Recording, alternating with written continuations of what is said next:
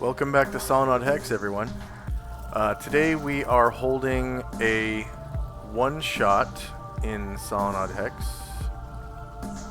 Today Shandrak isn't going to be here. So the premise of today's session is going to be that monsters are attacking the gates of the city-state of Gronar, and our heroes have arrived just in time as they knock down the gates and enter the city. So there's going to be lots of chaos and probably a lot of combat. So fortunately, these monsters are going to be worth plenty of experience points, so it should be exciting.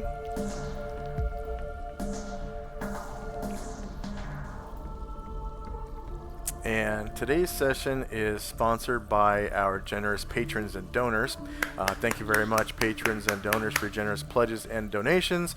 We wouldn't have dynamic lighting without you. And players, at this time, if you haven't already done so, go ahead and add 542 points to your player character as a gift for showing up on time. Thank you very much for showing up on time. And now we'll move right into the city-state of Gronar, which I think this might be Lily's first time visiting Gronar. I think it might be. Yeah.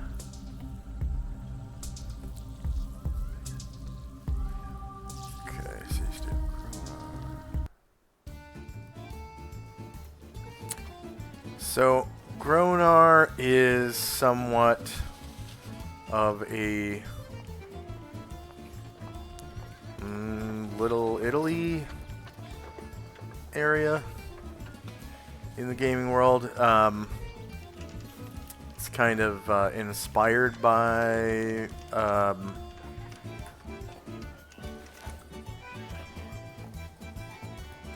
like Brooklyn, New York, maybe.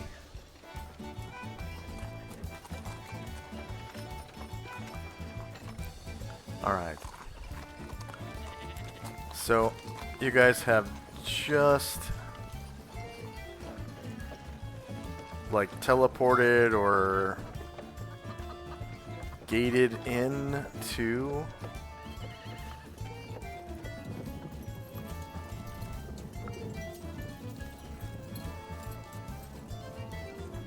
the marketplace in the city-state of Gronar.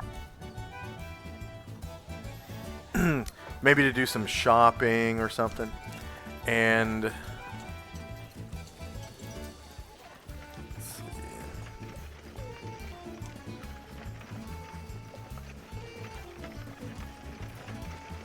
Front. I'm just making sure that all the character tokens are to the front. And if you're missing any tokens, go ahead and drop them now. So we'll say that you just stepped out of this dimensional gate.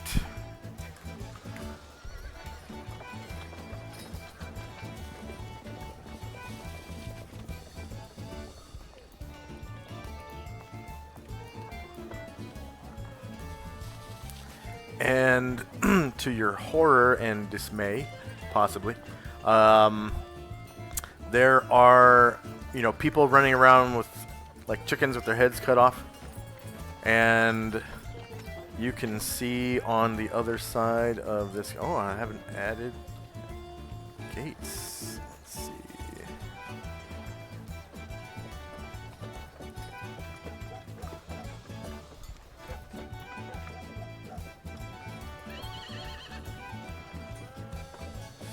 So I guess the portcullis would be closed right now.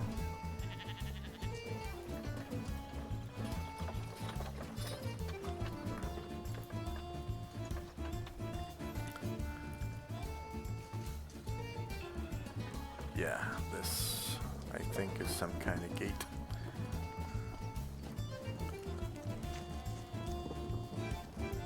Alright.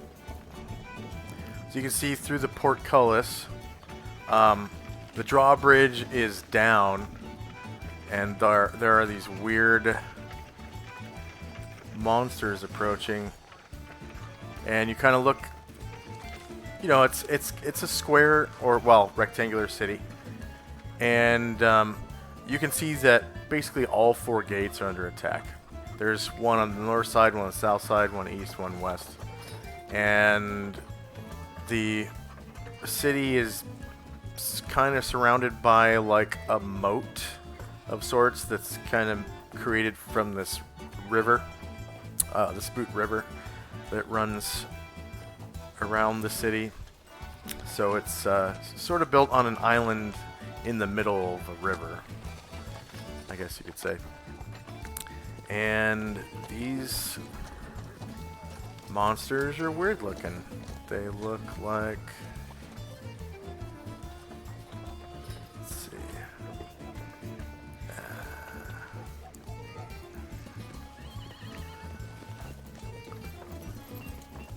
So some of them look like tree creatures like this. There's one that looks like he's kind of like on fire. A couple of them trying to beat down the gate here. Looks like they're like rock people. Say there's about 4 of them right up front. And they kind of have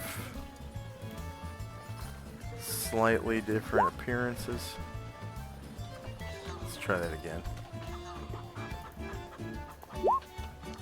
There we go. So some of the rock people look like this. Or like that. So some of them are kind of like natural rock, like this. Some of them are obviously carved and have things growing on them. And then some of them are natural rock that have things growing on them.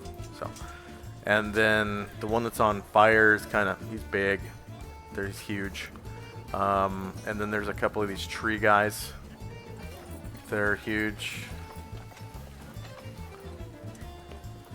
And there's some of these weird plant ones that look like they have tentacles like that. They're kind of interspersed. Dispersed. And there's different colors. So there's like a dark green one with like purple moss growing on it, and then sort of like a bluish one with some minty green moss growing on it. And this weird one that's kind of got 2 heads.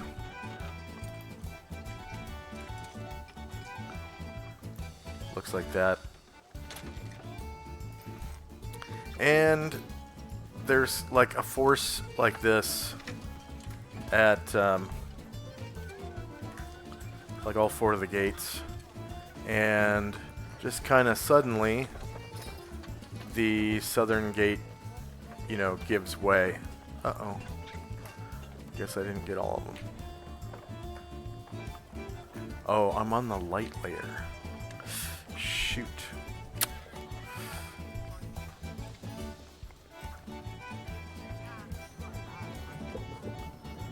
Okay. Let's fix that, huh? Alright, so you should be able to see them now. So you got these stone people like this. Tentacle guys.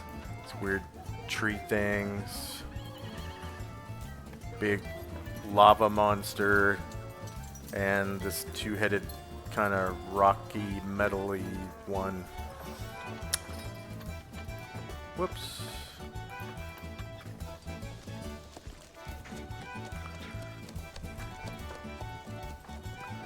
And people are like terrified because there were, people outside the city when these things appeared. And they were just like annihilated real quick. Just in seconds. Like stomped on, torn apart. Real violently destroyed.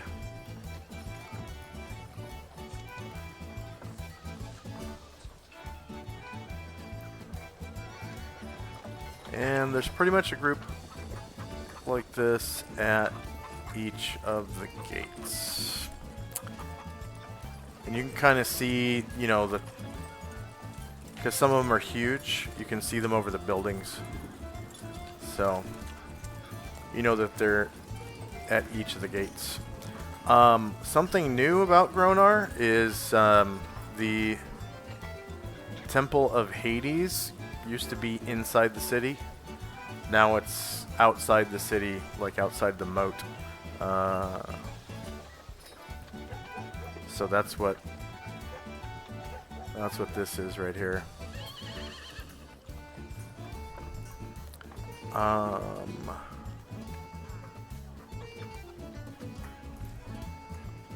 I'm just going to take a picture of the date on the calendar, or the turn order.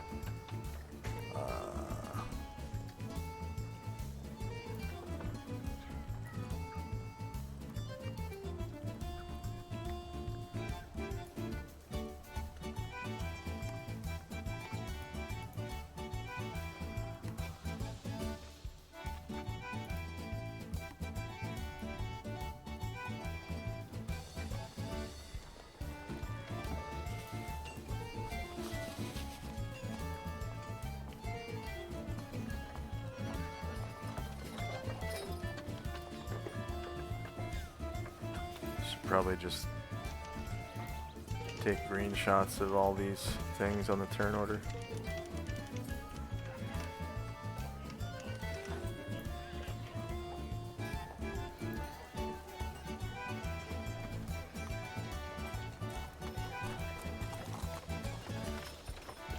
There's actually a lot of spells on there right now.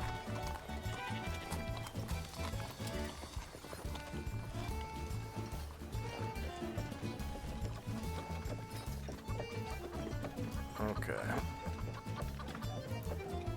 Good, that's all uploaded to Imager. So I'm just going to delete everything except for the time.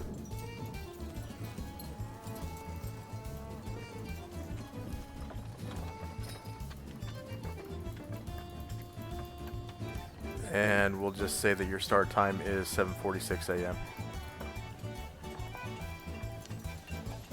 And you guys finished all these things off last time we played anyways, I think.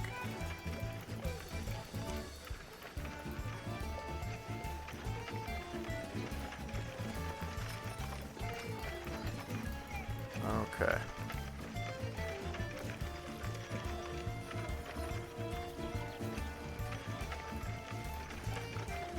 So, we have an attack on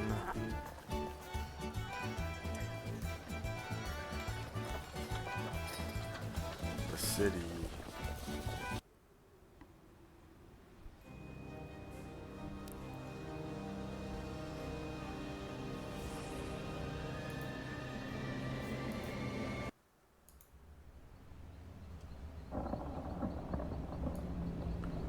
There we go. And just as you enter the city with your spell, boom, the gate is open. And the creatures become agitated by your presence and come at you, bro. So now we are in initiative phase.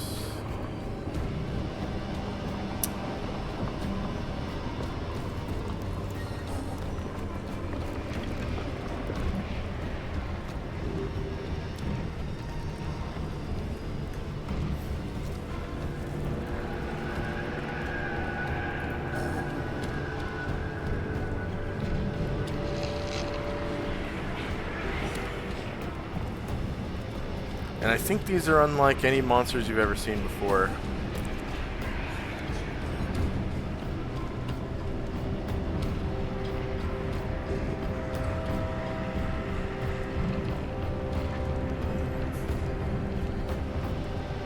Maybe one or two look kind of familiar.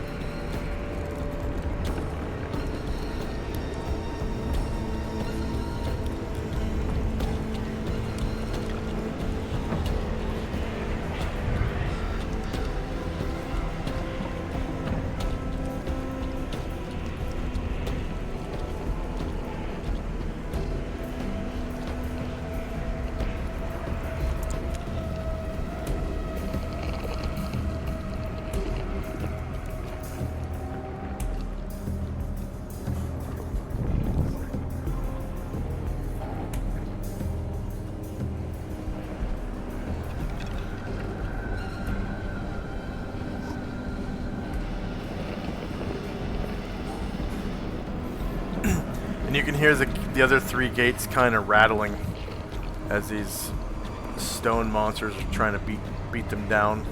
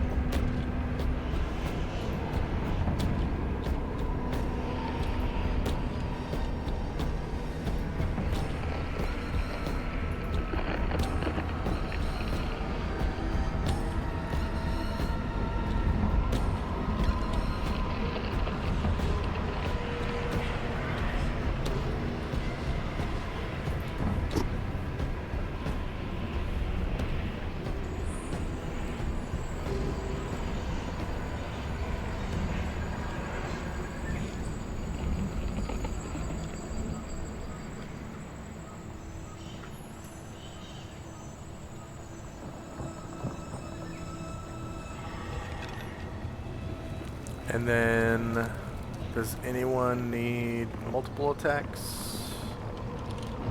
I do, please. Alright. Does Astral detect them as evil? He does detect evil coming from their direction. He's not sure if they are all evil, but they do seem to be working together. Okay.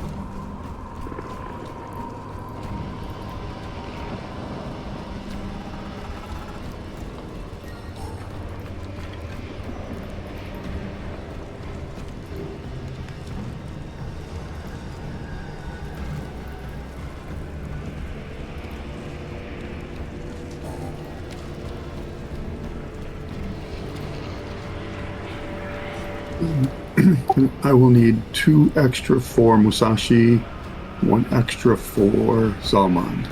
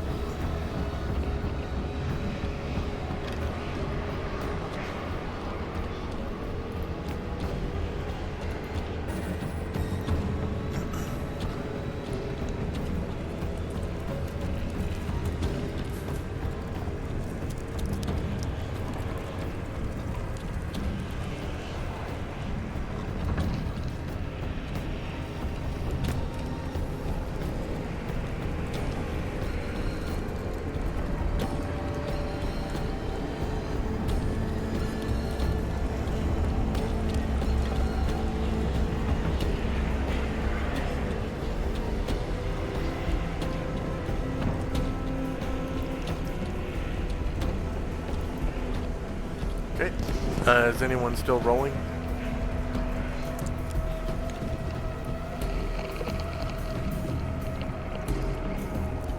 All right. Here we go. So time now is 7:46 a.m. First up is Solynod. Zalmond's going to wait because he sees both Tenzi and Thelina casting. All right. Musashi. Same. All right. So first up, one of these tectonics, which is these stone guys.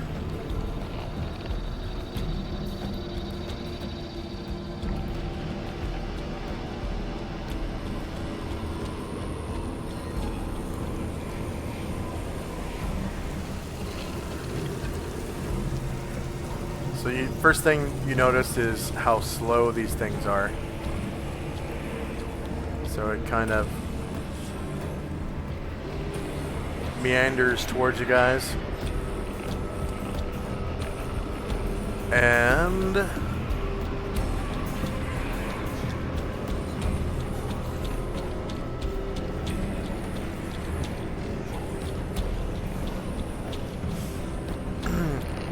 it holds its hands out and sort of concentrates momentarily, and so 60 yards,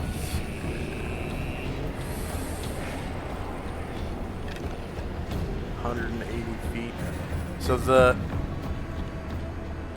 the stone, like the street here is made of like stones, and it sort of animates this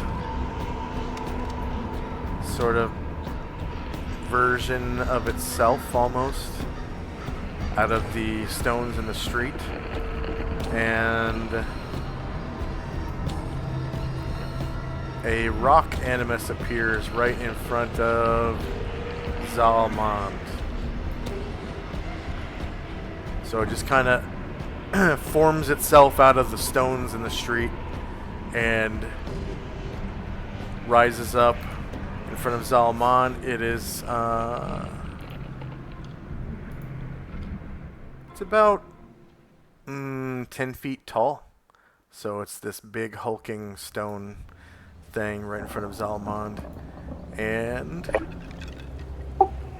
Zalmond will turn to face and swing his sword and bash it with his shield, hopefully. all right.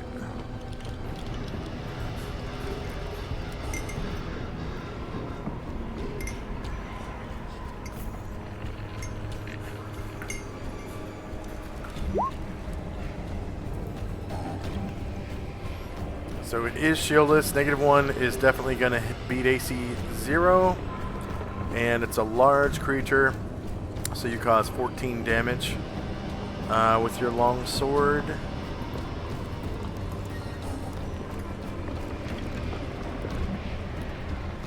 And then did you want to use your shield too? Yep, there it is. Alright.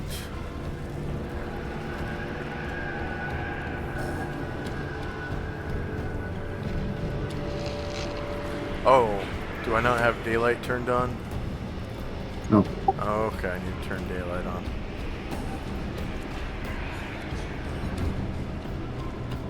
Weird, it says... Oh, it's not turned up all the way, okay. It's dim. I was going to say, it just seems dim. Yeah. Alright, so Zalman sort of turns around, shield bashing it. Hitting an AC of -5, definitely beats his AC. Causing 14 damage.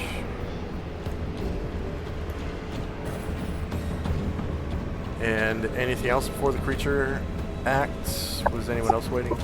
I guess she will come to his aid. Well, I gotta make a... He was riding, so we gotta do a riding check first. Oh, because he's dismounting? Yeah. Weird, what happened to his horse? Oh. The horse, too. There Remove the we go. horse instead. Oh, yeah, there we go. Got it. Right.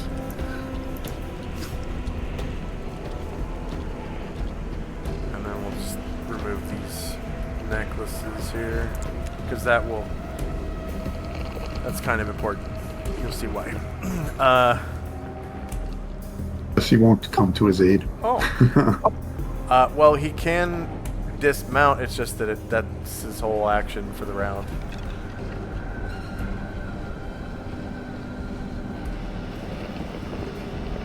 Okay. The rock animus is gonna, I guess, take a couple of swings at Almond.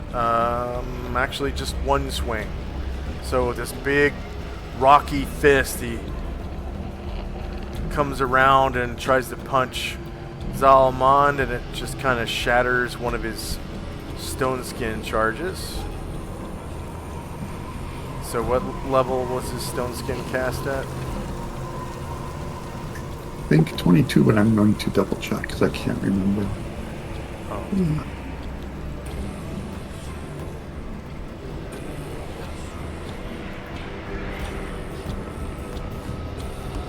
Nope, he's got... Oh, he probably doesn't have stone skin because Chandrak put it on him.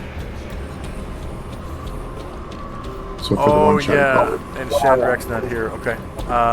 So that means the Animus gets an actual attack.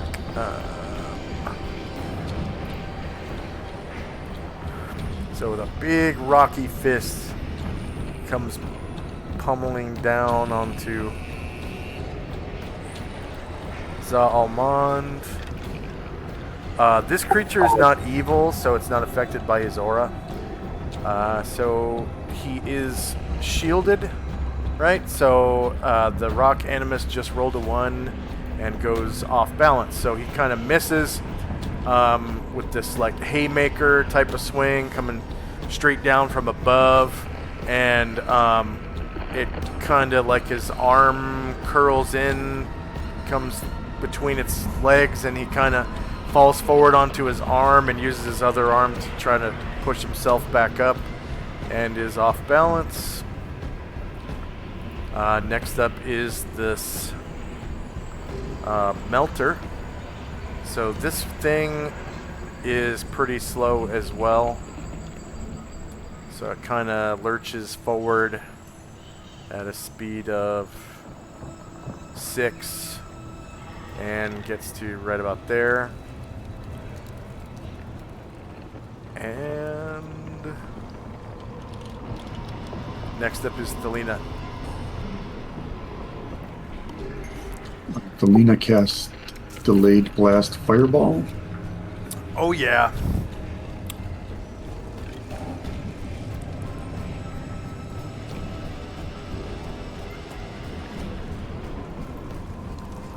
So that has the same AoE as a normal fireball, right?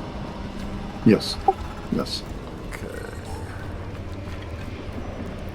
Spell AoEs, wizard 5? 6. 7.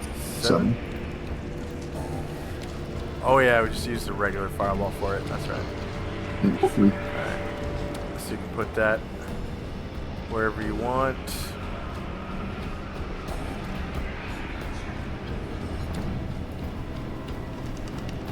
guess I'll send him back. Okay.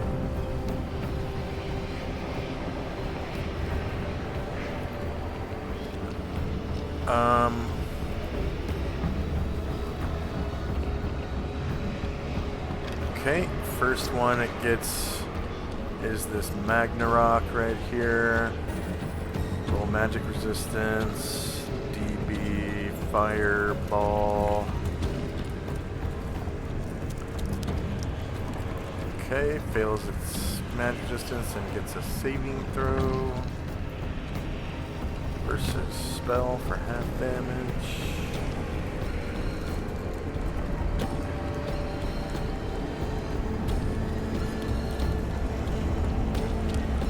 Fails and takes 41 damage and dies.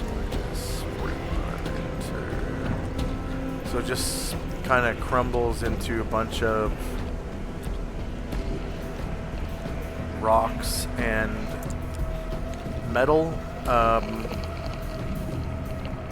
Sort of like a vein of iron or something. This tentacle gets magic resistance. DB fireball. Fails to resist. Oh, wait. I think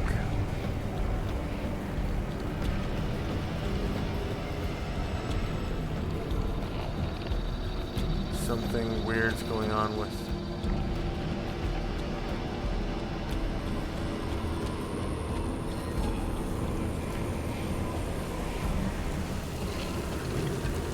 yeah, okay.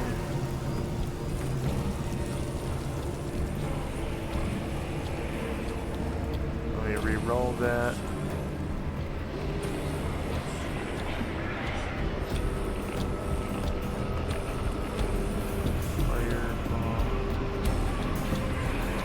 Okay, and then it gets a save versus spell.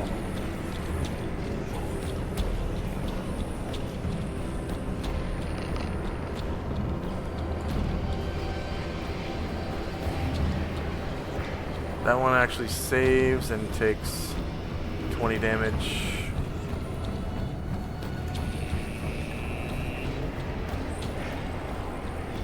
Okay, the first Sequoia.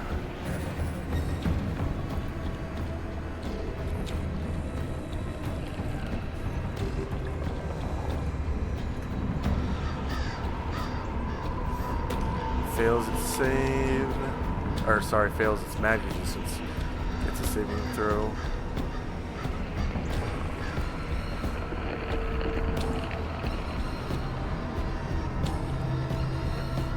Passes and takes 20 damage. The other one.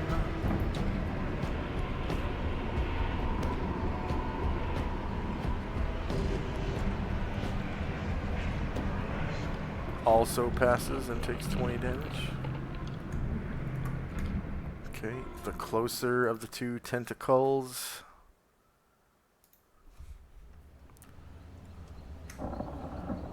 Blast fireball. Fails magic resistance. Still gets a spell save.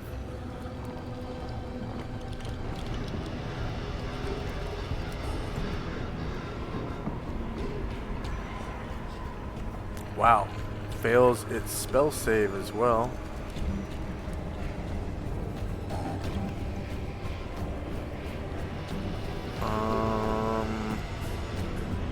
That can't be right. Why is it doing that?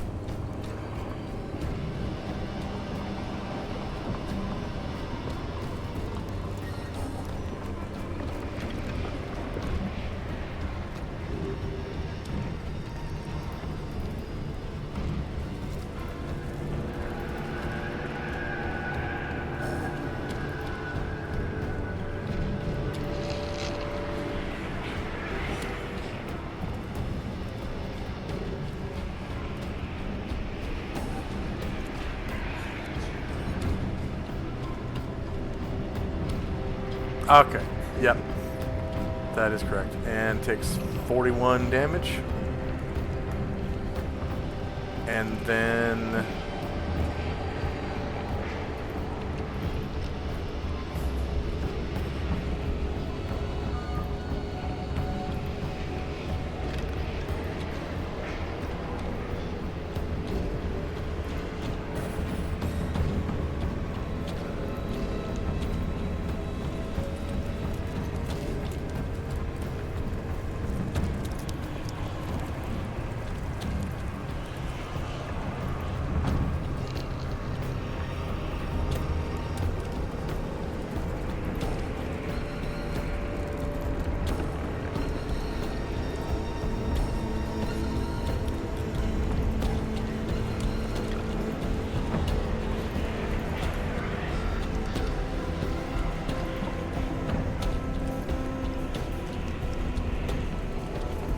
Okay, the tectonics.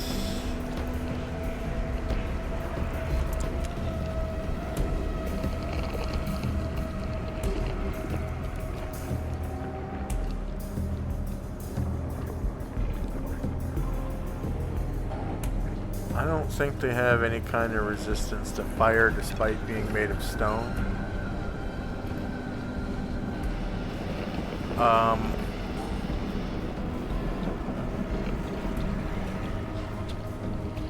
Oh, the tectonics are outside of the spell anyways. Okay. Yeah, and then the melter is also outside. Okay, and then Thelina gets 350 points. Thank you. And next up is this Sequoia on the left. So you also notice that these guys are pretty slow. Wait a minute.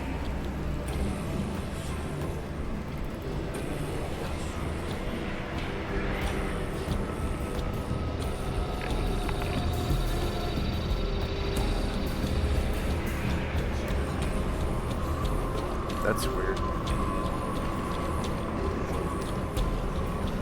They are not slow. They're about as fast as a human. Why is that doing that?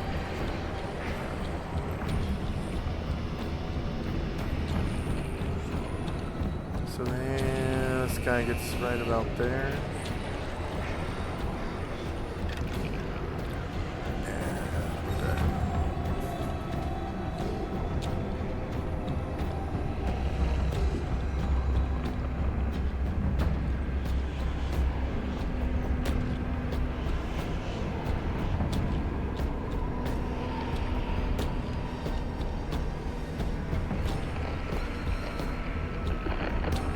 Oh, these Sequoias take 1 extra damage from the fireball.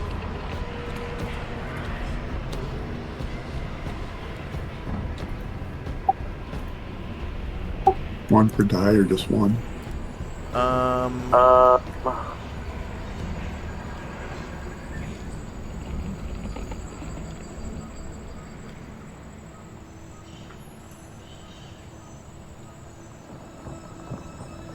Just one.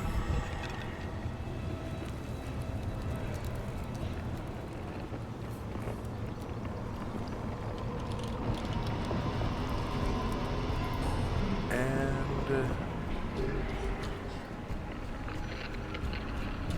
next up is one of the tectonics.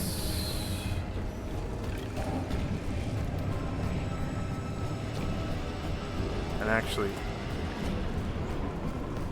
now that I've noticed that about the Sequoias, I'm gonna fix that real quick. That's why I playtest these things.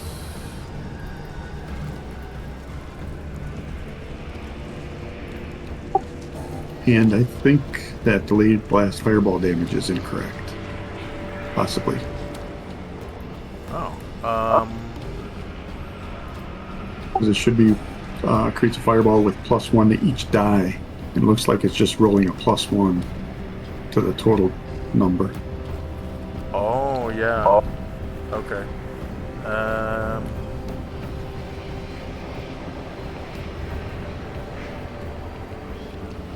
Okay, I can fix that real quick. Find...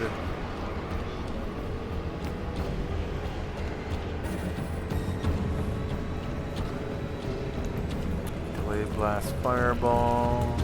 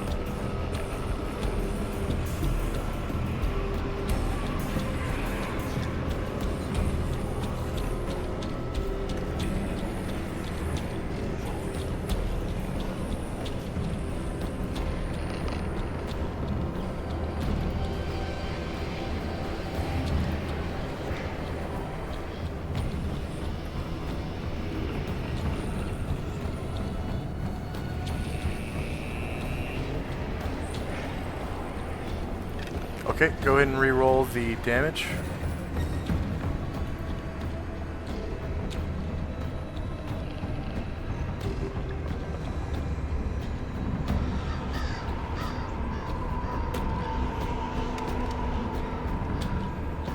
Looks like it's working correctly now. Yep.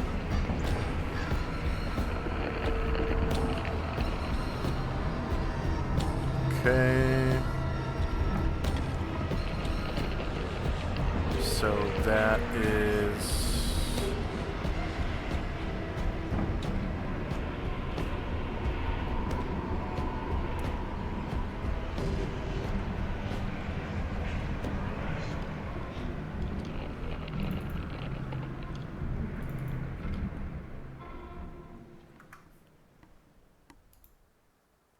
$33 plus 1 be 34.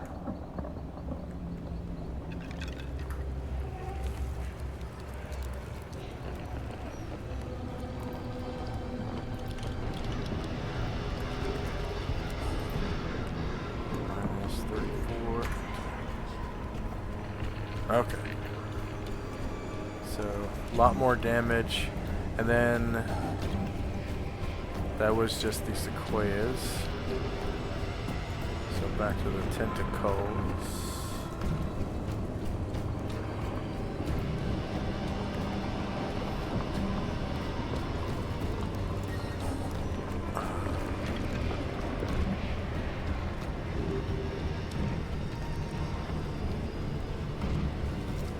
I think they... Looks like one passed and one failed.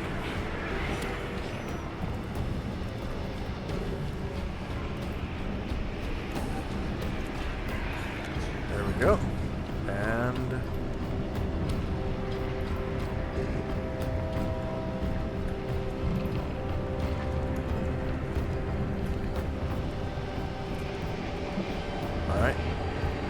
There we go. This tectonic is going to step forward to here.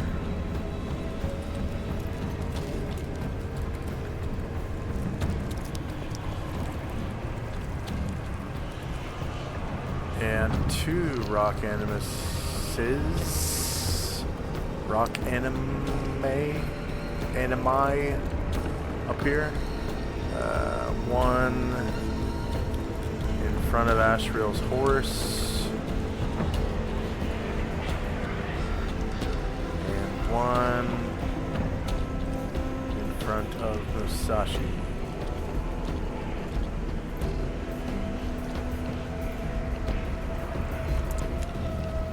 And this one will swing away at Musashi, taking one of his stone skins. And what level was Musashi's stone skin cast at? 22. 22.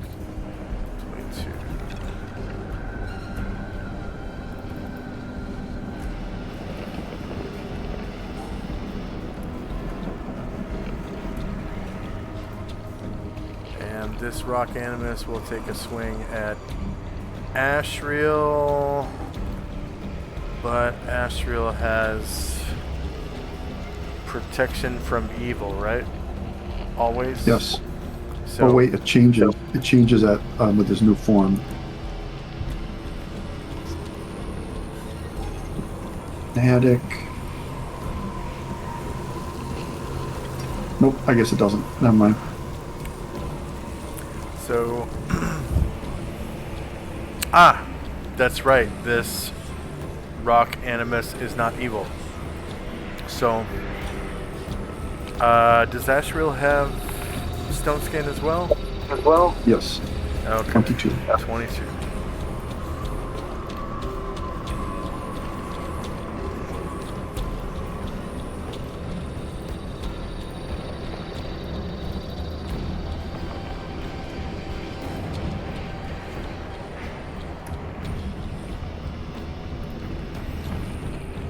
Alright, next up is one of the tentacles.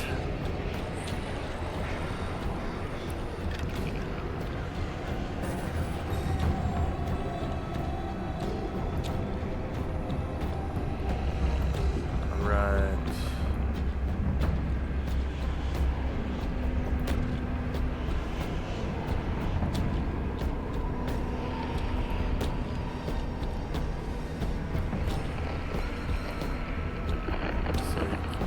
Notice that these things move pretty quick.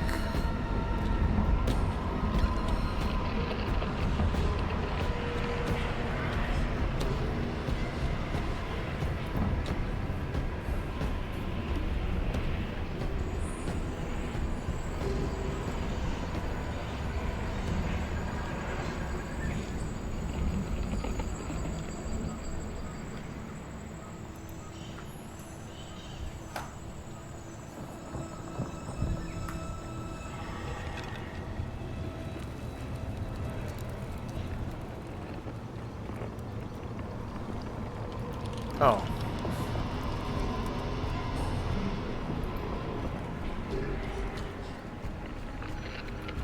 Let's hold up there. Okay. So, this tentacle disappears. Oh. Wait a minute. Alright. There we go.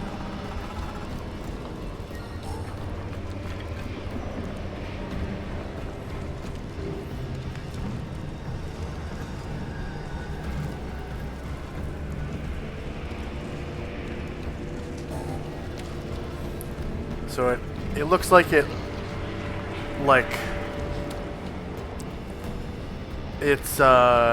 body gets this camouflage pattern on it, and it just sort of disappears into the background of the, on the horizon or whatever.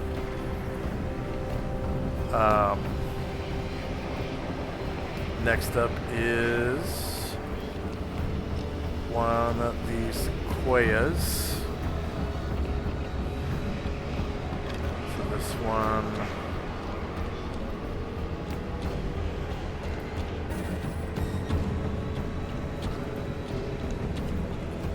Moves to there. Okay, this tectonic is going to move forward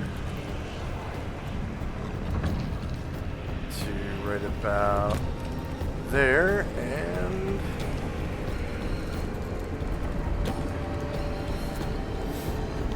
okay, should probably mark these. Blue, green. So this one is red. These two are blue.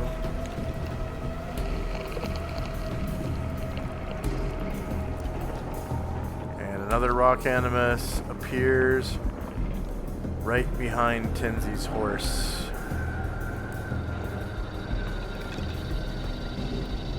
And takes a swing at Tenzi, but he has stone skin and probably the ability to dodge or something. Cloak of displacement. Cloak of displacement. Okay, next up is Shade. Shade will do a fighting withdrawal. And that's 1/3 of his movement, or 1/2, or Half. Yeah, they expanded it to half in combat tactics. It was 1/3 in Player's Handbook. Alright, so he will get to go to here, fighting withdrawal to there. Alright. And the other tentacle also disappears.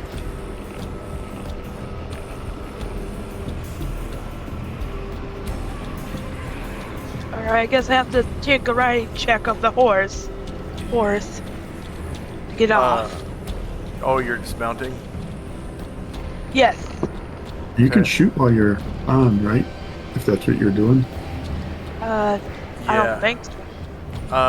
If you shoot while you're moving as a non-specialist, I think you can make a half move with the horse and shoot one shot. So normally it basically just kind of cuts your rate of fire in half. And there's also a penalty to hit. So, but you don't have to fire until after you do your half move with your horse. Okay. By fire, I mean shoot, because you're not using a firearm.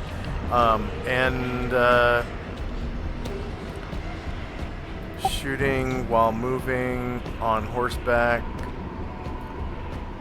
there is a penalty.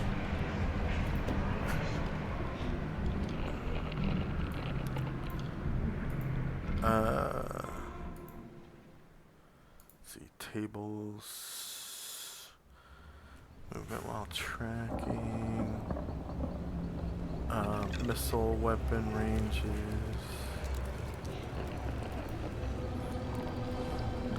fine, missile.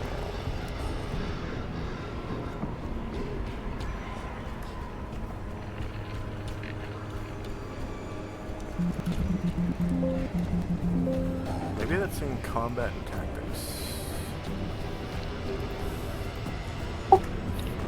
She doesn't have to move, right?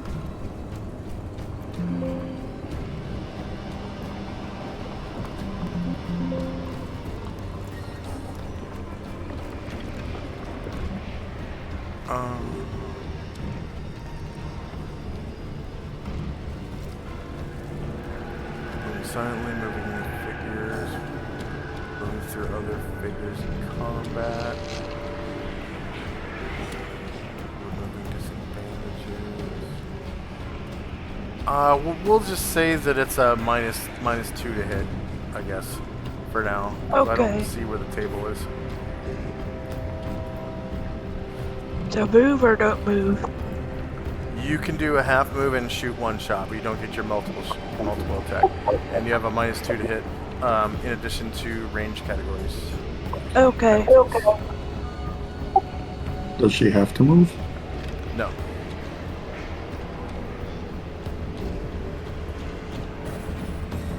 So roll D6 or D2? You would roll a D. Well, you roll an attack. Are you attacking and moving? I think I'll just attack. Okay, so if you don't move, then you do get your multiple attacks, and there's no penalty to hit other than range categories. So which one are you shooting at? That one. The tree guy? Okay. Yeah. So that is 15 squares away. And you're using your choking, right? Yes. So that's medium range. And then you don't get a height advantage because it's huge and your mount is large. Right. So, yeah. So you just, you're on the same elevation and medium range.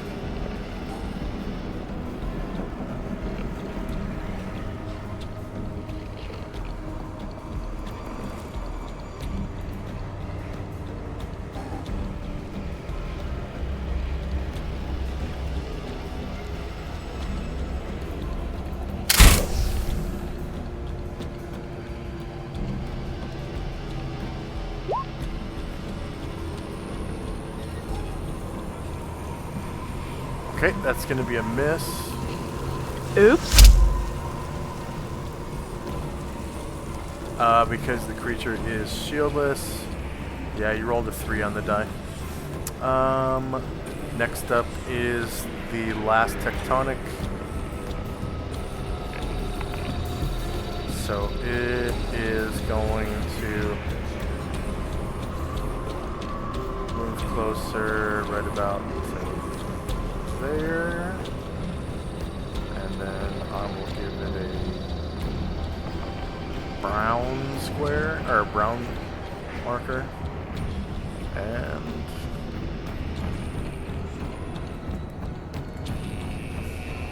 one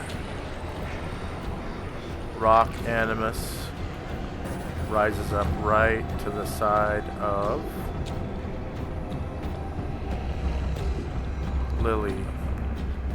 And then Lily, you cast your own stone skin on yourself. So what level was it cast? Let's see here.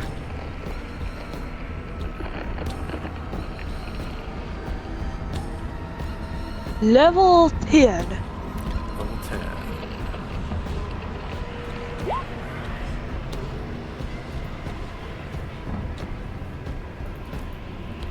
Alright, so that rock animus raises up this big rocky fist and tries to bring it down like on top of your head, but the stone skin saves you. One layer of stone skin shatters.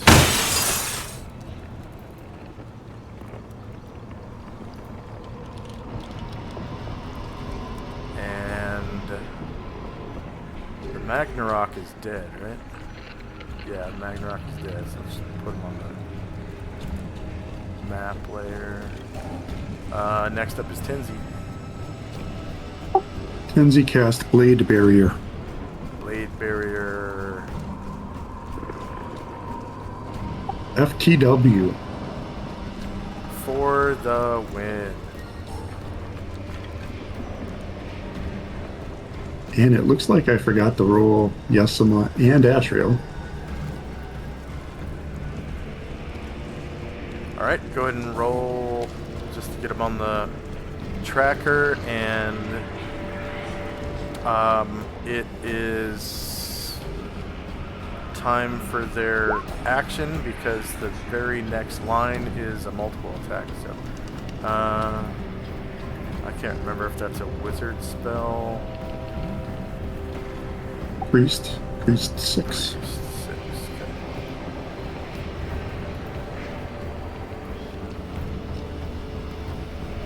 There's your blade barrier. Should be able to move it around. Yeah, looks like it.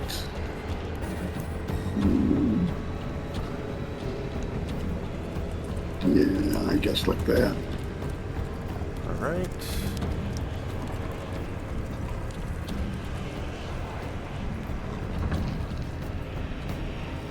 And we'll lock the placement. And what's the duration on it?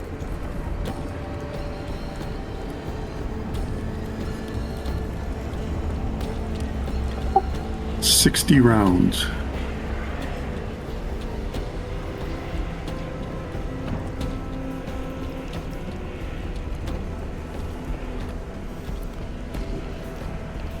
An enormous blender appears and causes a bunch of damage. So no. Oh, is there a save return? There's a save, yeah. They save, they get knocked out of it, so they do want to save. Okay. So we'll start with the melter.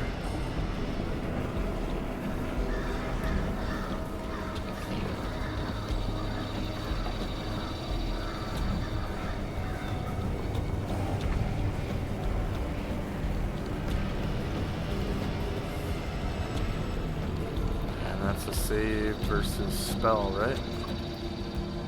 Yep.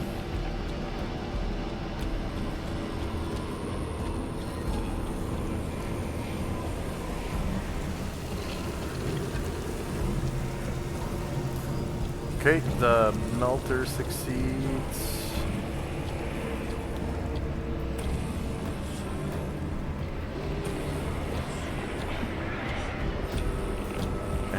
First tectonic. I'm just gonna do a group save for the tectonics, I guess. Okay.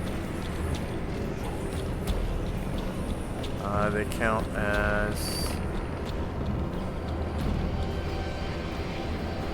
Ooh. They're multi-classed. Fighter 10, Mage 20. So Warrior 10. Is 20. Not triple classed. Okay, so they save.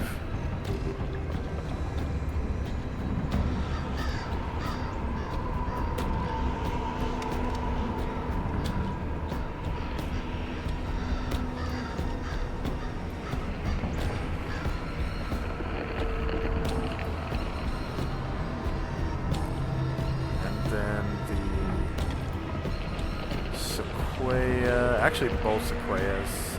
I'll do a group save for both Sequoias too. No, I won't. No, I'll start with the left one. They count as Warrior 12. So this one on the left saves. And then the one on the right, Warrior 12.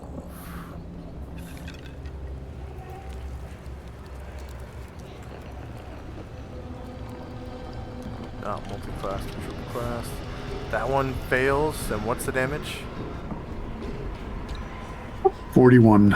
Wow, minus 41, so that Sequoia gets chopped up into wood chips. And what you don't see is one of the tentacles is inside that AoE.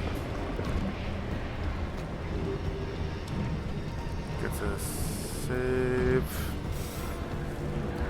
Counts as Priest 14. And not multi-classed. Fails. 41 damage.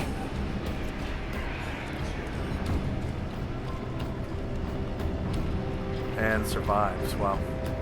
And Tenzi gets... what level was it? 6? 6, yeah. 600 points for Tenzi. Yay. And then who just joined the initiative? Yasma casts Blur on herself. Okay. 10 rounds.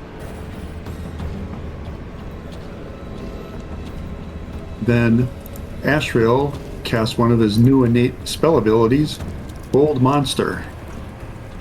All right. And he's going to target 4 of these animi. All of them but the red one would be in the 40-foot square. Ah, okay. And then there's no penalty to the spell save? No penalty to the save because I'm doing 4. Yeah. Okay. So I will do a group save for them. Save versus spell. You said all of them except for the red one. Yes. Okay. Yeah, 4. That's Oh, 4. I forgot to mark the brown one, You didn't I? cast it, didn't you? There we go. They count as Warrior 9. Wow, they save. Yeah. Yep.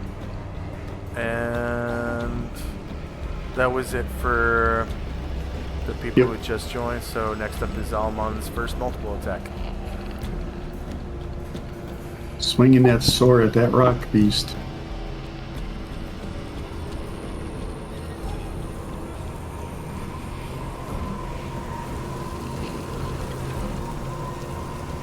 All Ooh. right, natural 20 chips away at the big old lunk and kills it. Go ahead and describe.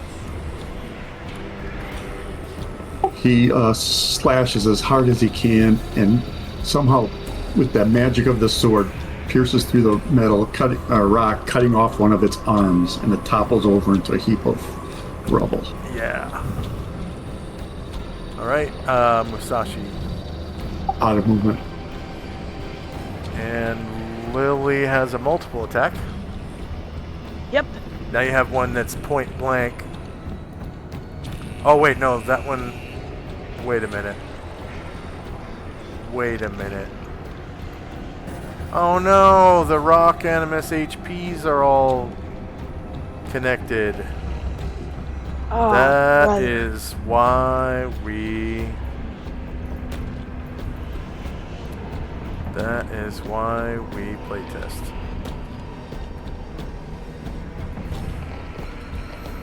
Okay.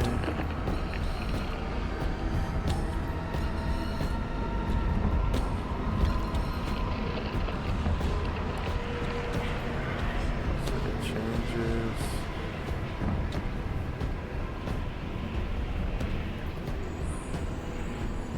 Update default token. Alright, so delete that one. And that's the only one that ever got hurt, right? Yeah, I think so. Okay, so...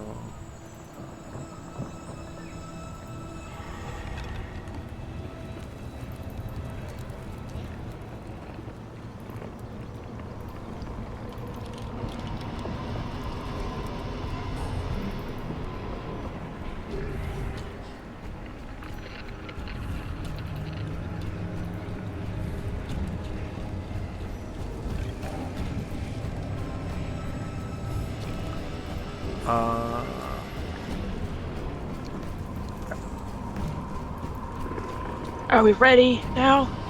1 second.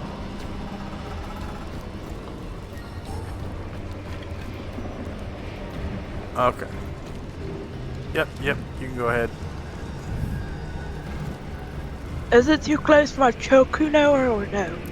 No, it's perfect distance. Right Oh, right next boy. to each other. Yeah.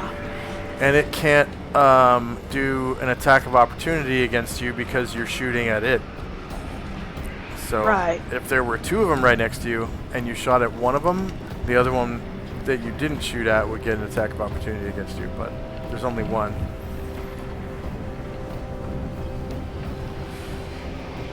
Right on. So shoot. And a miss. Crap, I am missing today.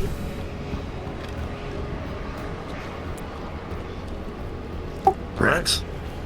And then next up is Musashi. Out of movement.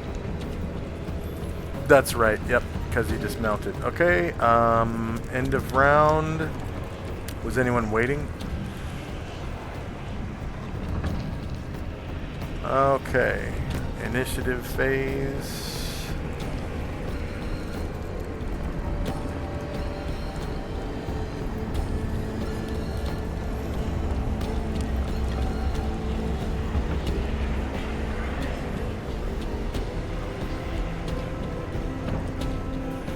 Yeah, the melter is slow.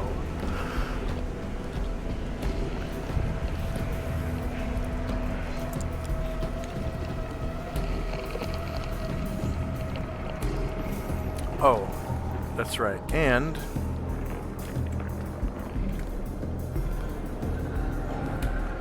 one of the gates gets crashed open. And it is the one to the east.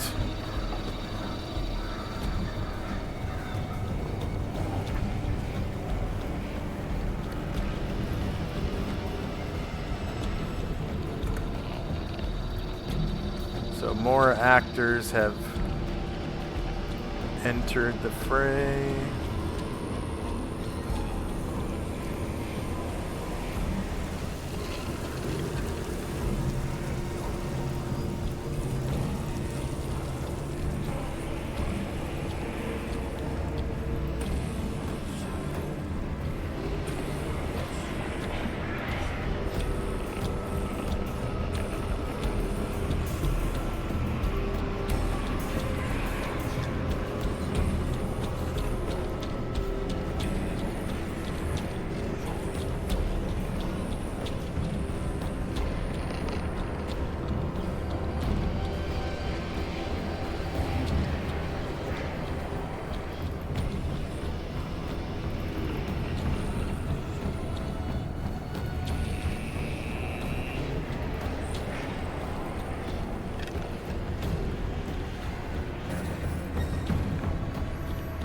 So it's the tectonics and the melter that are slow.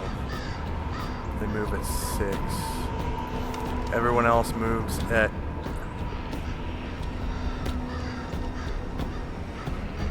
Oh no, the Magnarok's HP are connected. Okay.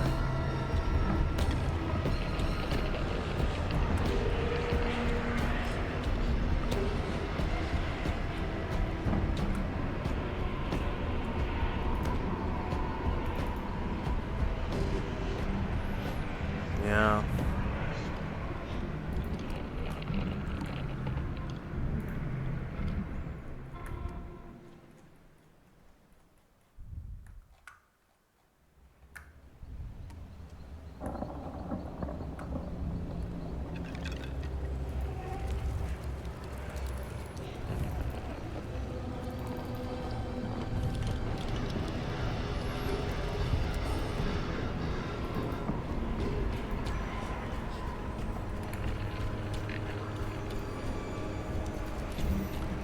So I guess I'll fix that real quick.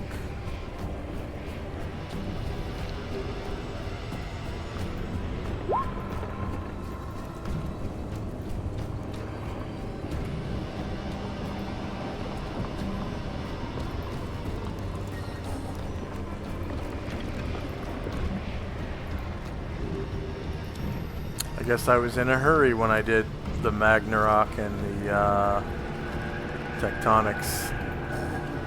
I didn't separate the tokens.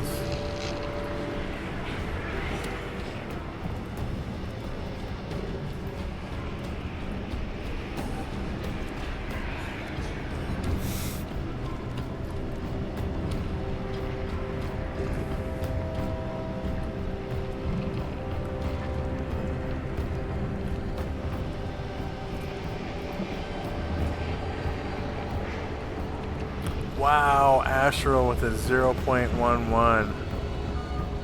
Very nice. And he'll need a second.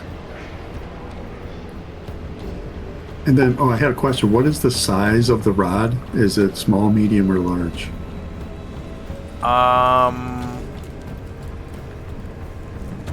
Probably medium. I think the description of rods says they're the size of a walking stick.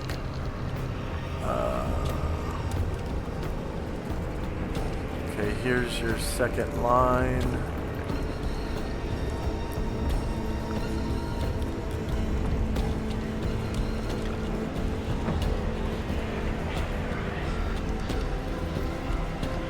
Yeah, let's change that to medium. I had large on there left over from the sword, I think. And then gotcha.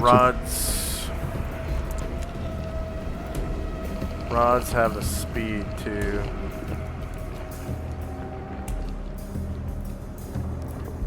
Dungeon Master's Guide.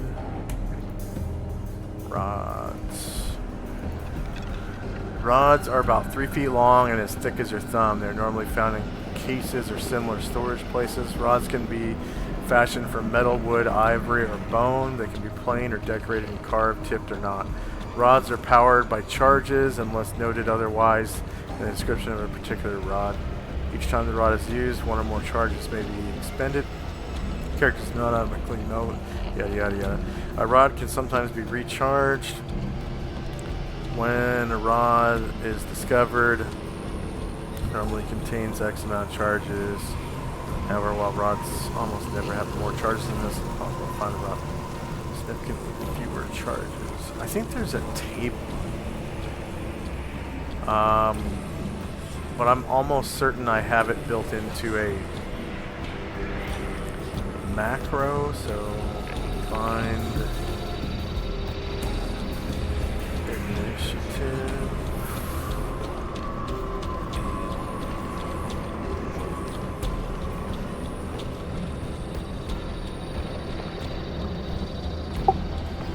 Yeah, he'll probably just use his katana for initiative all the time because that's the fastest. Yeah.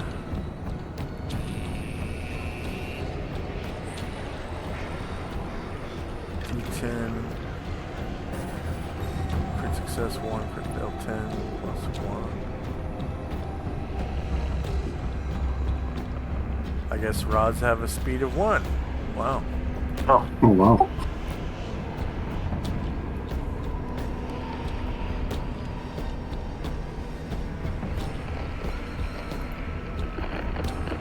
Initiative modifiers.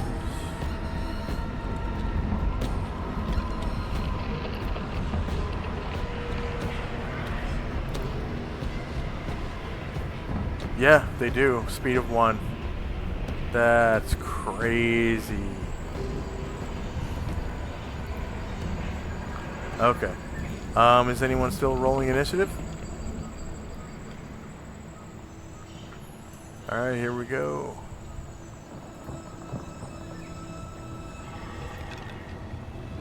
So Tenzi's blade barrier ticks down to minus 59.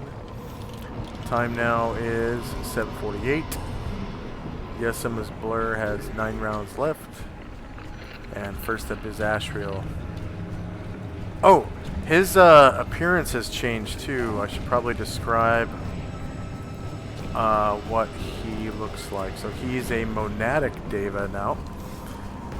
Monadic devas have dark brown skin, jet hair, and piercing green eyes. Their charisma is 19. So devas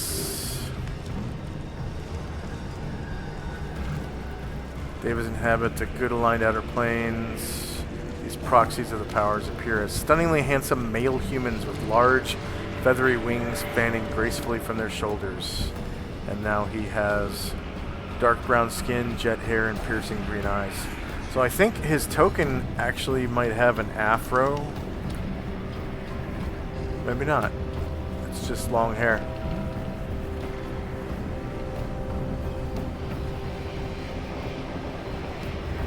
But Yeah, so his appearance has changed. Skin's gotten darker, hair's gotten darker. I think he had like, what, blonde hair before? Silvery hair, milky white skin. Yeah. He had two weapon style times 2. So that means he can hold a man-sized weapon in both hands, even when not enlarged, right? Yes. Which that would include katanas, yeah. Right, so he can have katana in one hand and the rod in the other. Yes. We're gonna try out that rod on this guy. Well, first the katana.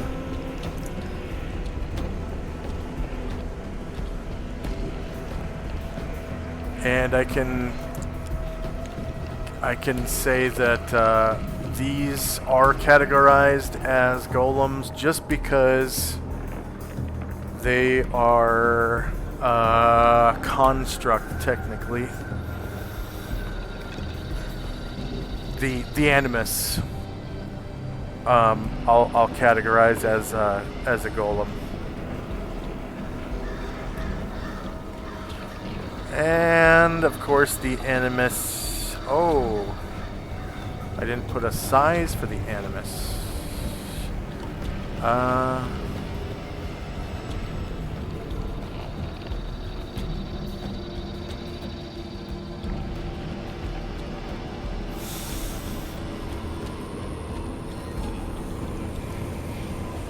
Yeah, we'll say that they are large.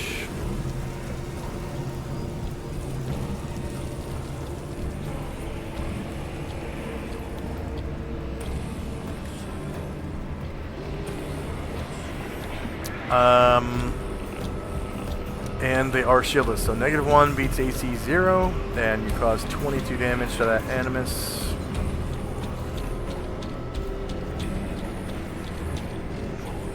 And then you also have your rod, and yes, they are golems. I suppose. Shieldless, -1 versus AC 0 hits. What? You should have a whole bunch. Let's see, did I not check the box for your strength on Rod of Smiting? I did. It's not adding your Yeah, it didn't add it, doesn't look like. plus 8 plus times 1.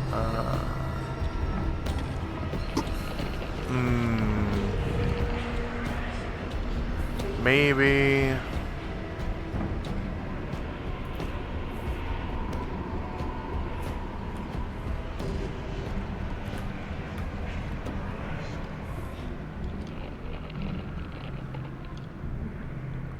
Okay, try it again. I didn't have a plus in the damage adjustment.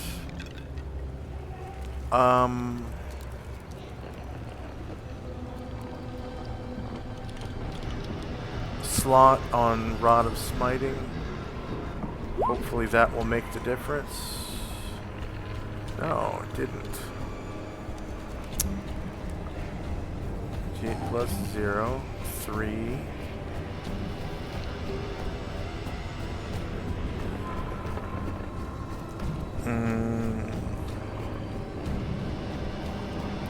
Maybe there's something wrong with the macro itself.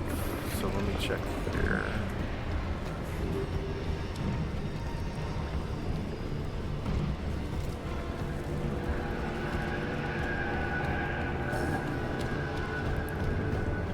Okay, plus 3.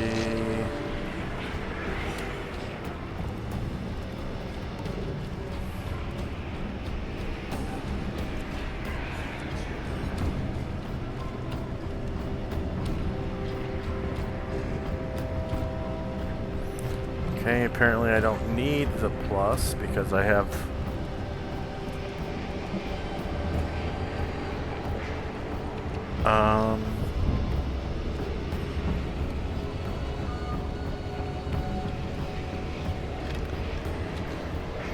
What if I put the plus outside and just remove the internal pluses?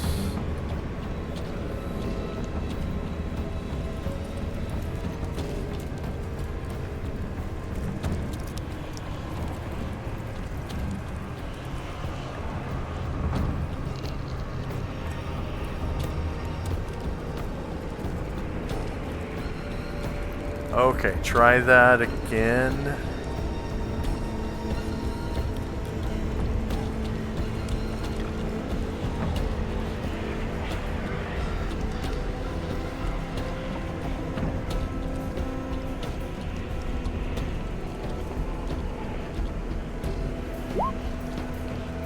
Weird.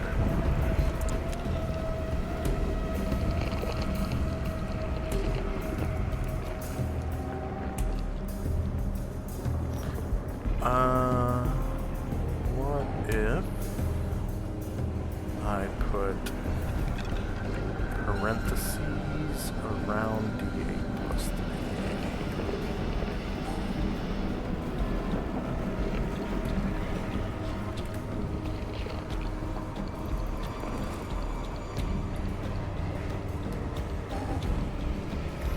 Okay. Go ahead and try again.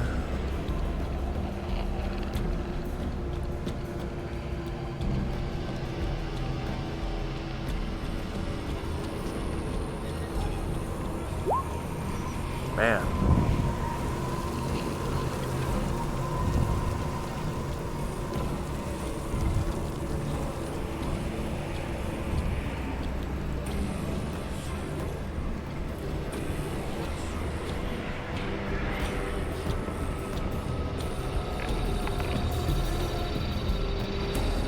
Alright, I'm going to try to add brackets here.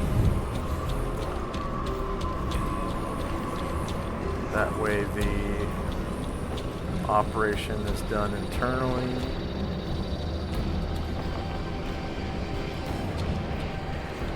It's kind of a drag because we won't see the dice roll, I think. Alright, go ahead and try that. 8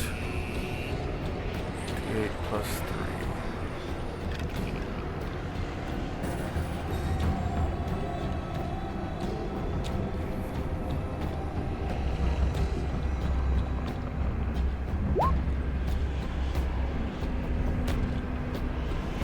Wow, it didn't... There's a space between the plus and the 9. D8 plus 0 plus... So... Backspace there.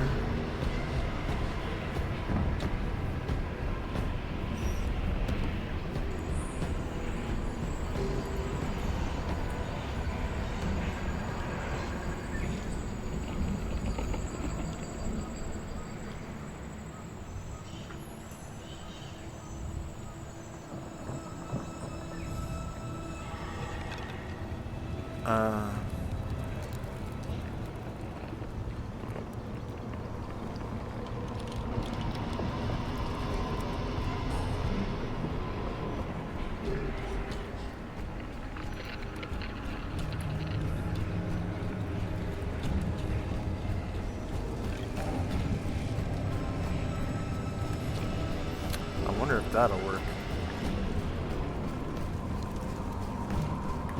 Okay, go ahead and give that a try.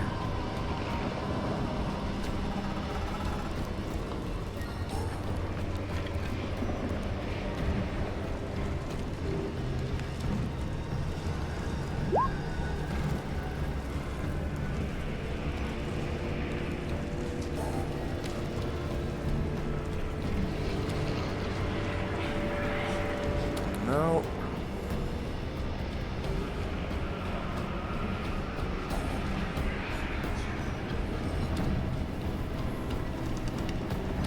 Alright, I got another idea.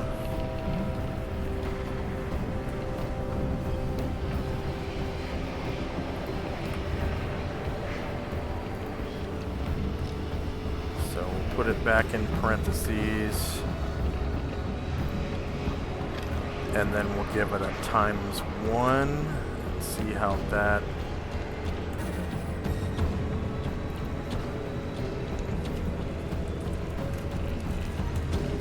works out. Okay, go ahead and give it another try. Gotta be a way to get this Rod of Smiting to work.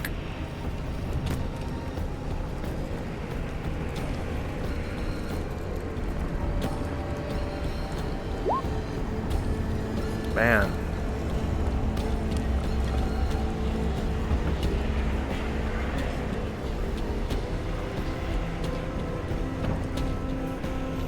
Okay, well, you hit, so go ahead and roll 2d8 plus 14, I think. Should be your bonus. And I'll fix that later.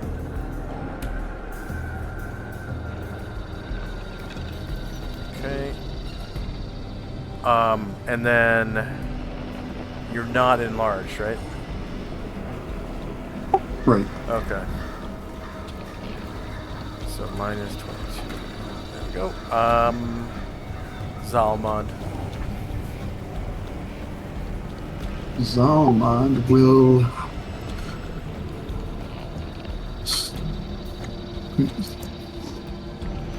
Oh, that's his donkey. Okay, he will step to his donkey square to this square and then come behind this golem that's on, or this animus that's on Tenzi. Alright, he's gonna turn to face Zalmond.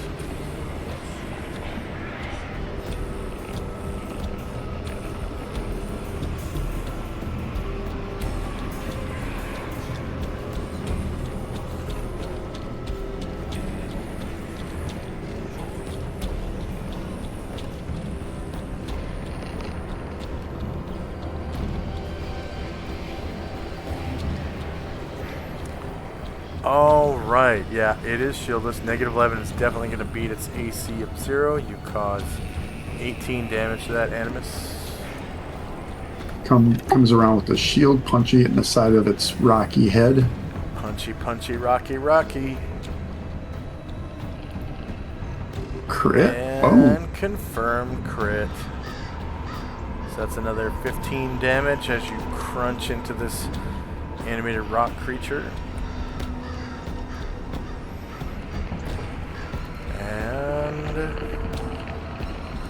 Oh, I did not roll initiative for the rock animi.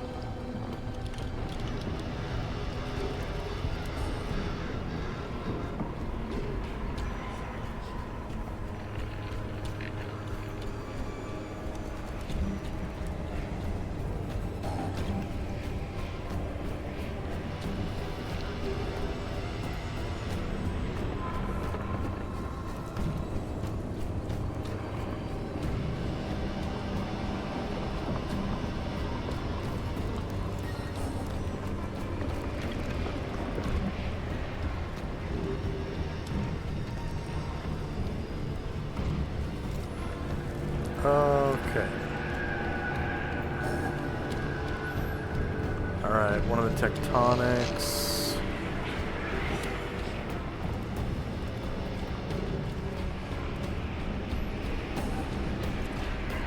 Oh, must be at the other gate. Okay. Yeah. Alright, so this tectonic's gonna move into the city.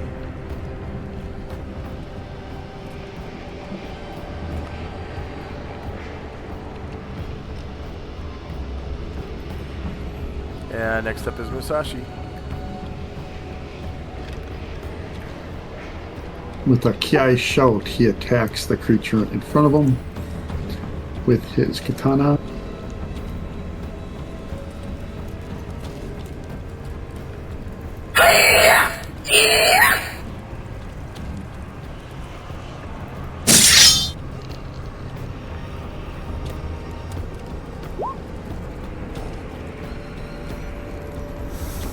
Alright, the Rock Animus is shieldless. Negative 11 beats AC 0. You cause 15 damage to it. And now some Wakazashi action. Oh, yeah. Yeah,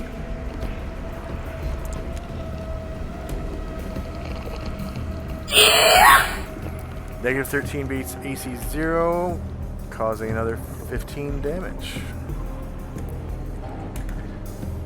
Alright, next up is another one of the Tectonics. This is the one with the red dot.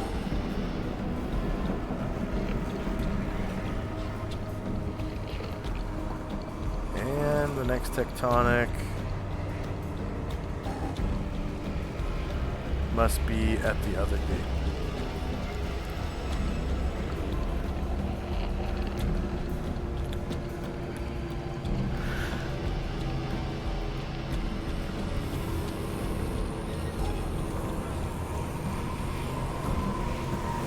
And one of the rock animi.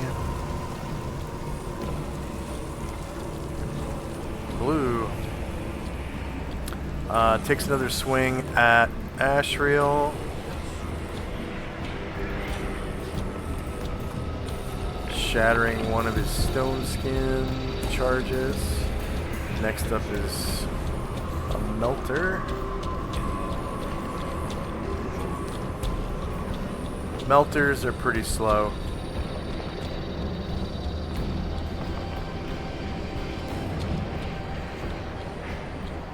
Okay,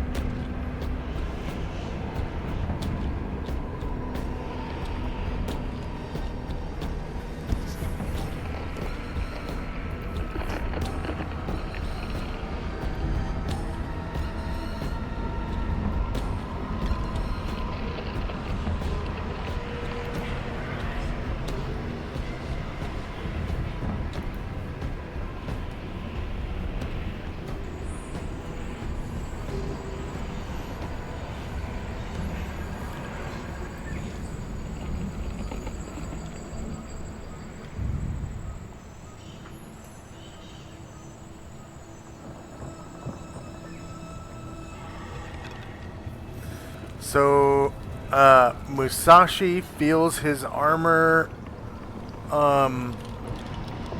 heat up as this Melter approaches.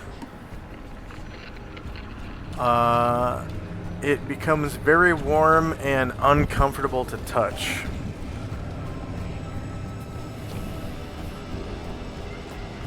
And next up is Tenzi. Tenzi cast a Vengeful Strike on Zalmond. 22 motes.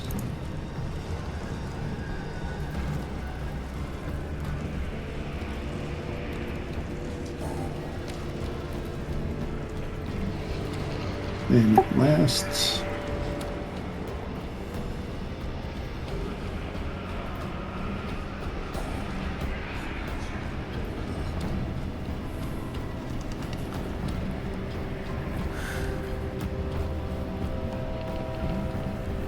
$220 rounds. Wow! And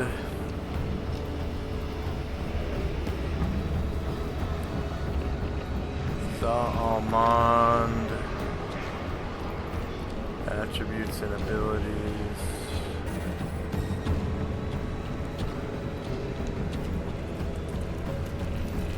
Add Vengeful Strike motes.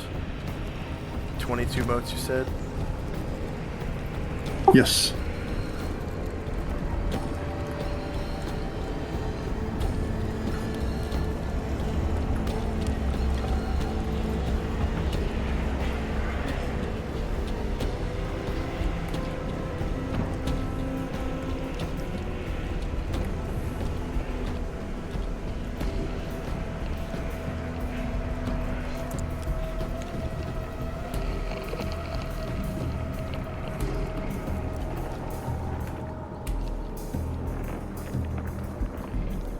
Oh. He already had an attribute for Vengeful Strike motes.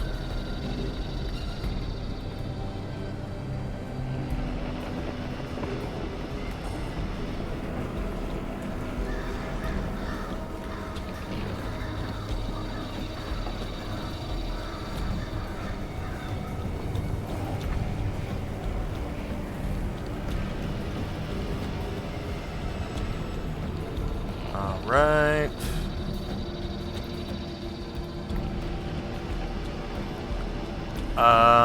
And then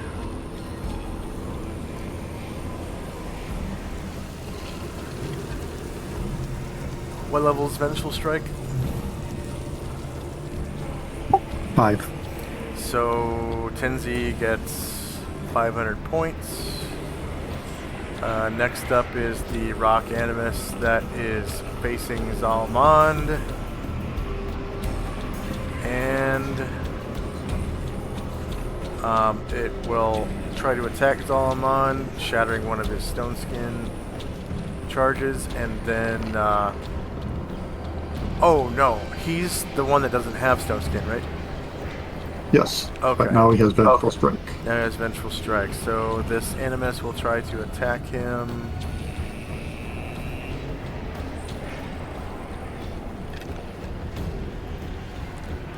And it's not evil. Wow, critical. No, he's not shieldless. That is now off balance, so no damage. That's... I don't know why I was trying to read the shieldless line. Okay, off balance.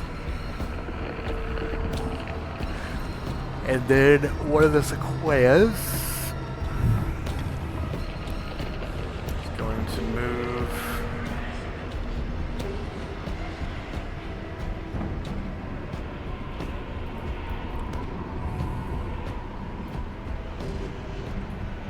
What the hell?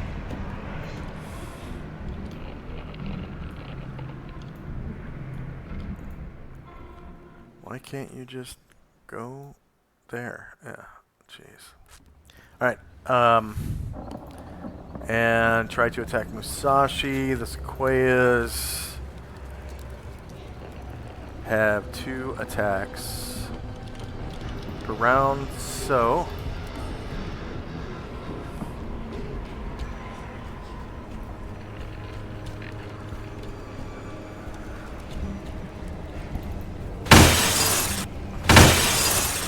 Two of Musashi's Stone Skin charges shatter. Next up is another one of the Tectonics.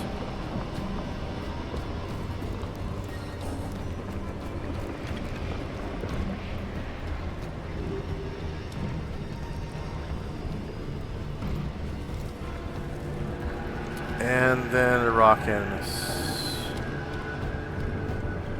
That's the one fighting Lily. And he shatters one of Lily's Stone Skin charges.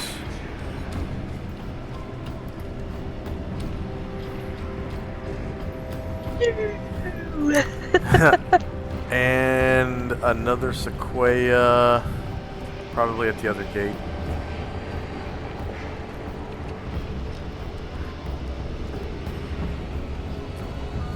Baya moves in.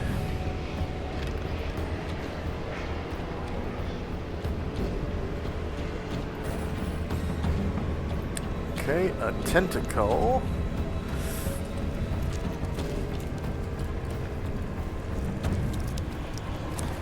So that's kind of interesting. I spelled it tenta-cull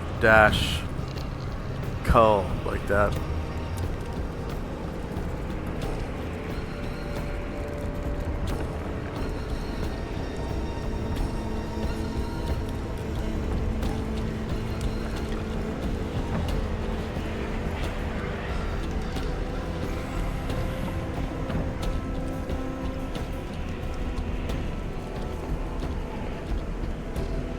Oh yeah. Go ahead and roll damage for your blade barrier, because Tenzi already went, right? He cast a spell. Yeah. Oh, there's someone still in it. Yeah. Okay. Yeah. I'll roll it. Okay. Yeah, you just can't see.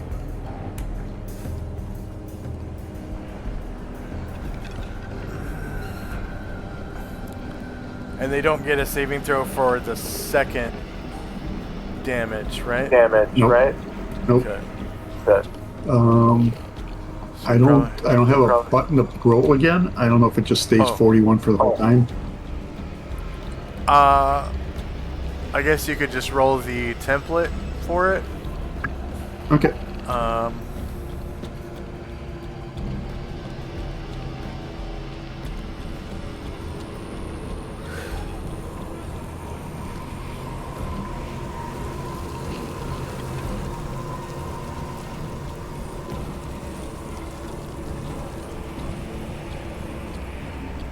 $45.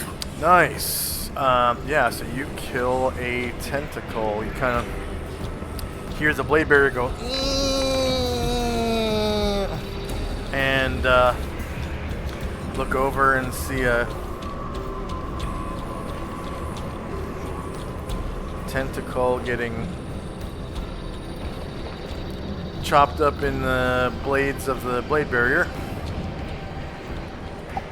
See pieces of them flying into these tectonic creatures. Yeah.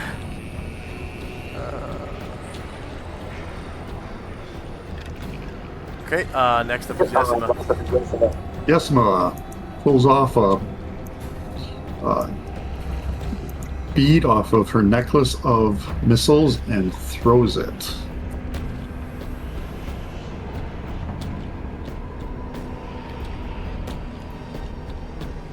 I don't know if I have to roll to hit or just because it's like you throw it and it's a fireball. Throw it up to 70 feet. But I'll have to roll damage, I guess. This device appears to be nothing but a cheap medallion or piece of valueless jewelry. Spheres are detachable only by the wearer, who can easily hurl them up to a 70-foot distance.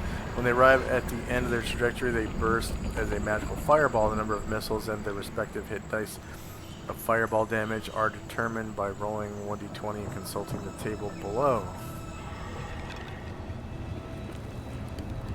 Yeah, this one's a 7 hit die. 7 die. Okay. Go ahead and roll 7d6, and I'll drop the fireball token.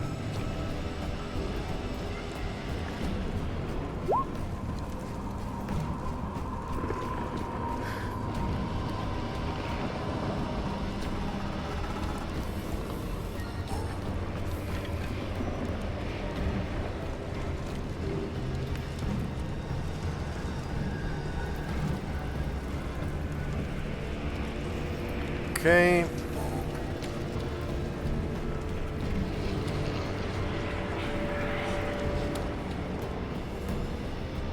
There it goes.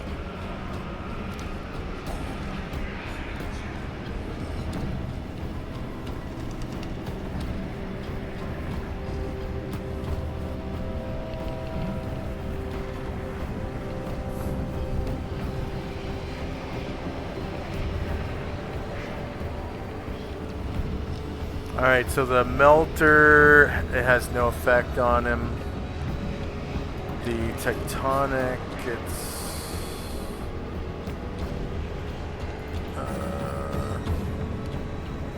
magic resistance.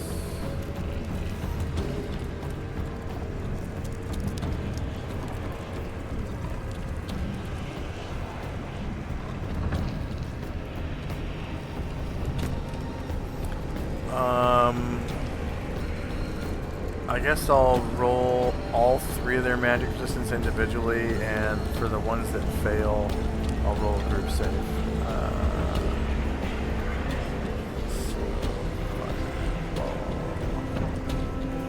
So the first one, this one was a fail, and so red and blue were a fail. Now I'm going to do brown.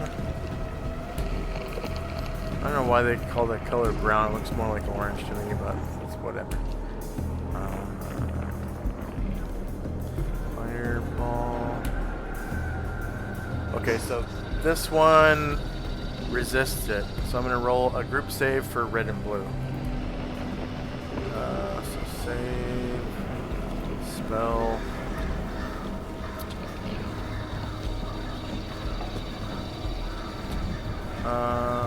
Oh yeah, these ones are multi-class, so Warrior 10 and Wizard 20.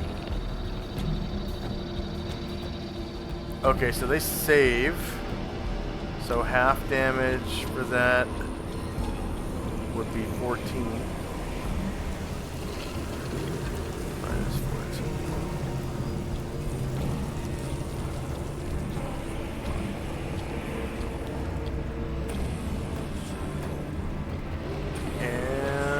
Next up is one of the sequoias.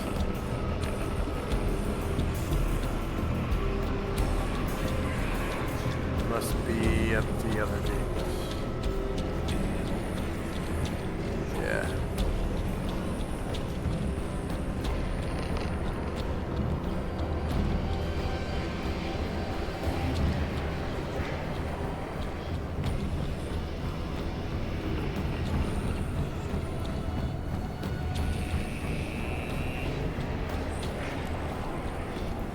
A melter.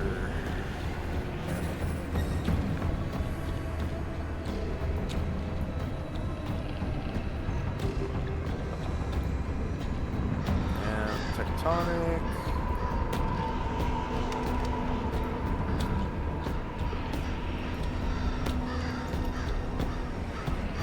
And another tectonic. So this is the original tectonics.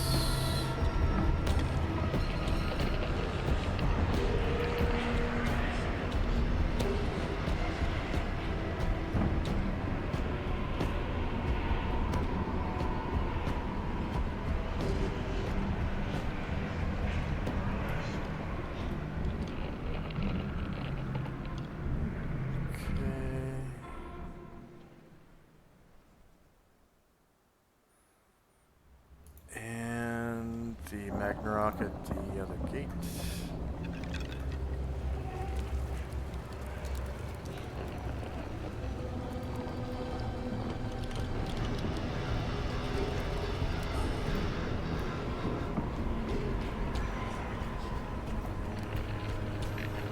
Next up is Lily.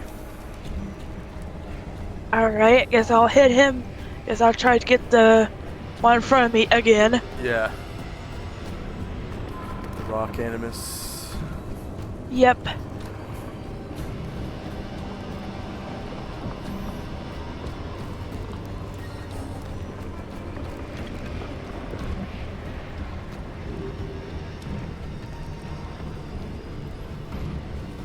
Okay, shield. Oh, you rolled a 1.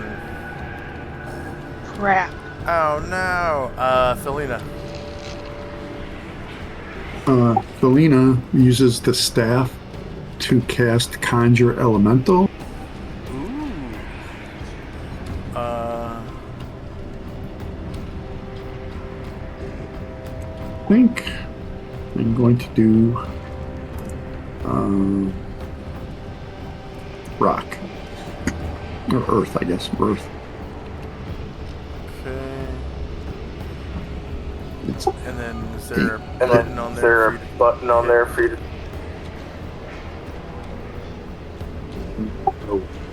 well, let me try again here. Staff of command.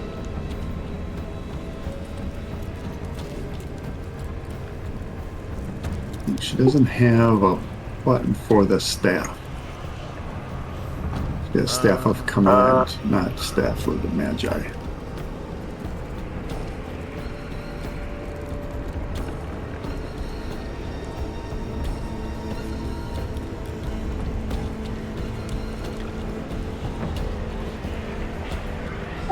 I could cast the spell Conjure Elemental. It says it's a 8 hit die elemental every time. Oh, it does say it's 8 hit die? In the In the spell. in the item description. In the item description. Yep.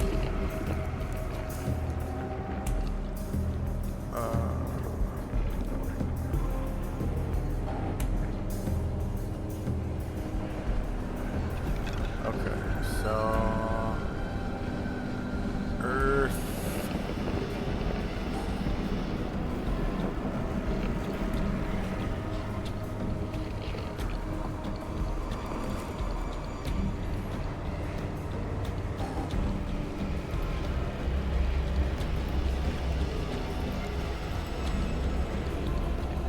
And actually, that's in the spell too. For wizards.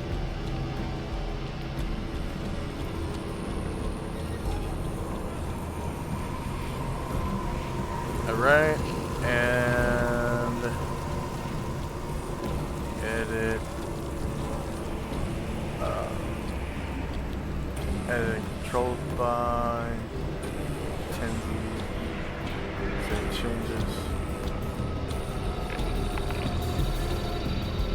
Alright, so it's right here.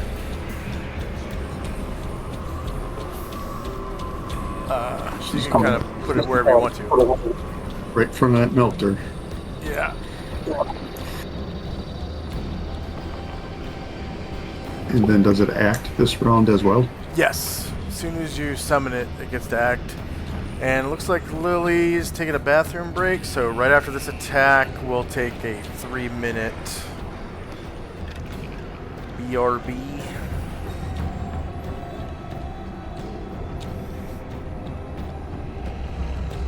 Alright, Shieldless 9 versus AC3 is going to be a miss. And we'll be back in 3 minutes, starting now.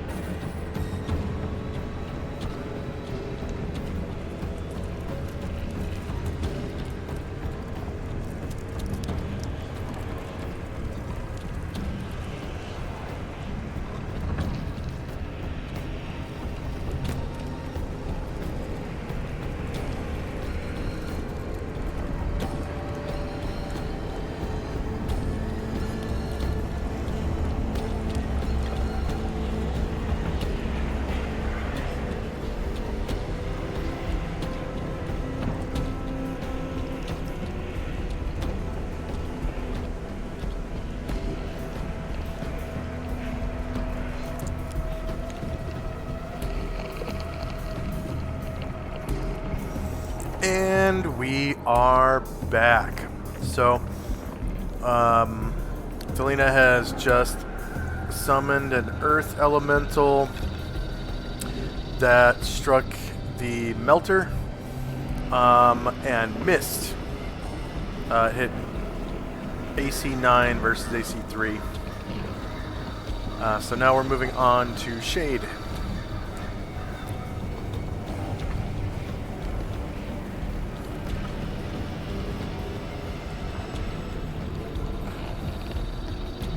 Oh, I didn't ask. Is Michael there?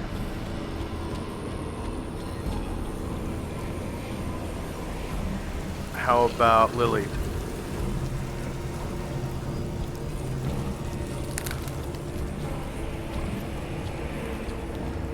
Oh.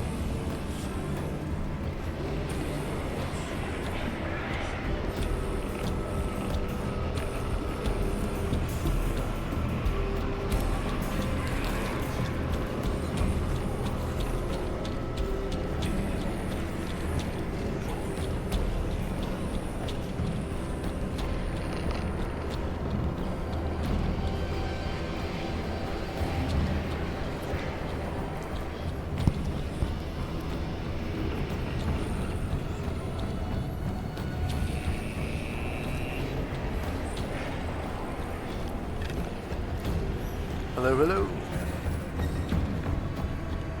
Hello. All right. So the Earth Elemental missed the Melter, and now it is Shade's move. Shade is going to try to get over to behind this cart and hide.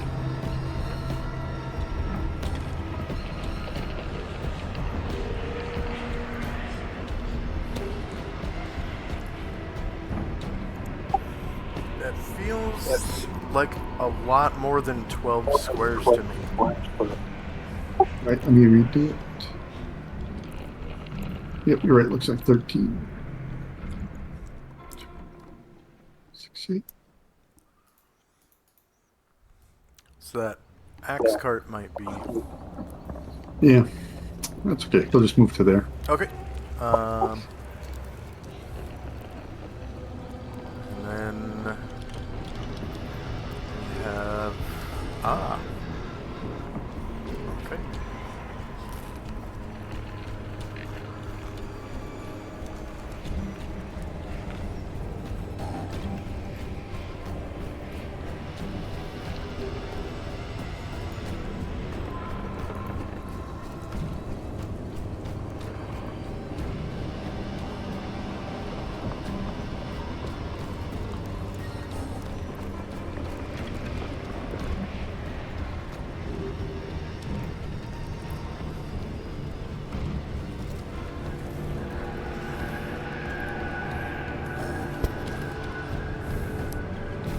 So Musashi is stricken 3 times by something invisible.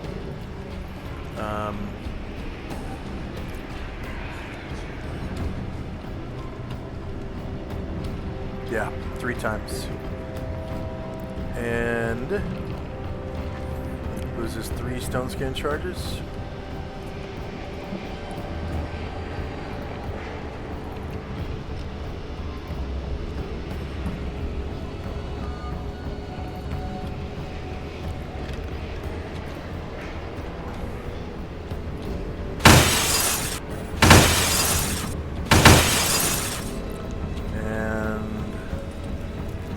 Next up, the tentacle at the other gate.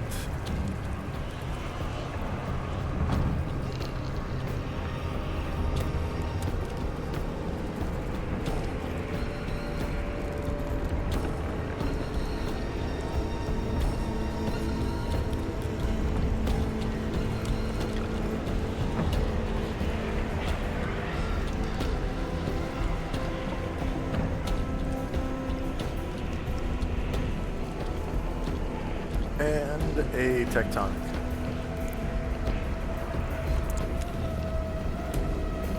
Next up is one of the rock animi.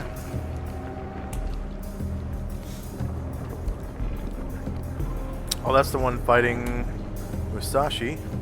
So he loses another stone skin.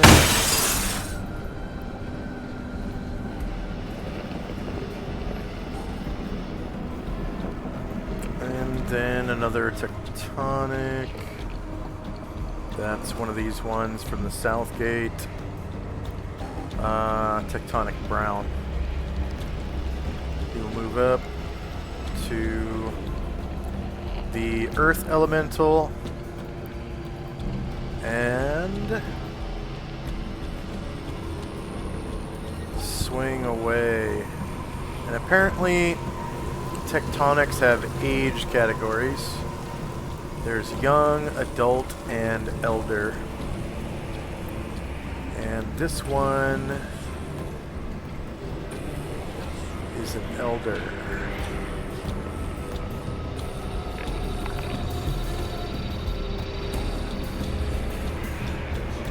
Let's see, shorter melee, same elevation, no modifier.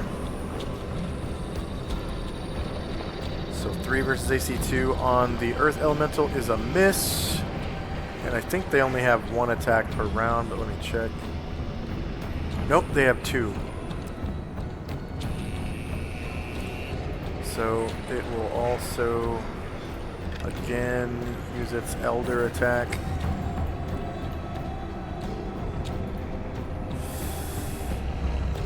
So Shieldless 1 versus AC2 is a hit, causing 10 damage to your Earth Elemental. You should have access to the token.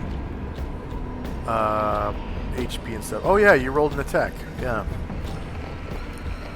So 10 damage to the Earth Elemental.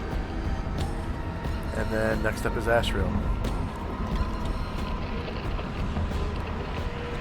Ashriel will swing at the Animus in front of it, using Katana.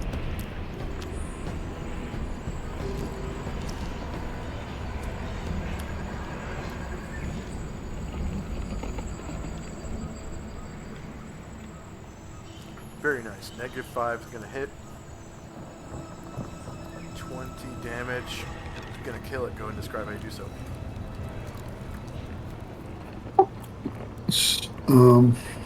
He just hits it so hard that when it pierces him, it just shatters the entire construct. Okay. And then you have another attack. Nope, that was his second. Oh, right. Yeah. Gotcha. Alright, Zalman. Zaman gets that long sword swinging. And his target is off balance, so he gets a +2 to hit against the target's surprise line. I gotta re-roll because I didn't put that on there. Ah.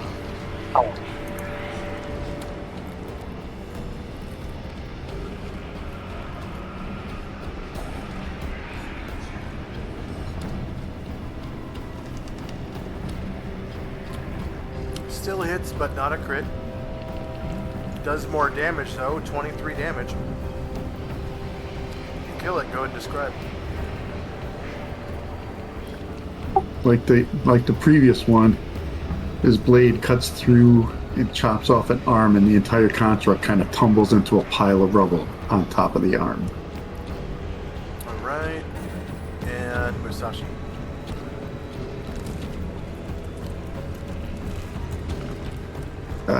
Target-rich environment here. He'll try to finish off the one in front of him. He used the Kiai this round. And that Katana on the one Animus in front of him.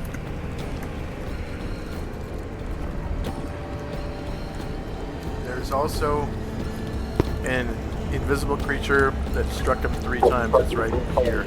Yep.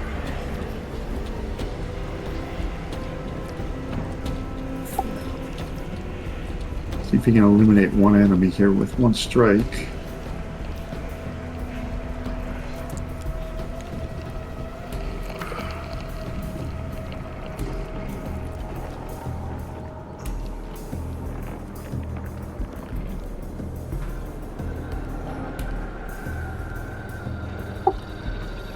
And he swings that katana with his high mastery ki. Okay, negative 14 definitely beats AC 0. And you cause 23 damage to the Animus, killing it. Go ahead and describe how you do so. He quickly strikes at it so he can turn slightly this way. And that'll be it for him. Alright, and then Lily's off balance, right? I think she is. Yeah, Yeah. she kept on missing. Okay, and then Musashi's second multiple attack. Yes, we'll go at the known quantity for now. He'll do another ki high mastery.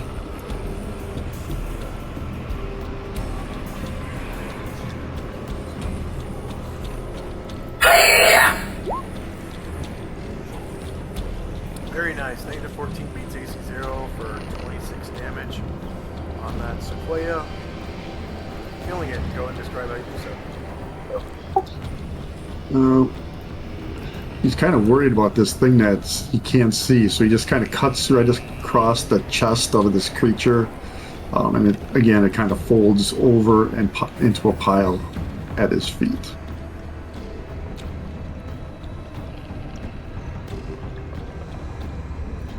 And I think that's the end of the round. Is there anyone waiting?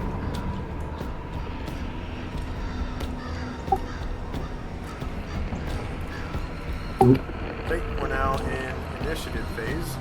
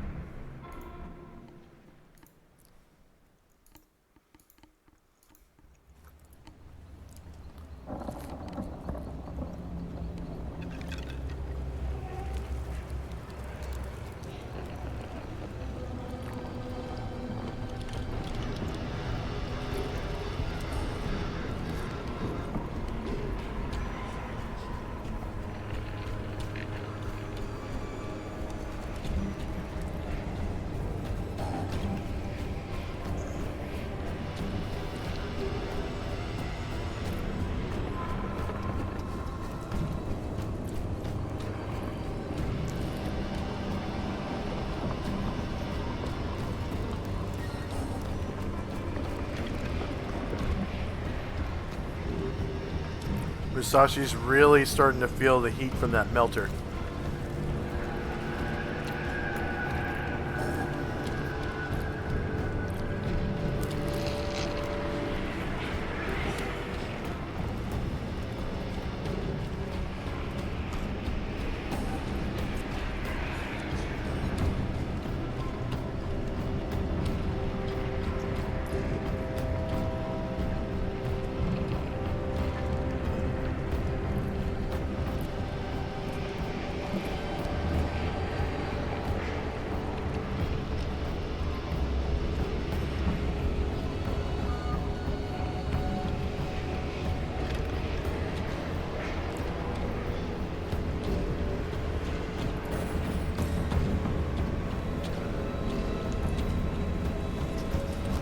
And is anyone still rolling?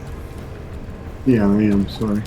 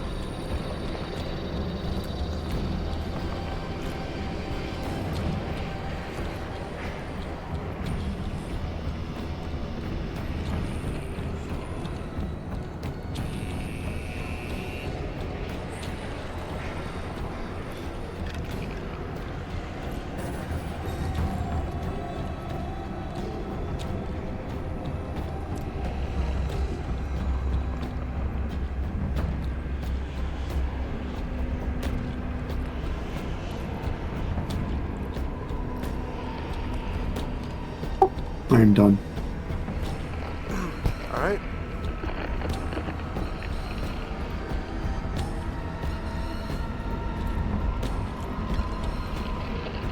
First up is Ashrael.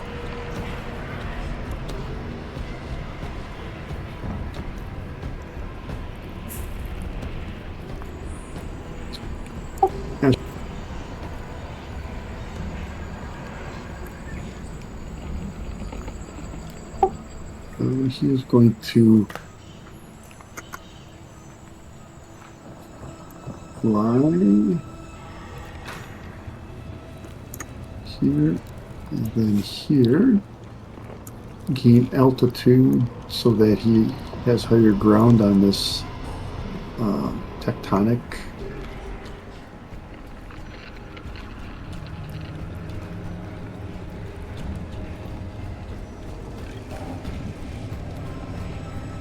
And swing away. And the tectonic turns to face him.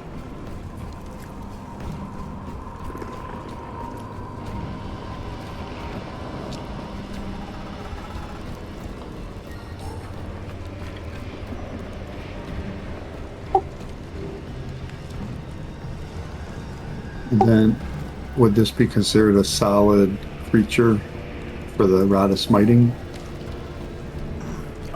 Yes.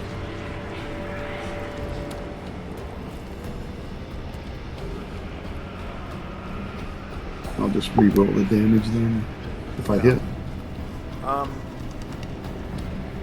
Yeah, you definitely hit. No crit though, but it's a hit. So it was 2d8 plus 14.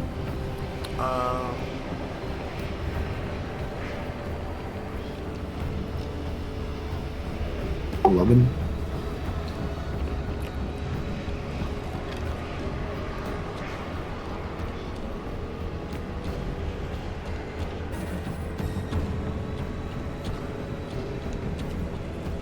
Oh yeah.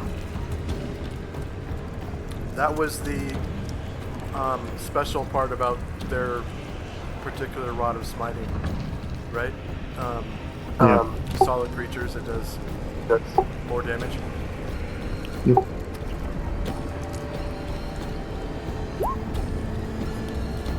So 14 is the roll.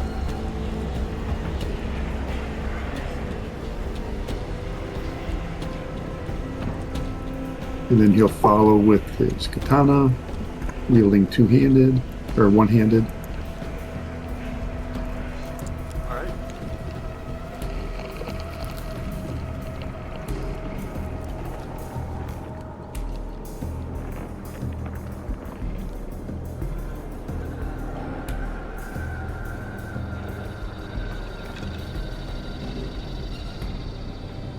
Right on, that's a confirmed crit.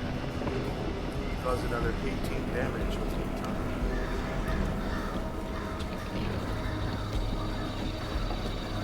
Next up is Zalamand. Armand will move to help Lily.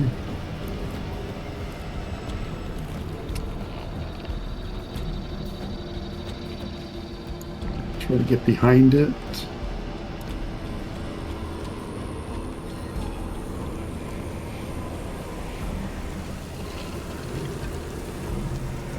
It will turn to face you.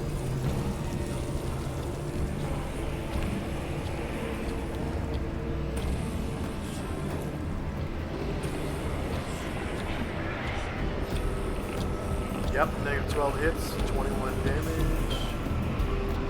Sword plus 3. Now a little bash from the shield. Bashy, bashy.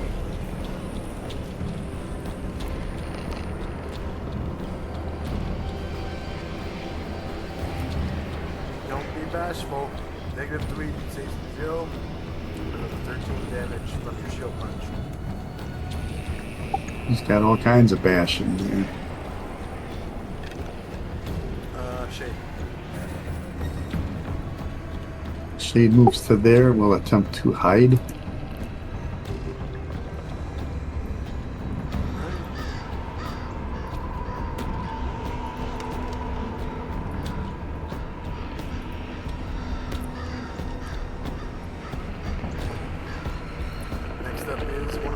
tectonics. I guess that's weather gate.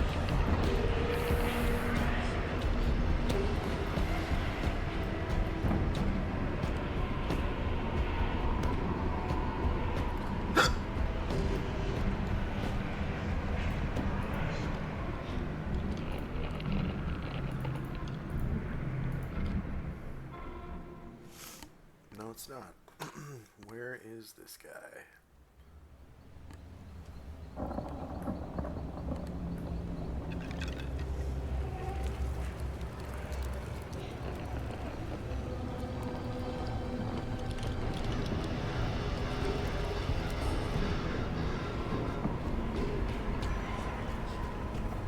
Weird. There he is. He is at the other gate. Okay.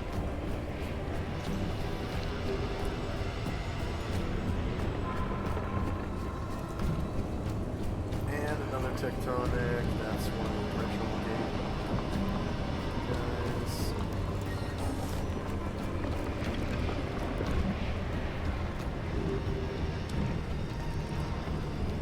And that carpet's up in the air, right?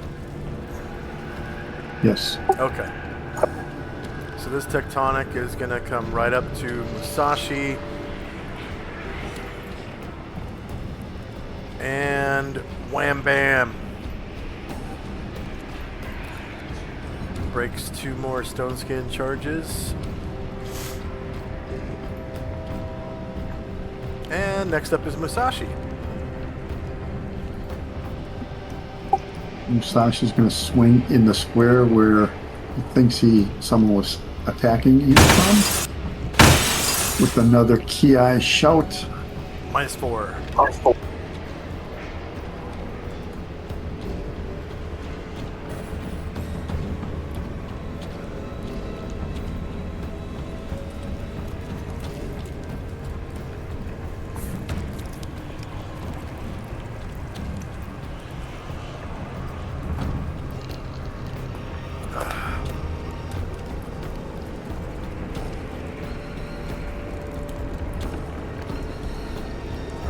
Alright, you definitely hit the tentacle. -5 beats his AC of 0. And you cause 16 damage to the tentacle. I'll try to stab it with the Wakizashi. Alright. -4.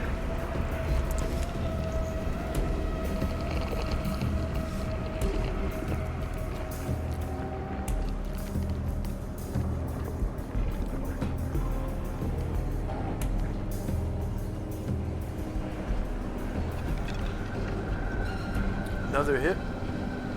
Kind of stab into it. You notice that this is definitely a plant creature because it like leaks out this sweet smelling slightly green watery fluid.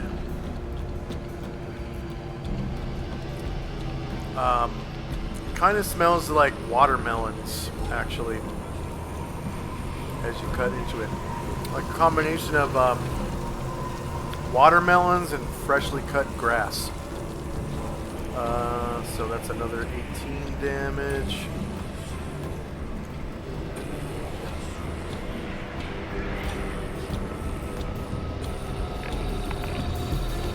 And next up is one of the tectonics.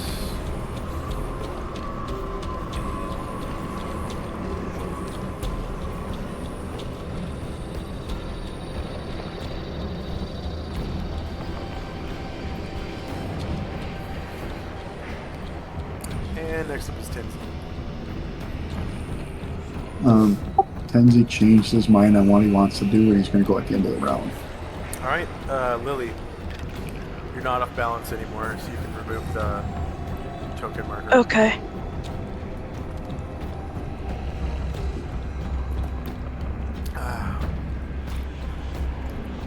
Guess I should attack the one in front of me, or? If you want to, it's facing away from you, so you get to attack it in the back. Okay. So you just roll to hit normally, and then I'll read off of a different line because there's a back attack line.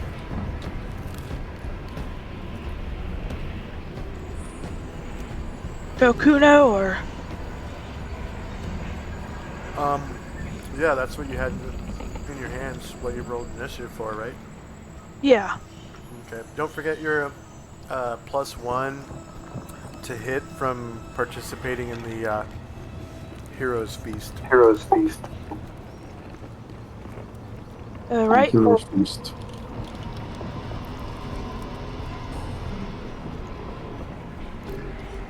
Should be a +1 to hit. Right. Nice. So you carefully aim your Chokuno, pull the trigger, and the arrow or the bolt sticks right into this rock animus's back, and you cause 6 damage to it. Woohoo! Sorry. Next up is one of the sequoias. So aren't both of these sequoias dead over here? So it's probably the other one. That's a gate. There we go.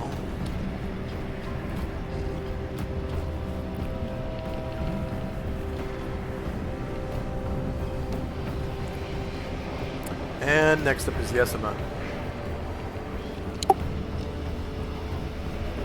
Can I have Yesma drive the carpet?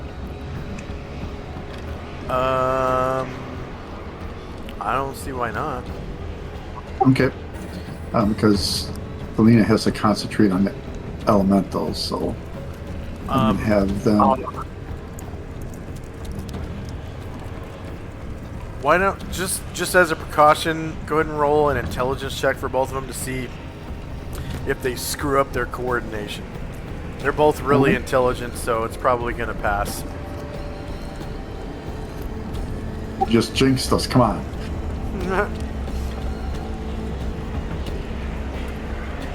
I'm sure they both have multiple attempts, yeah.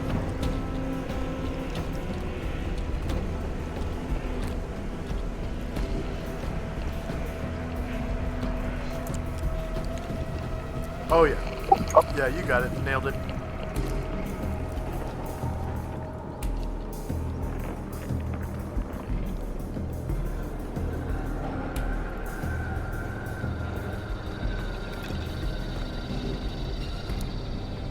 So Delina's like, you take the wheel.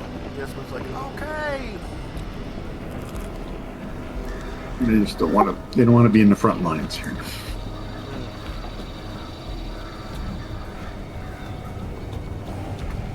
That'll be it for her. Alright, and this tectonic moves up. And the last sequoia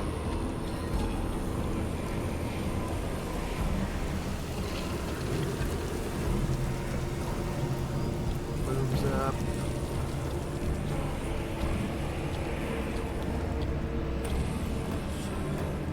Delina. She's concentrating and directs her earth elemental to bash that fire thing.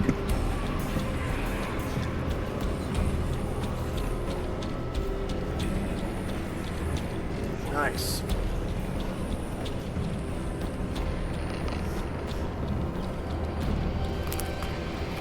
Oh.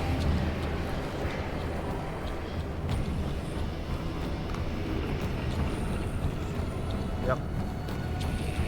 It's another miss.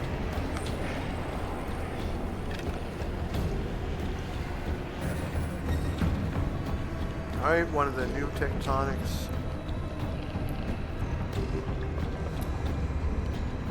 moves up.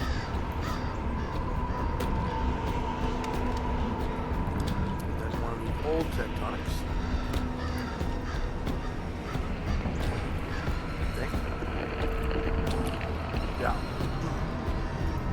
gonna try to punch the Earth Elemental twice.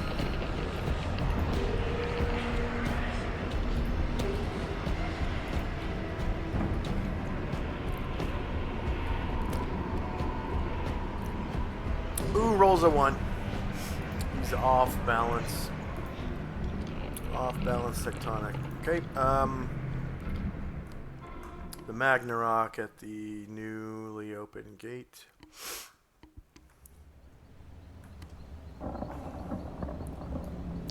Is going to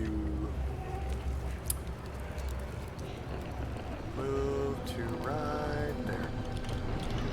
Next up is the Earth. Oh, the Earth Elemental just went. Okay. Is that what happened? Yeah. Okay. Yeah, I thought. Shouldn't he go on her turn because she's controlling him? Or? No. He should go on his own turn. Okay, sorry. I will It's okay. do that next time. Yeah, yep, that's fine. And then the invisible tentacle is going to try to attack Musashi.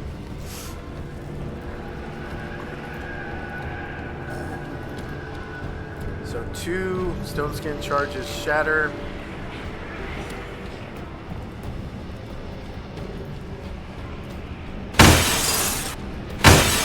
And then the tentacle is able to attack him with its tail tentacle.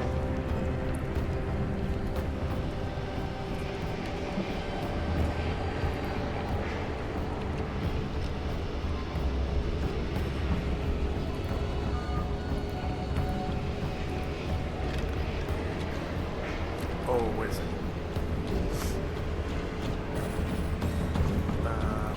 Before I do that.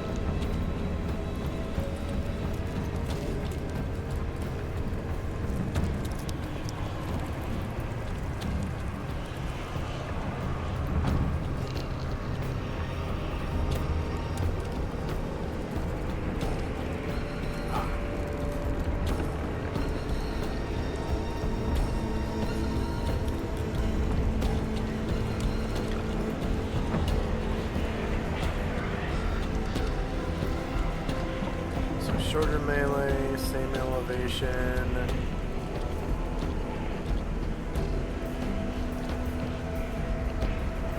And no mod.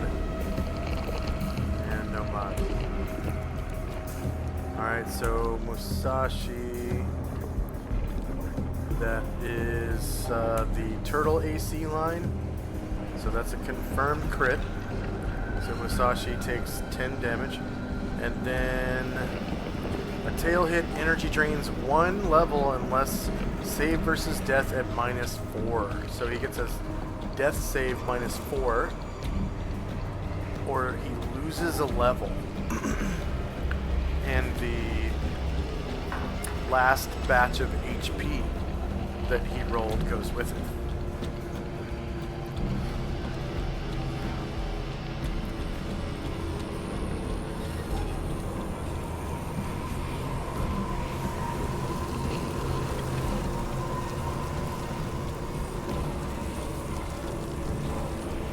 Well, not rolled, but gained, because he might not necessarily have rolled it.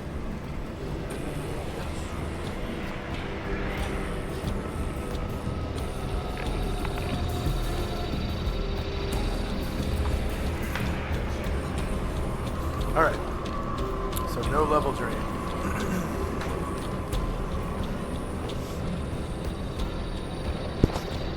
And next up is the Melter. So first of all,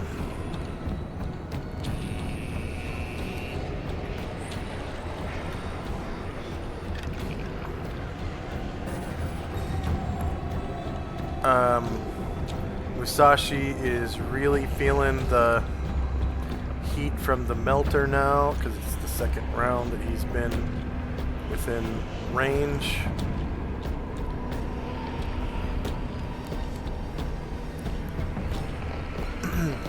So his skin begins to blister and he takes 4 heat damage.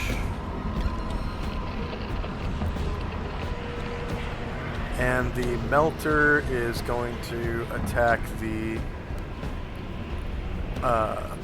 earth elemental with its superheated touch.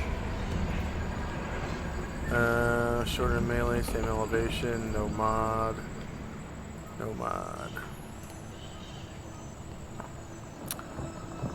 So the earth elemental is shieldless, 2 versus AC 2 hits. And the earth elemental is size category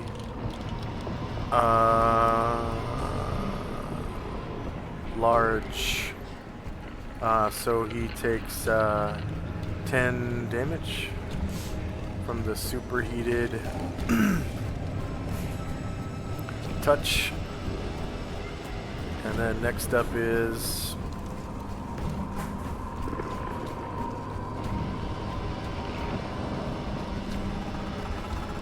a tentacle. Probably at the new gate.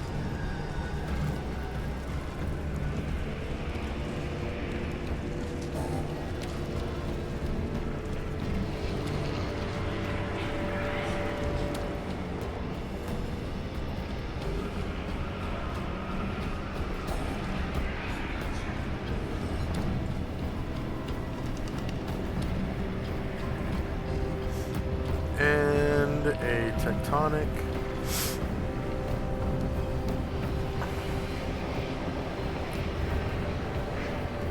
It's the one fighting Musashi. I mean, not Musashi. Ashriel. So it has lower ground, so that's a shitty advantage, and then or disadvantage. It's not evil, so the protection from evil shouldn't really have any effect on it.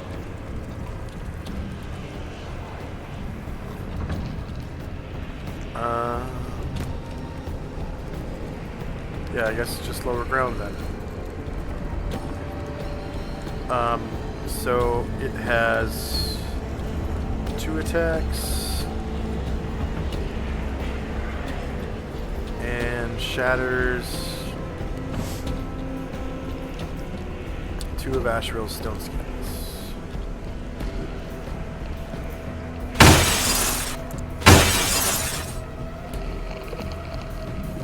Okay, another tectonic. I guess this is one of the ones at the new gate. Newly opened gate. Yep. Alright, this one moves up. There. There's 1 surviving rock animus.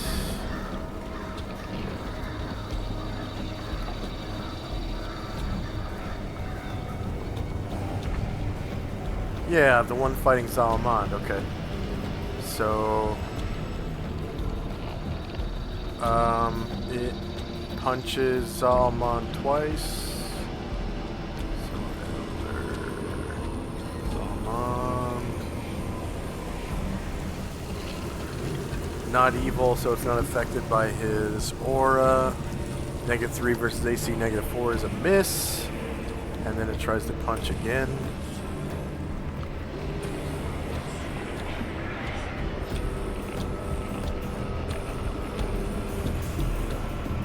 Okay, 6 versus AC, -4 is a miss. And that is Rock Animus 0xx0.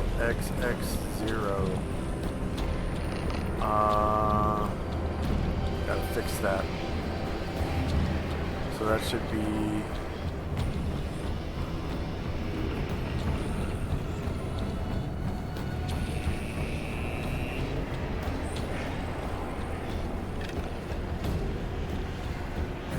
oh, I used the wrong button. That's what happened. Okay, I'll just re-roll those. So attack. There we go. There we go. No, that's a hit, but it's not a confirmed crit. So Zalman takes 17 damage. And a blue mold that was circling around him speeds back and impacts the Animus for the exact same amount of damage. And it dies. Go ahead and describe. So Zalman kind of reels back a little bit from the hit, but all of a sudden one of those magical motes comes at him and just explodes onto the creature, and the entire creature explodes. Alright. And the last tentacle.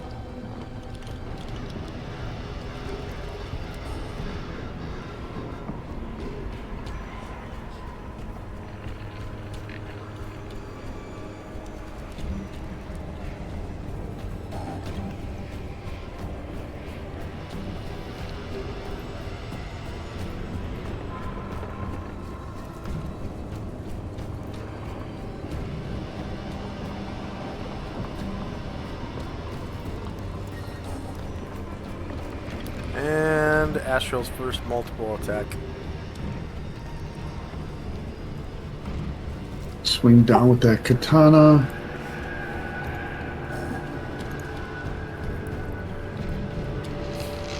Flying overhead.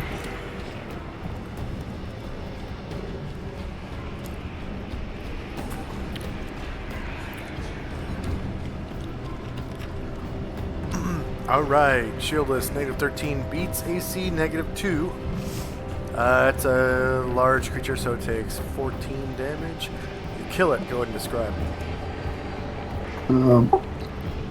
Brings the blade right on the middle of its head, and it splits in two and falls apart. Oh yeah. And then Zalman.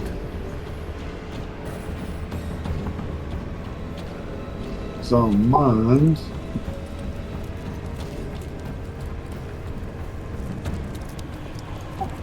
start moving this way to try to intercept this other creature.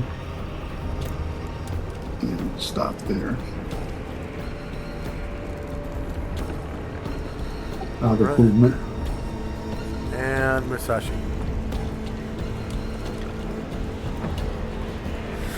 It's going for that invisible creature again. Kiai, the katana.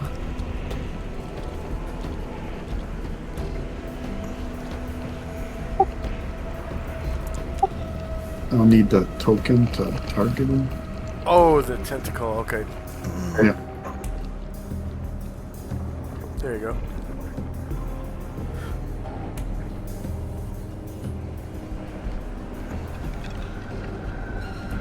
Shieldless, -17. It's a confirmed crit. 29 damage is going to kill it. And go ahead and describe.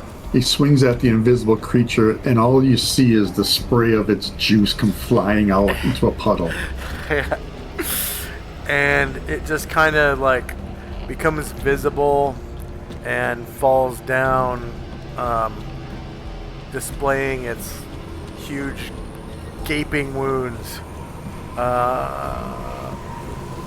Lily's second shot. Okay, can I hit the melter?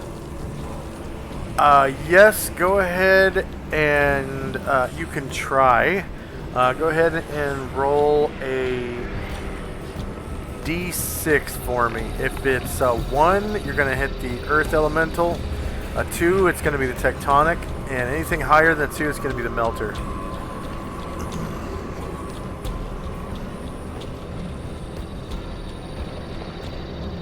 Alright, yeah. You successfully aim at the Melter. Go ahead and roll your attack. And I'm pretty sure that's going to be close range because it's only 7 squares away.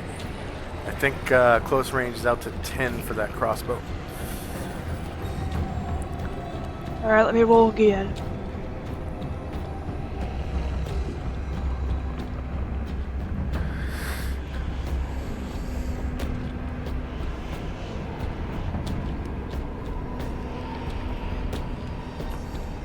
So the melter is shieldless. Looks like you rolled a natural 20. You cause 12 damage to the the melter has weapon immunity. So the crossbow bolt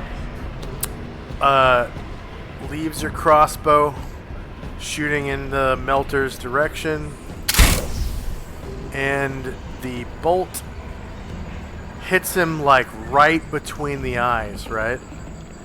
And it like sticks into his forehead. Oh man. Right? And then you can see the crossbow bolt just burn up in a flash of light, just like someone took a cutting torch to a match. It just burns away, and the hole that's left behind closes up behind it. And the melter begins to chuckle.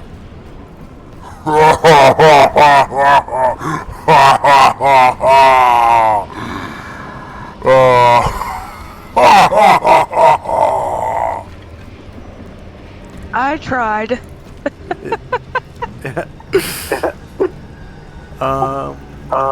Musashi. Sashi's going to step back away from this heat, and then there, and then he will go to there and attack this tectonic.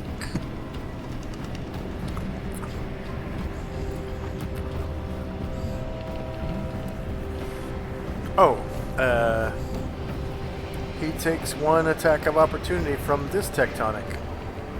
Oh, that guy was still alive. Oh, okay, well.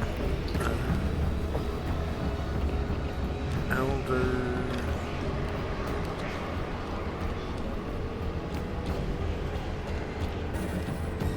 And 1 versus AC 3 hits, and he takes 12 damage.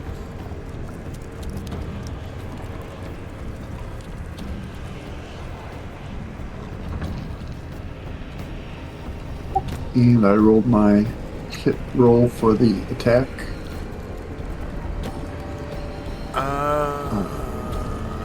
Okay, shieldless, -4 hits, and you cause 22 damage to this tectonic.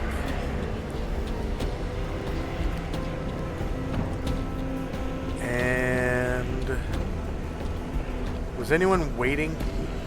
Yes, Tenzi had changed.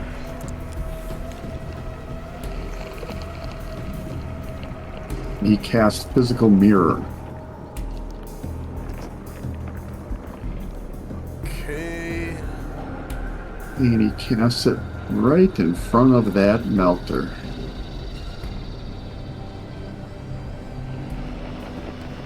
Well, 20 feet, so 5 feet on one side of him, and it includes the tectonic as well. Okay. You can use your pen tool to draw a line where you want to put it, if you want, and then Tenzi physical mirror.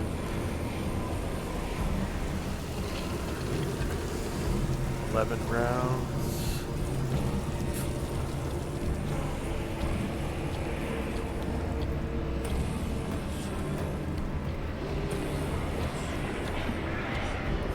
Okay, and I'll just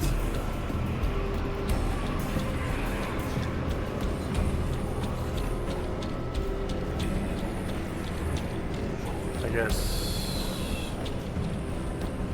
put it on the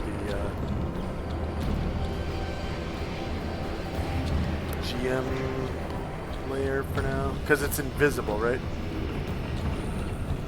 Yeah, I just...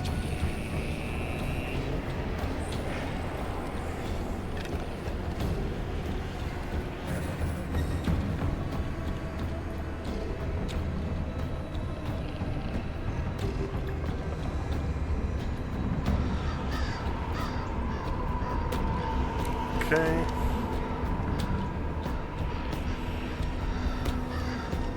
And then anyone else? waiting.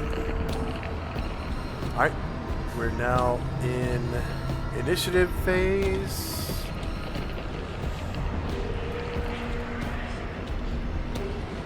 So both the other gates open up now, so you can hear them just kind of slam open.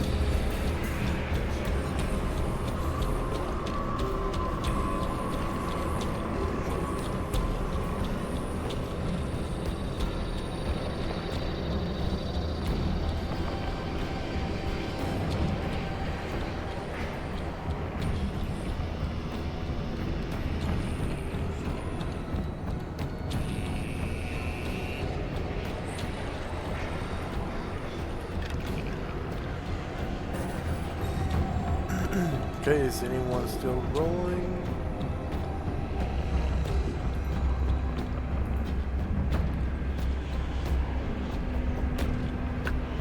I'm done. Alright, here we go.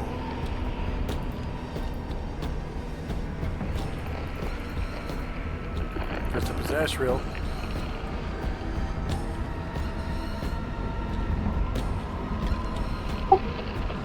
He will. Well, he'll fly to here, and once he's in this heat, is he affected by it all? He doesn't wear armor. He can feel his iron rod and katana begin to heat up. But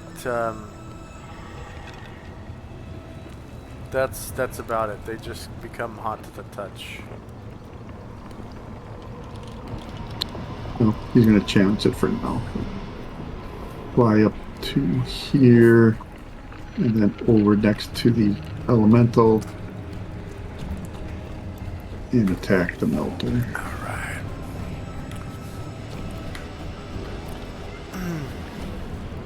And the physical mirror is only one-sided, right? So you can just Yep. attack through it. Okay.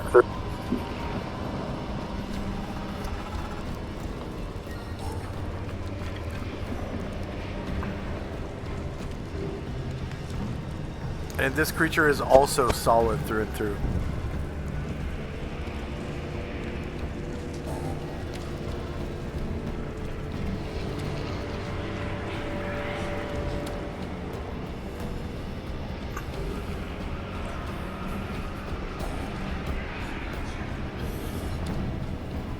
Okay. So it is shieldless, so -7 beats AC 3, and you cause 18 damage with the katana. I mean, yeah, katana. Minus 18. Now that rod of smiting.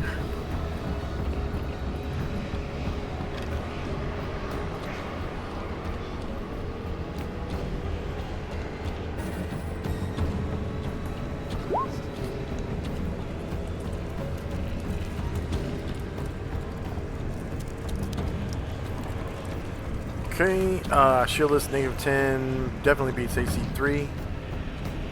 2d8 plus 11, 23 damage.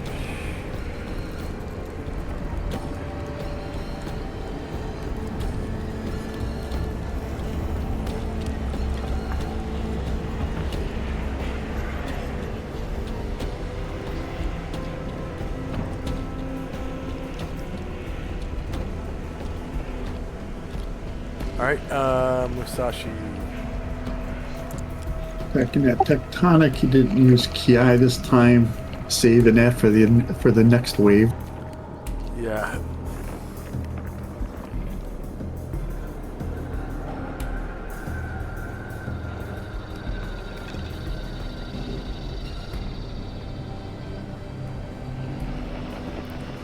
So, shieldless, -4 beats AC -2. And you cause 29 damage to the tectonic, killing it. Go and describe.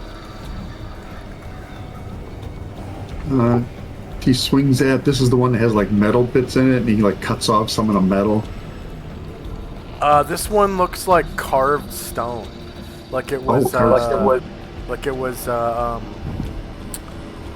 like maybe like a Stonehenge Druidic circle type thing. Oh, okay, Yeah. cool.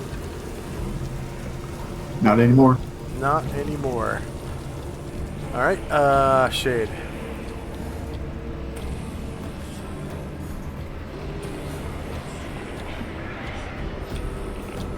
He's kind of looking around to see. He cannot see any other creatures sneaking in here, so he is going to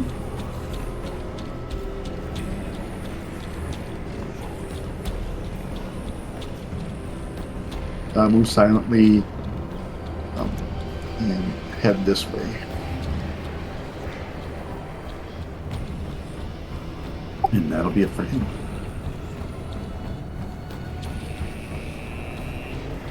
Alright.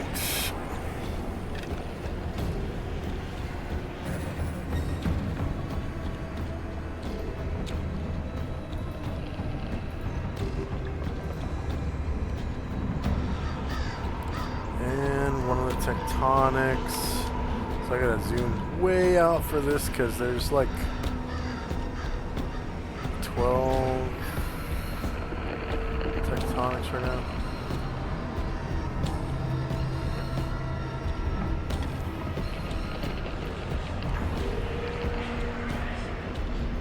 Okay, Solynod.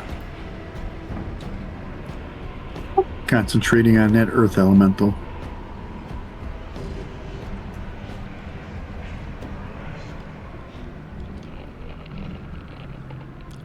And another tectonic.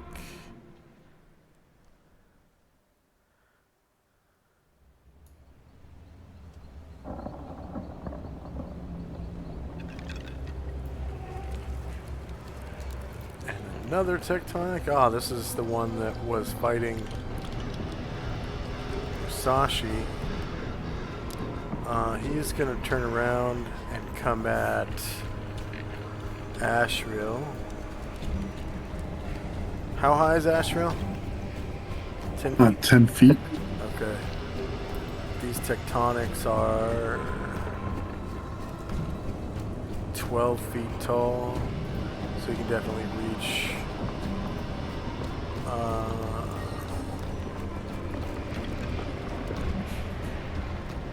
And let's see. Yeah, because he doesn't have to reach over his head quite much, it's gonna be same elevation. Okay. Because Ashriel just isn't high enough. Does Ashriel turn to face? Oh, actually, well, no, he does not. He doesn't really know about the physical mirror, so he will not turn. Alright. So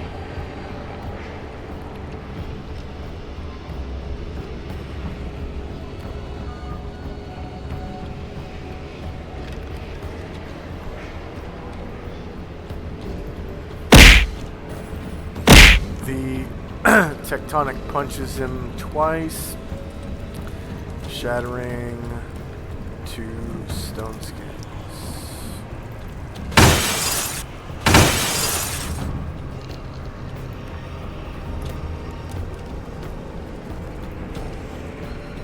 And next up is another tectonic.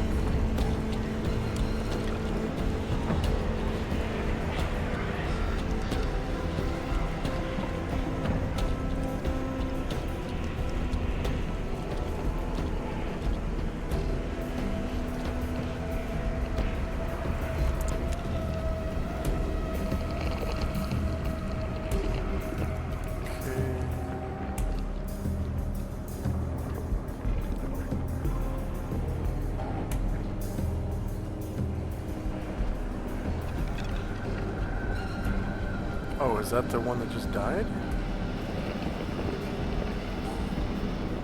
No?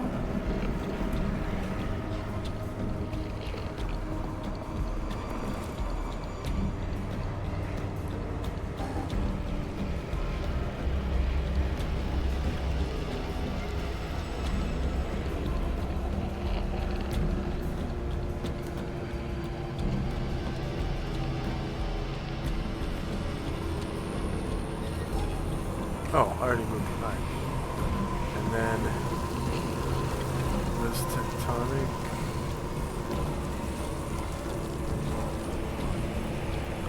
And the third tectonic. Lots of tectonics now.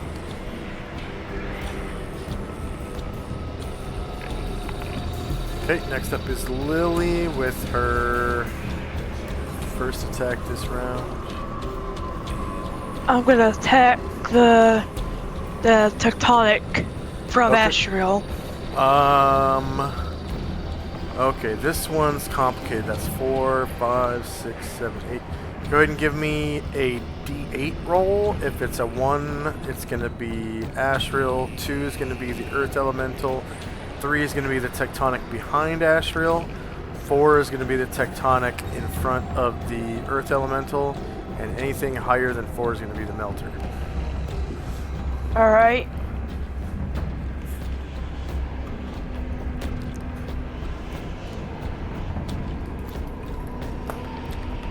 Luckily, you're aiming for this melee, and you get this tectonic right here.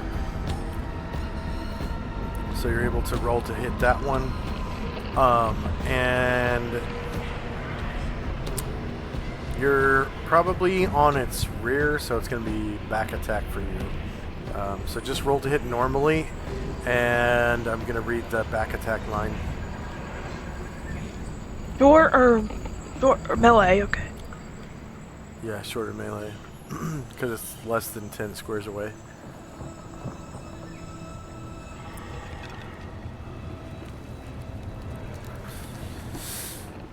Oh, that's another natural one. How?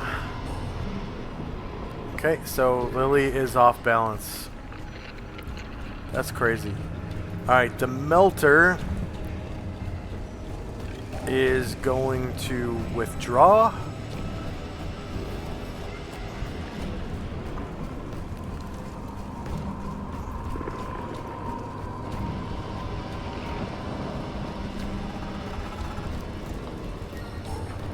And get closer to Musashi. So Musashi's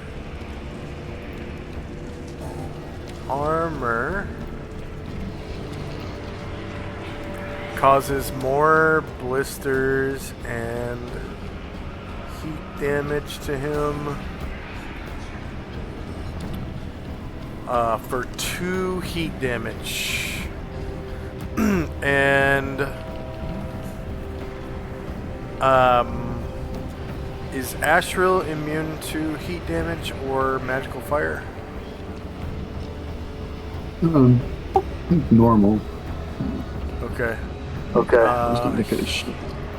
He begins to feel blisters and heat damage on his hands from the 2 weapons he's holding.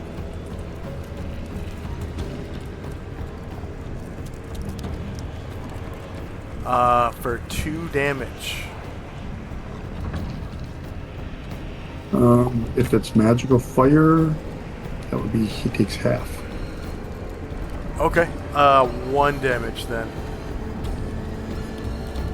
Oh no, it's just heat. It's just heat.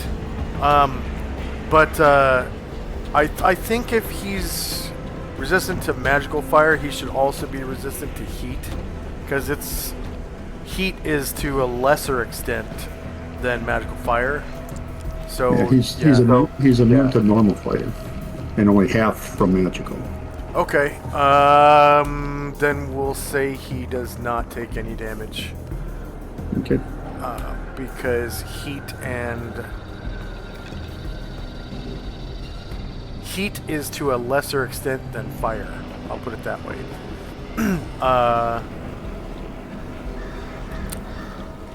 All right, Yesima. She is holding her action. She's basically driving the cart. Okay. Or no?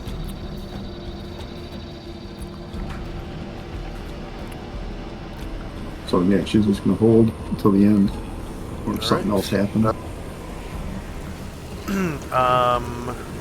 So now we got a bunch of sequoias moving. So this sequoia moves up to there. This sequoia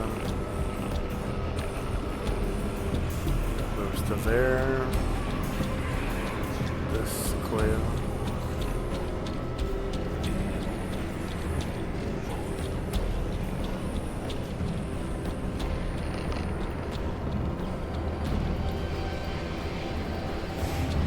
And one of the Ragnaroks moves up, and I think the Ragnaroks are slow. Nope, they're not. They move fast as a human. I'm sorry, not Ragnarok. Magnarok. I named these myself. That's why they sound weird. Okay, one of the tentacles.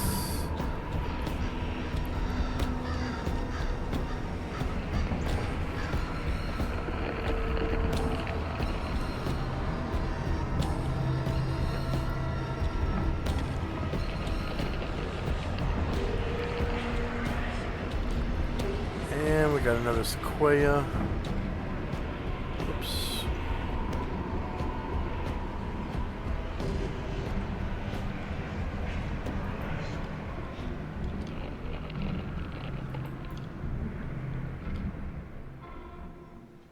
And another melter. Aren't the melters slow? Yeah, they are slow.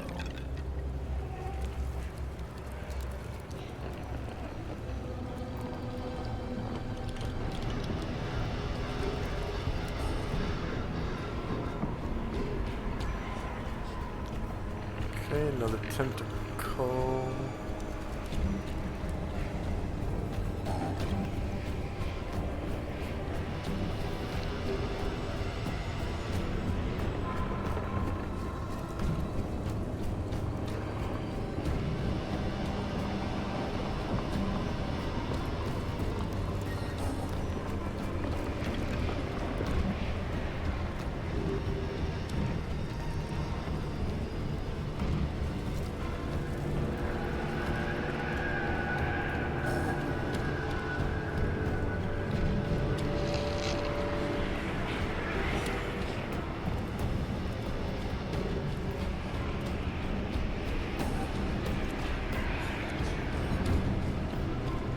I think I'm gonna jump off this game for today. Alright. Do you want me to divvy up the current XP awards before you do? Sure. So you get, okay.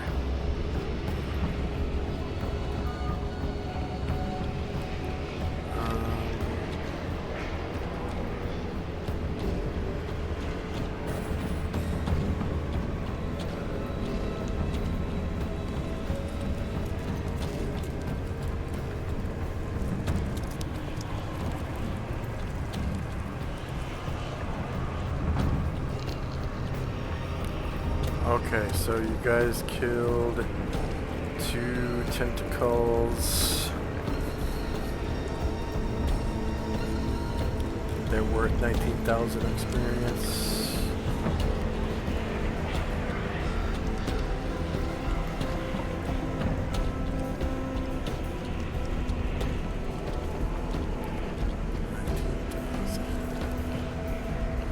Two-player characters. And then, Tenzi, how many of your NPCs gain or earn XP?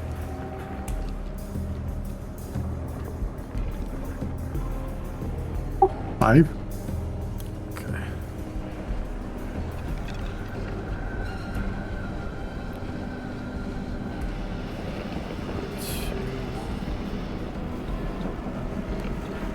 And they have 14 hit dice.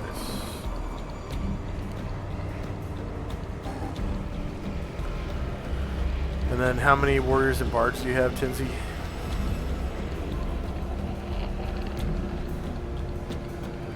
That gain experience. Three. Gain experience. 3. Okay. So including Lily, that makes 4. Okay. And then there were 2 Sequoias.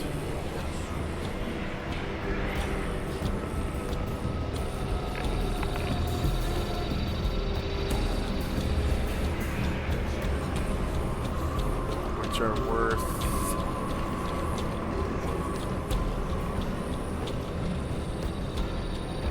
I think they're worth 7,000 each.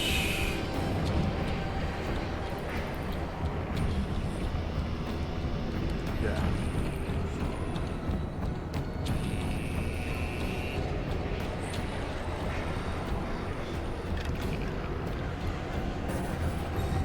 So 2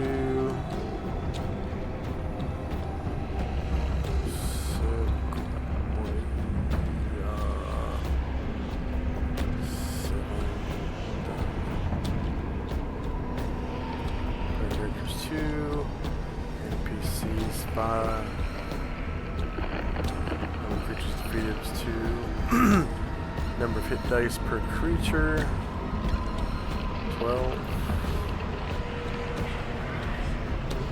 Warriors and Bards of the party is 4.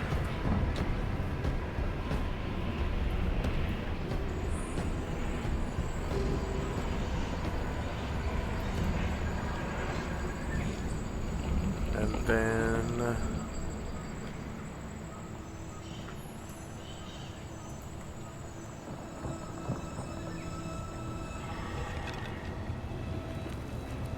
so tectonics, you killed 3 tectonics of the 4. Okay. Tectonics are worth 10,000.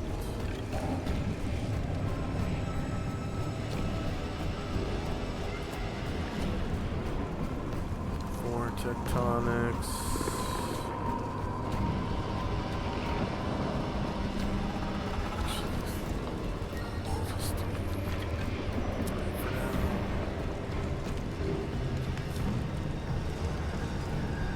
Tectonic.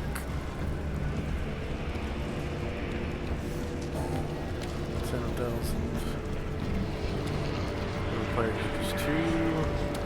NPCs 5. Creatures defeated on 3. Hit dice per creature is 10. Number of warriors and bards, the party 4. Okay, and the Magnarok.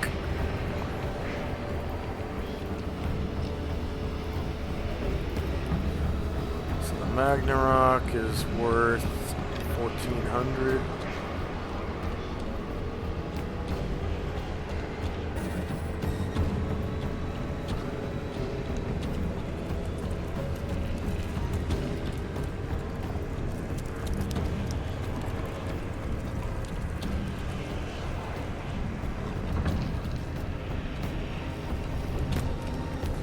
One Magnarok, 1,500 XP.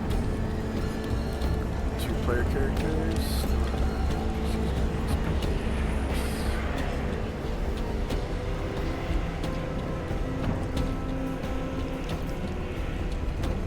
Five.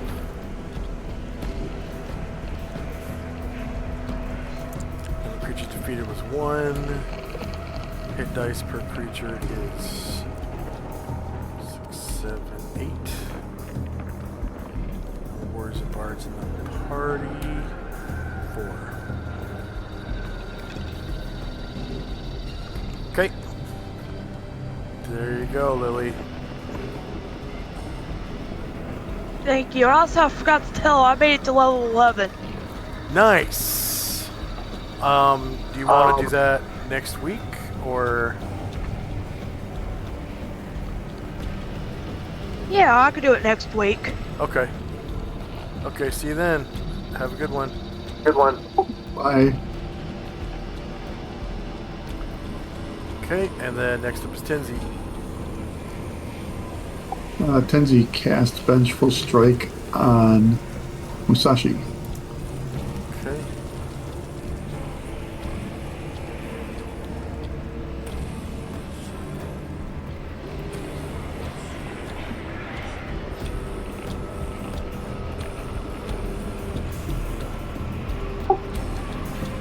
$220 rounds. 220 rounds and 22 bucks, right? Yep.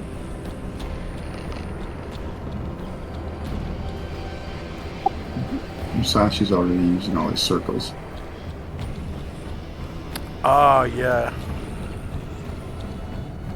You could Maybe probably do the arrow. shove in, yeah, Shove it. for the red, maybe.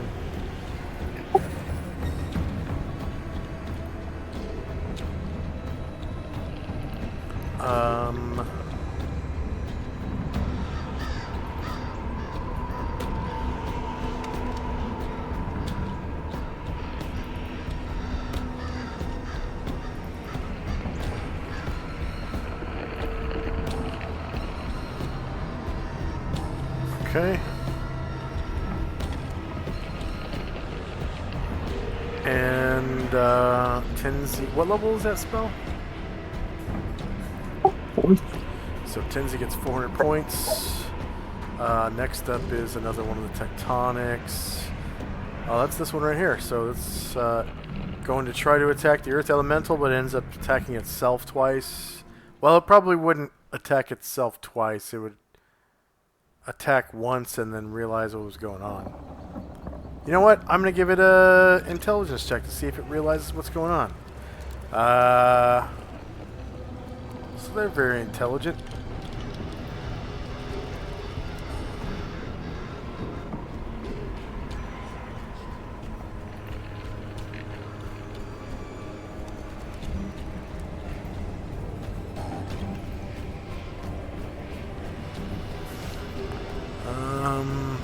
Okay, checks, ability scores, intelligence.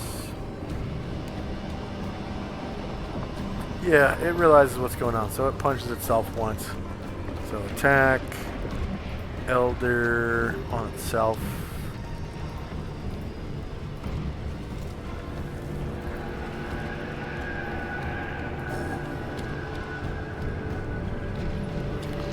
Zero versus -2 is a miss, so it just kind of doesn't punch through its own skin or whatever.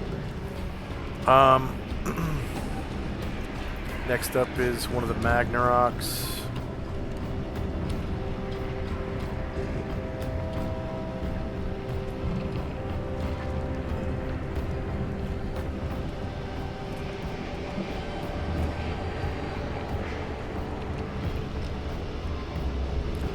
Okay, and then one of the tectonics.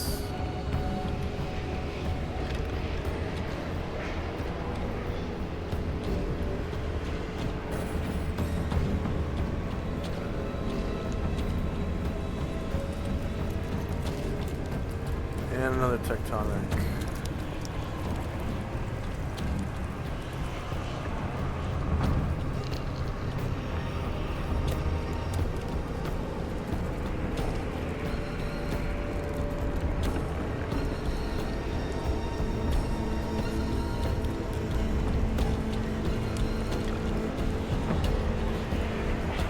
Then Zalmont.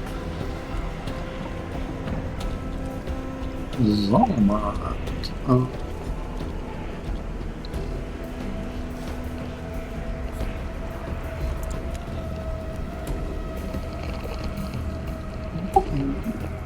Try to circle back.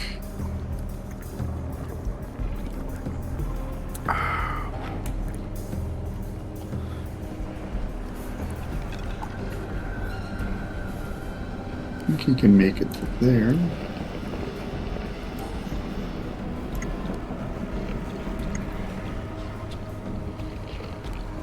Right.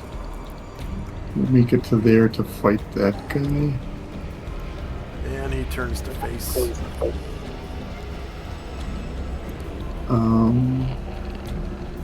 Does Astral get an attack? No, he doesn't. No, he's not even facing that way.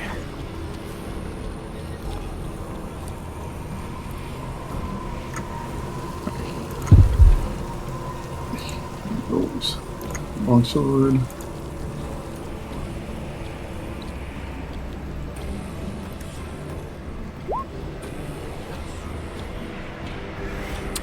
Ooh, rolls a natural 1. Earth Elemental.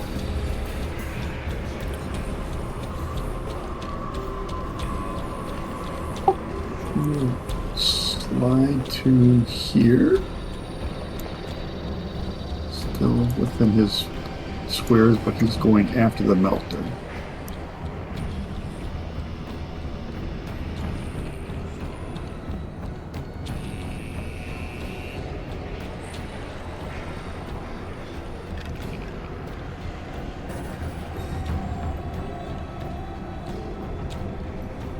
Alright, to the melter. -2 beats AC 3. And that's a 8 hit dice Earth Elemental, so I'm pretty sure it has enough hit dice to go through the weapon immunity. So that will be a hit, and it is a large creature, so that's going to be 23 damage to the melter. You go, Earth Elemental.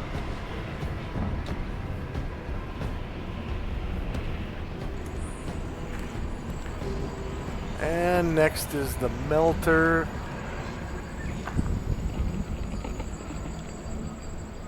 Wait, didn't...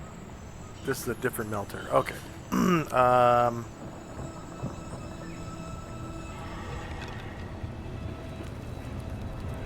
Yeah, this one way over here.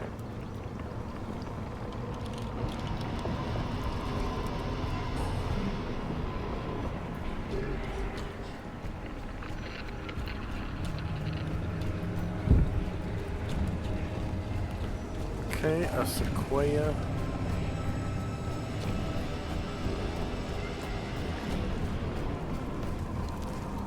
It's the one at the north gate.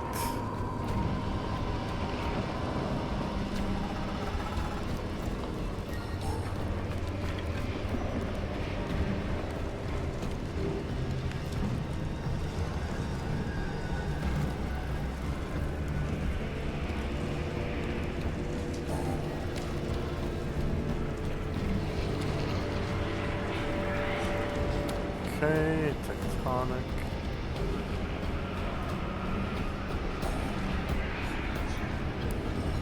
Another tectonic.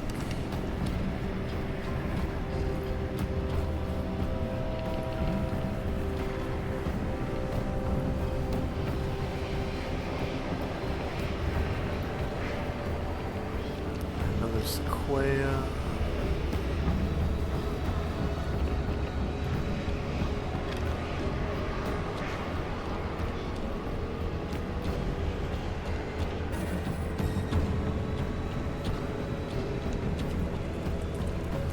Tentacle.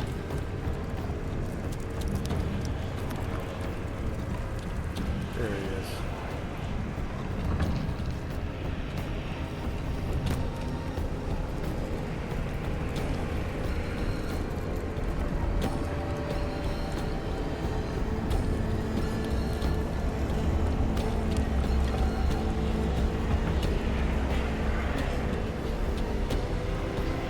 There we go.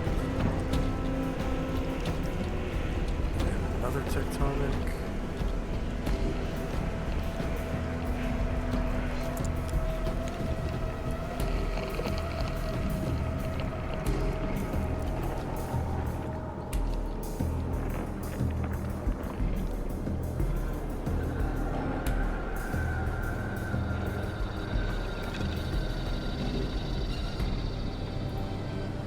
And a Magnarock.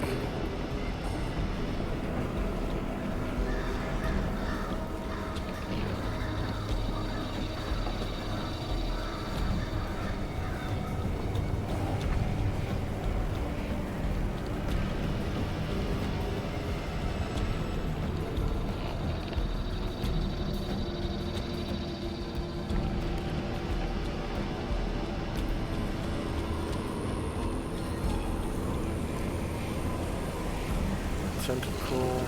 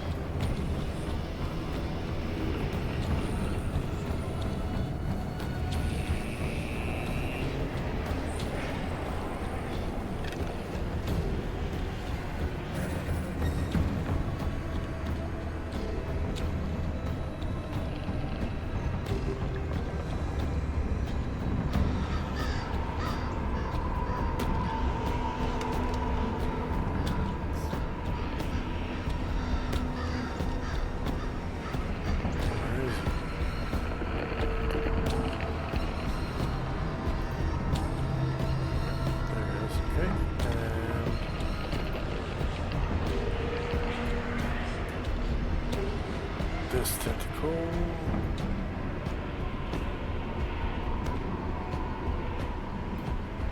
And Ashriel's first multiple attack.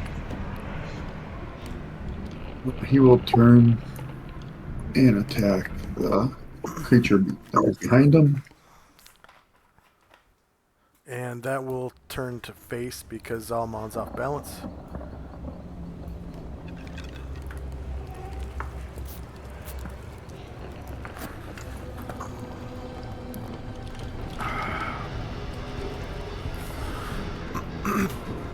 Alright, -8 beats AC -2. You cause 16 damage to that tectonic. Musashi. She's moving out of this heat.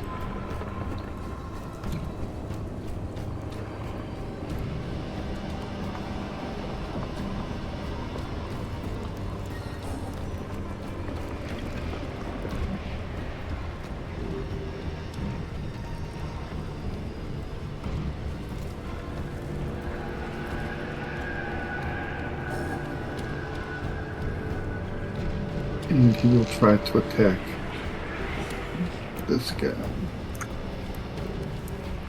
Alright. He gets back attack because he's not turning away from the Deva.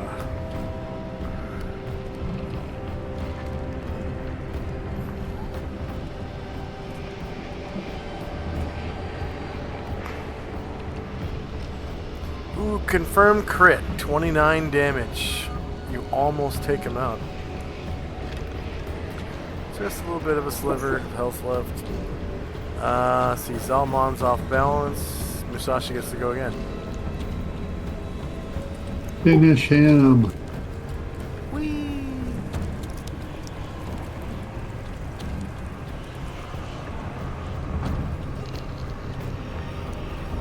Alright. Back attack. -9 beats AC -2 for 26 damage. Killing him. Go and describe how you do so. The katana moves almost so fast you can't see it, and then has no legs. The creature has no legs and topples down. Yeah. Alright, so that is another...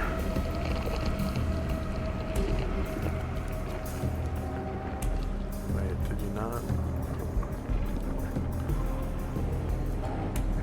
There we go. There's another tectonic worth 10,000 XP. So one player now. Tectonic. 10,000 XP. No player characters 1. NPCs who are in XP. That was 5, I think. Yeah.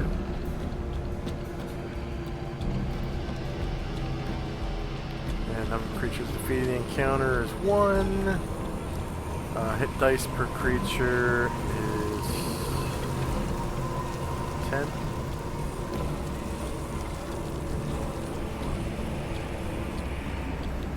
And number of warriors and bards is now 3.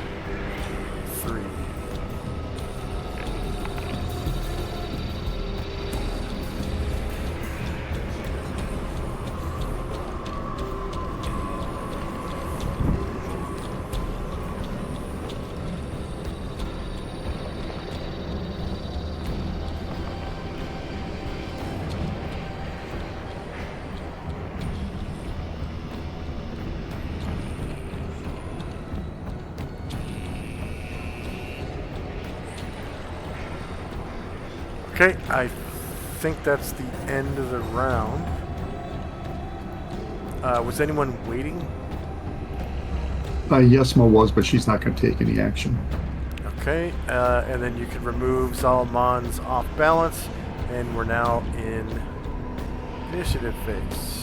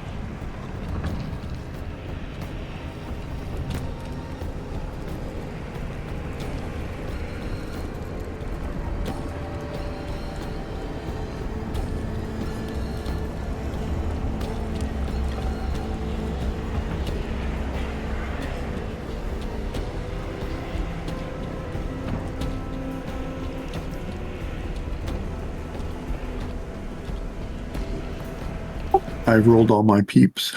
Okay, I just have to refresh my screen. Went black. Why don't we take a 3-minute break while that refreshes? All right. So 3-minute break starting now-ish. Now-ish. Now.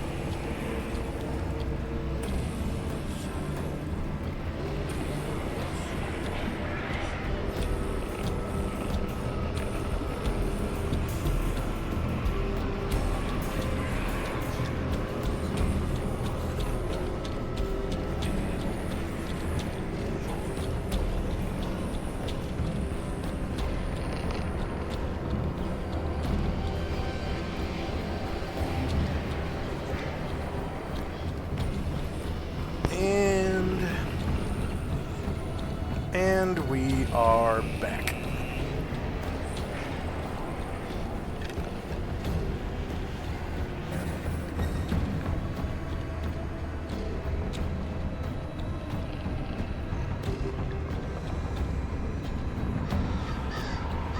Okay, just gonna sort the tracker here.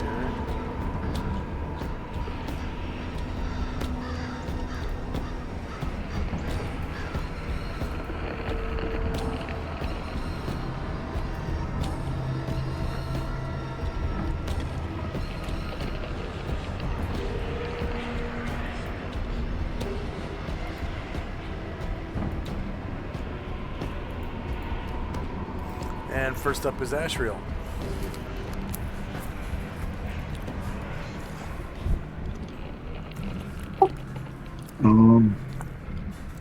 Astral will fly here, here, and then to here to engage the melter.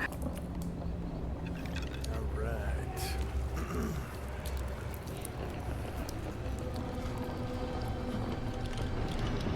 The melter is a solid creature.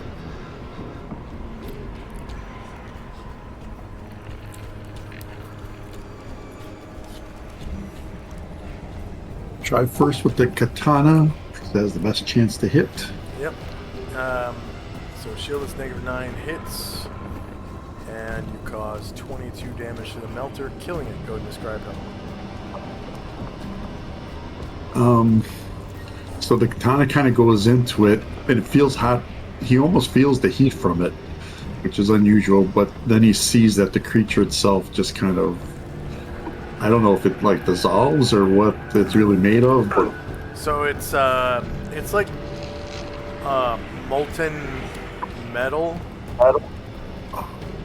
So it just would kind of like glob into a molten pile of like iron or something.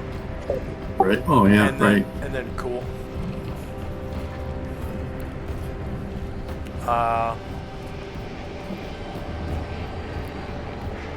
And then anything else for Ashrael? He will, yeah, he will fly to here and engage this creature. And the tectonic will turn to face him. This will be with that rod of smiting. The tectonic is also a solid creature.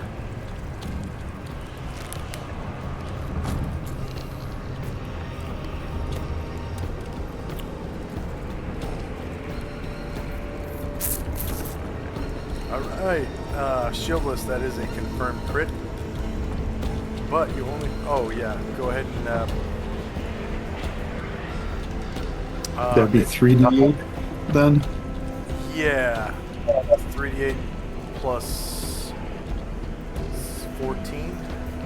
11, I think. Okay. 8 for strength and 3 for magic.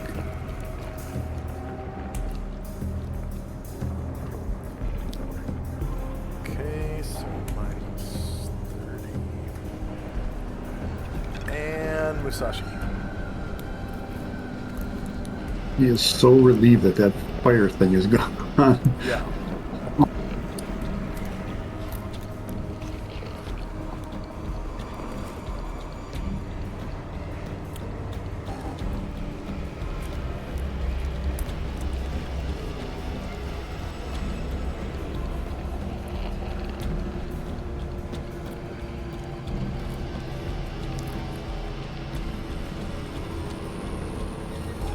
Alright. Back attack. -5 beats AC, -2, cause another 30 damage, killing it. Go ahead and describe. Seeing it occupied with Ash really comes up and kind of tries cutting off a piece of the rock right like on its side, and just rock just kind of pours out onto the ground and it falls down. Yeah. Anything else for Musashi? I don't see another. I don't see another enemy, so he will just hold there for now. Alright.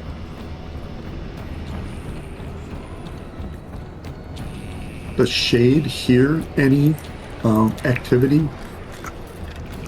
Yeah, he heard the gate open to the east during the second round, and then during the fourth round, the west gate and the north gate. You could hear them open, and people are screaming. It's like mass chaos. He's going to continue sneaking towards the east to kind of see if he can scout it out over here.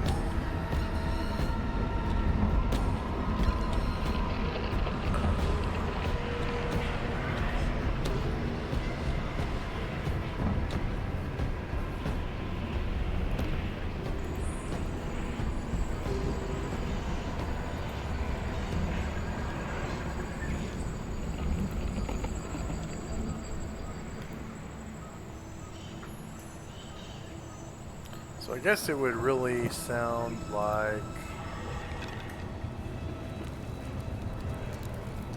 probably like this.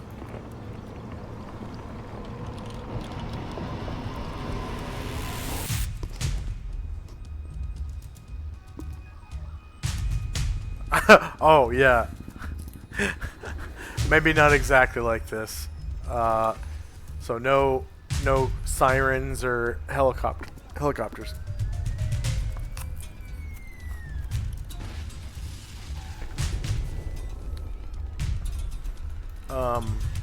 Okay, Zalamond. Zalman is going to wait to end the round, changing his action. All right.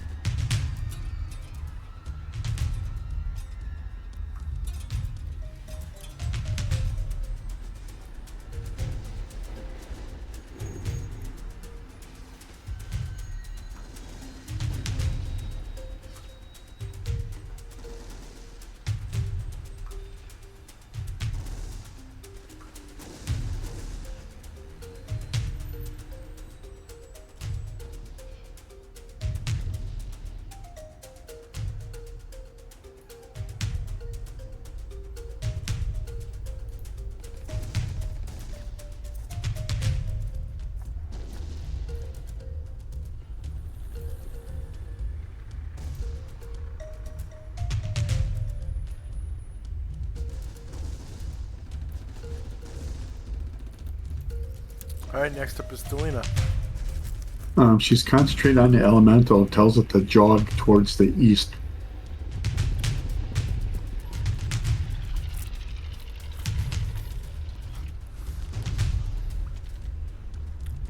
And then when it's its turn, it will do that. Okay.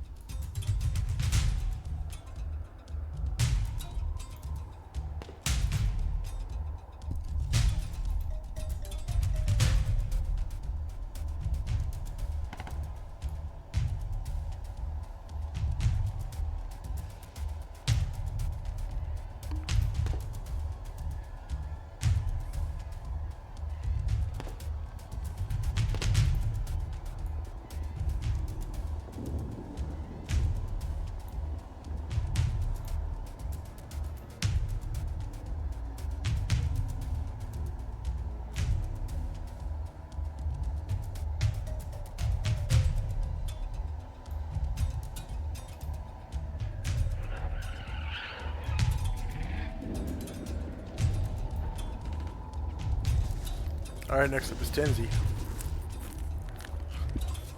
Tenzi cast Omniscient Eye.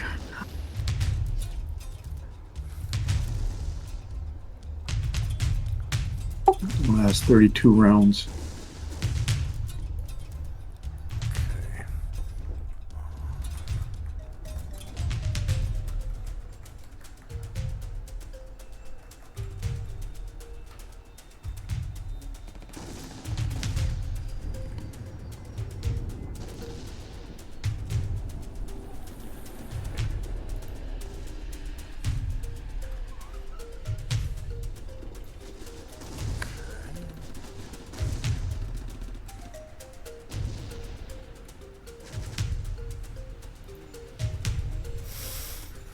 This divination enhances the caster's vision by allowing him to see through any normal or magical darkness, fog, or mist to a range of 60 feet. In addition, the caster has a chance of piercing magical illusions. Blending and invisibility equals 70% plus 1% per level experience. Plus 2% per spell level.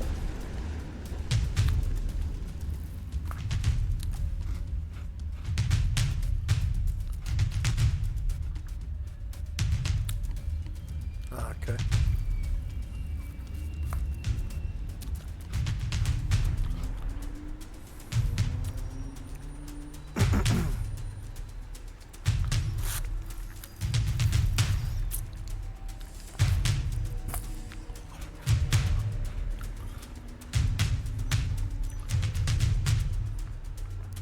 And then did I write a macro for that percentage chance?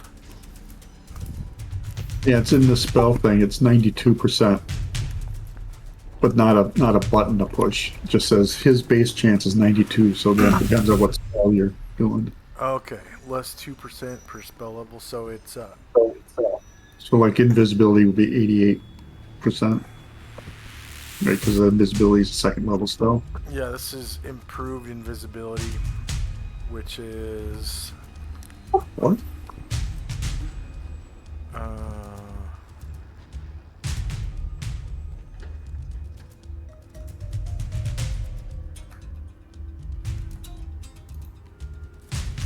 let's see.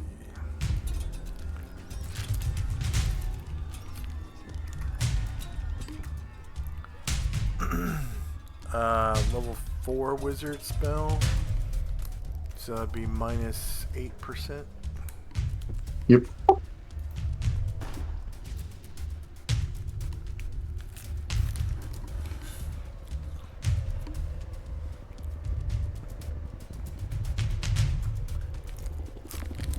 And Tenzi gets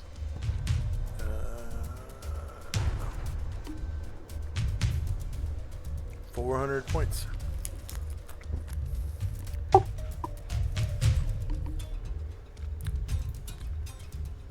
Okay.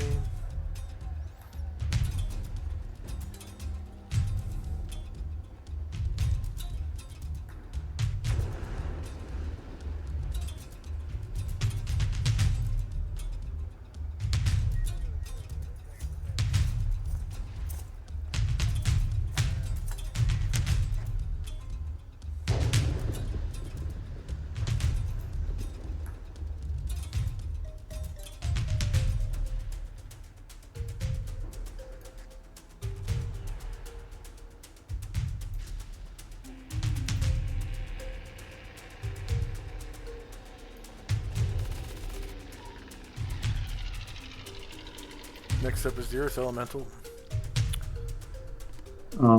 Follows Alina's instructions and jogs to there.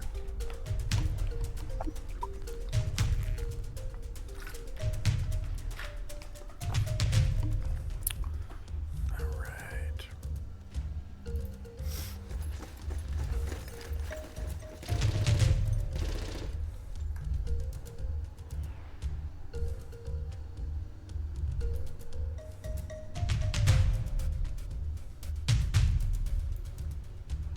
Alright, Yesimo. Yasimo will drive the rug and will follow the elemental. I'm gonna tone down the grid a little bit, because it's really, when I zoom out, it's really an eyesore.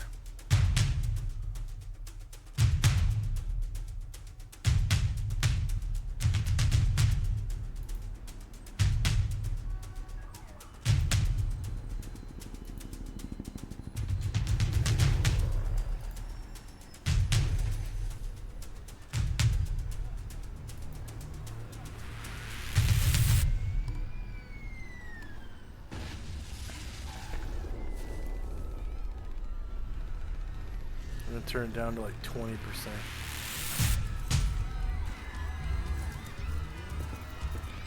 There we go. That's a lot prettier.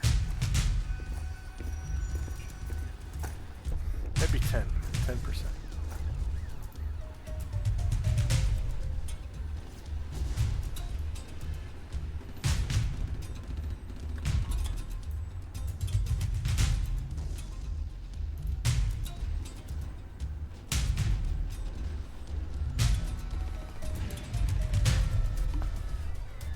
Okay, so she flew the carpet, so next up is one of the sequoias.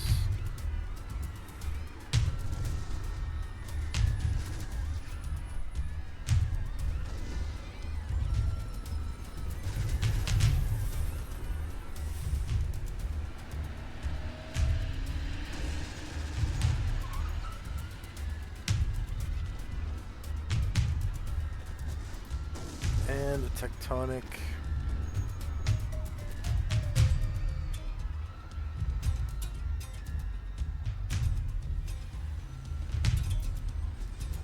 And another tectonic.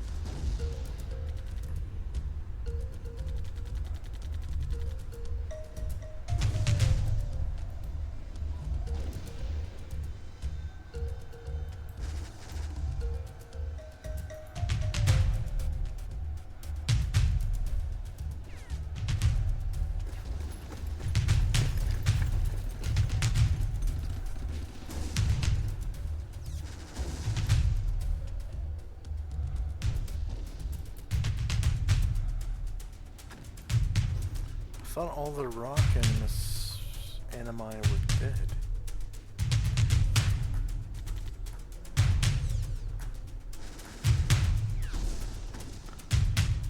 Anime. I guess I just didn't get him onto the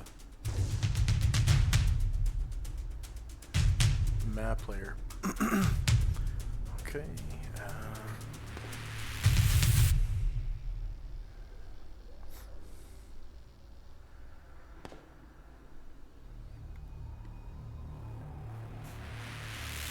I think most of the party should be able to see the north gate.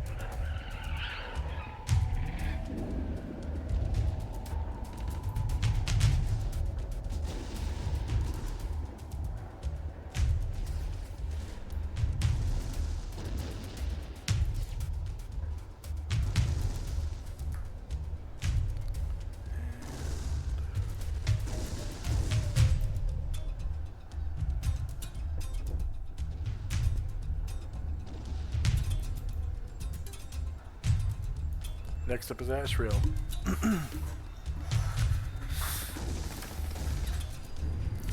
Ashrail.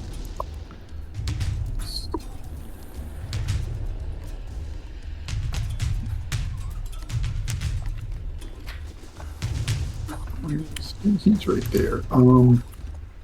So he's facing this direction. He can see a creature, so he will fly towards it. not quite get there.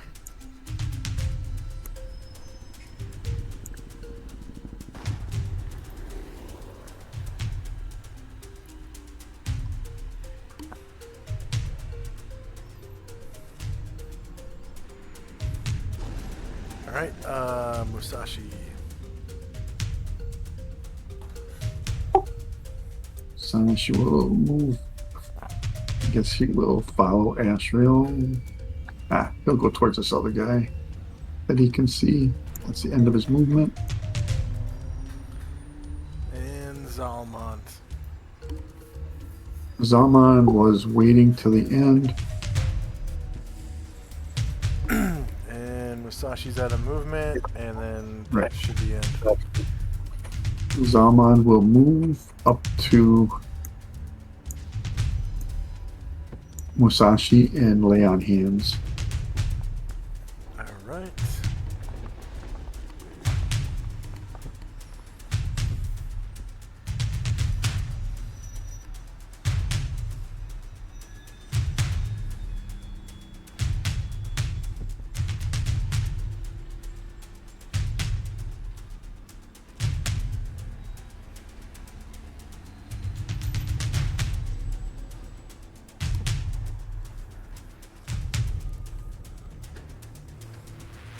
That is exactly what he was down. Nice. So, end of round, was anyone waiting? Nope. Alright. So we're now in initiative phase.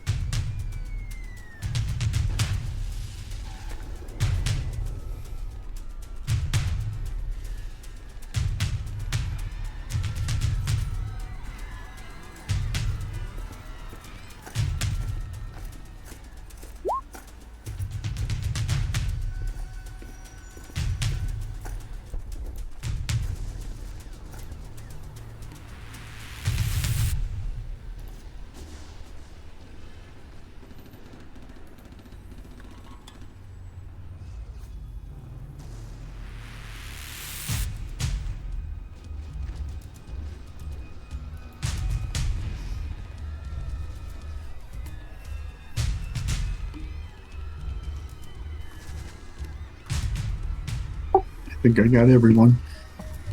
Okay.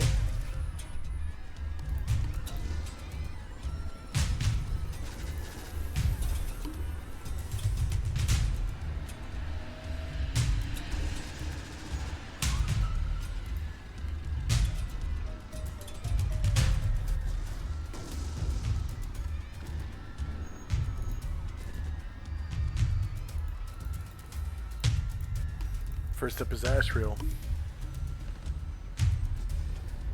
Astral will fly to this creature and smite it with a katana.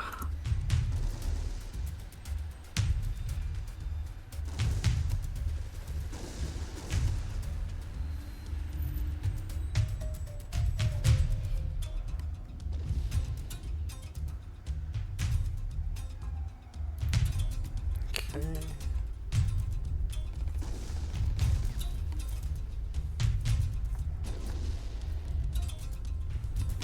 Alright, shield is -5 versus AC 0 hits. You cause 20 damage. And then follow up with the Rod of Smiting.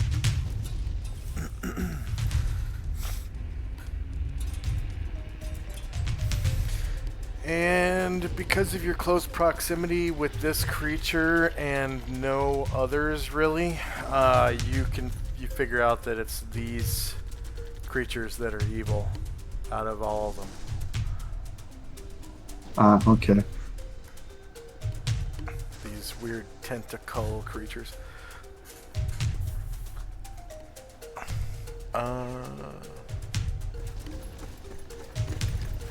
Okay, shield is -7 versus AC 0 is a hit.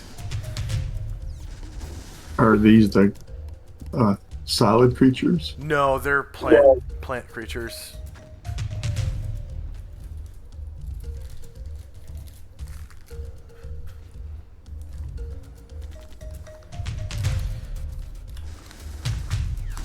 I'll just roll 1d8 because that damage doesn't look right. Yeah, should be D8 plus 11, I think. Yeah. Yeah. Okay, so 18.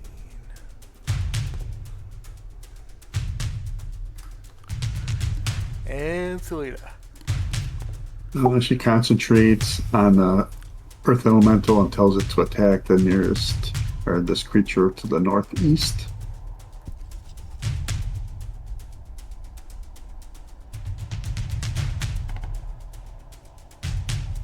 Alright, Yesima. She's gonna hold. And Shade. Shade is gonna try sneaking.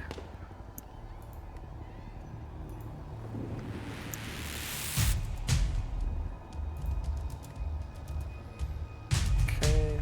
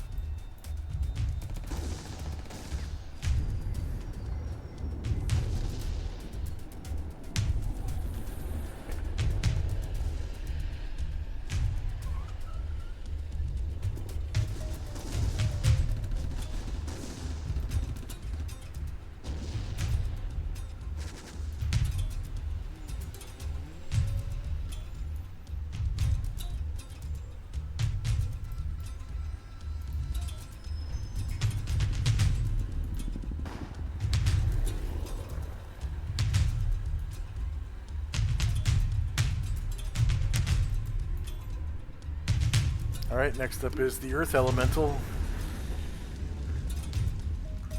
It moves up towards that creature Okay.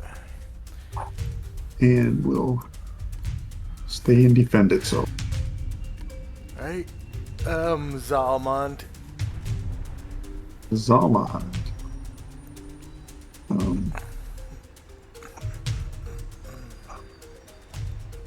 Same thing. Move towards that creature and stop. Okay. Guard. Tenzi. Tenzi cast probability control on the Earth Elemental, Alright. giving it a +7 on its next attack. Okay, next up is Tectonic. And that's what, a level 4 spell? Yep. So 400 points for Tenzi.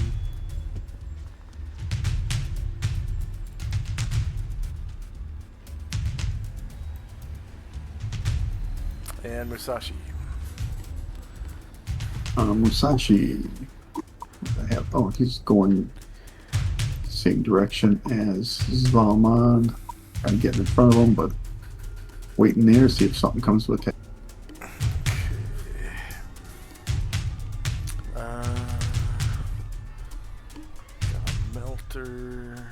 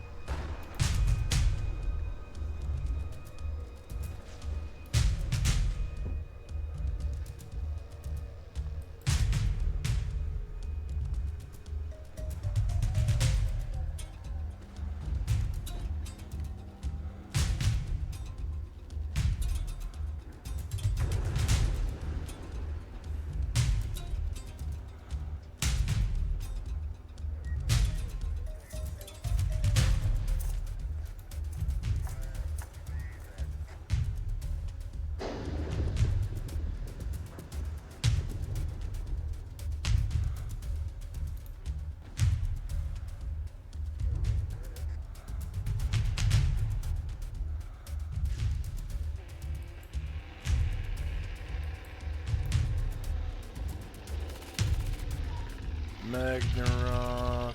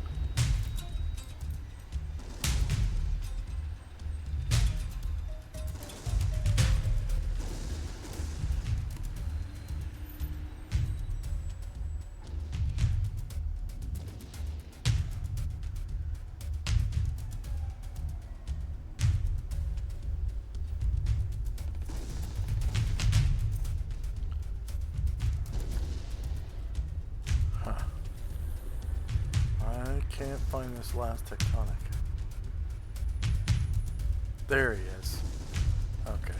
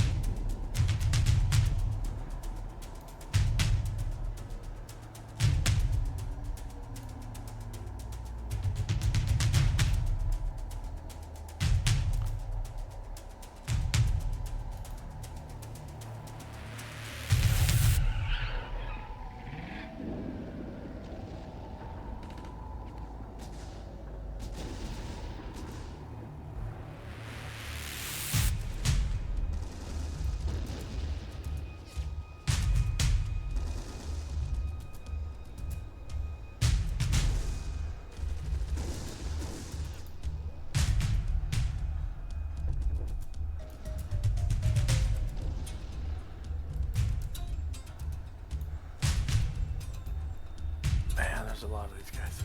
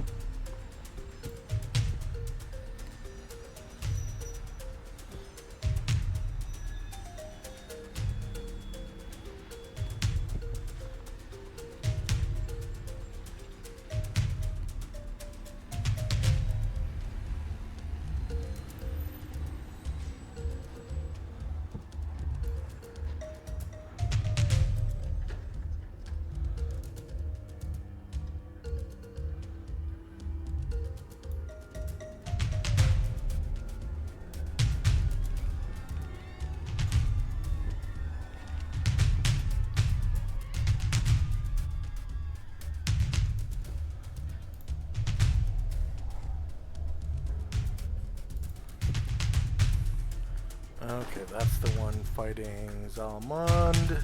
I mean, Ashriel. So, 3 of Ashriel's Stone Skins shatter, and next up is Ashriel.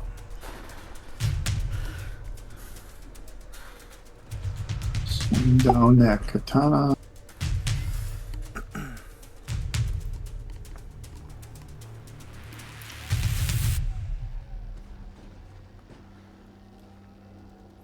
Alright, negative 2 beats AC 0. You cause 21 damage.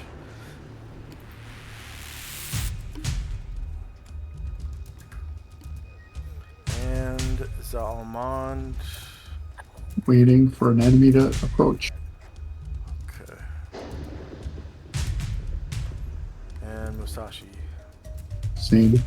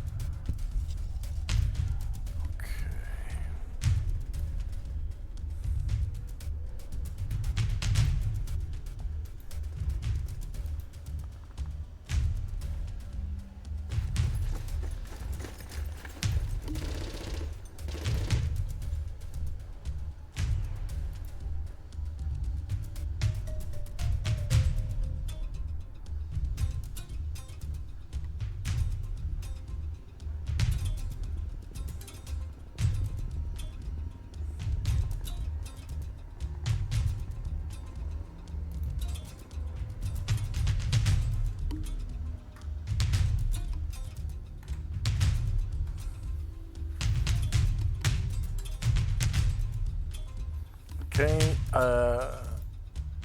Musashi needs to make a saving throw versus death magic.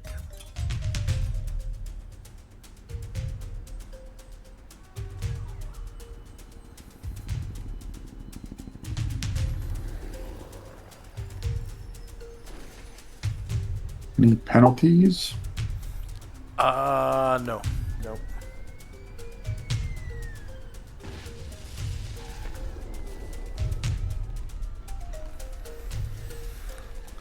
It's a Slay Living spell. Grants the victim a saving throw versus death magic. If the saving throw is successful, the victim sustains damage equal to that of a cause serious wounds spell, i.e. 2d8 plus 1 points. Failure means that the victim dies instantly, so you pass and take 2d8 plus 1. Let's see, advanced roller. 2d8 plus 1. 4 damage. And 1 stone skin charge shatters.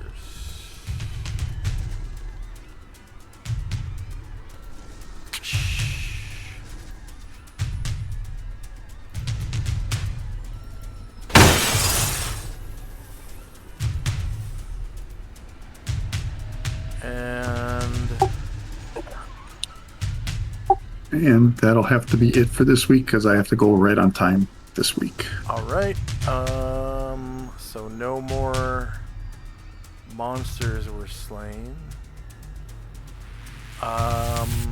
And the encounter hasn't ended, so no experience for surviving them, so I guess that's pretty much it.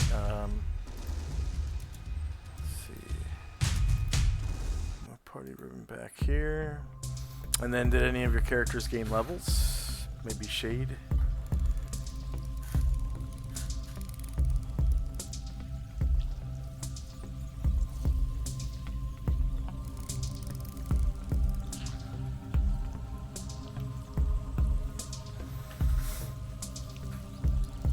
Shade did not. Probably the closest.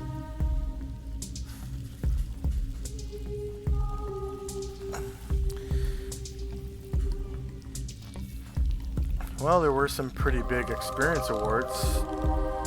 Yeah, maybe And Musashi. I gotta add Musashi's in. He might have, actually.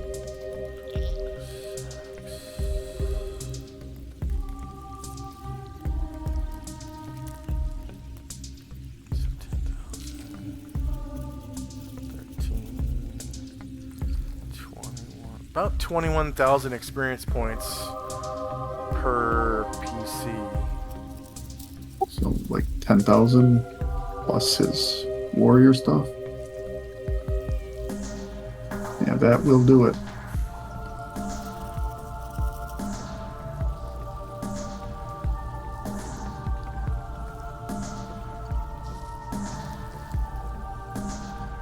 We'll add them in to be sure, but 10,000 will do it. Yeah. Very nice. What level is he now? Lucky 13. Man.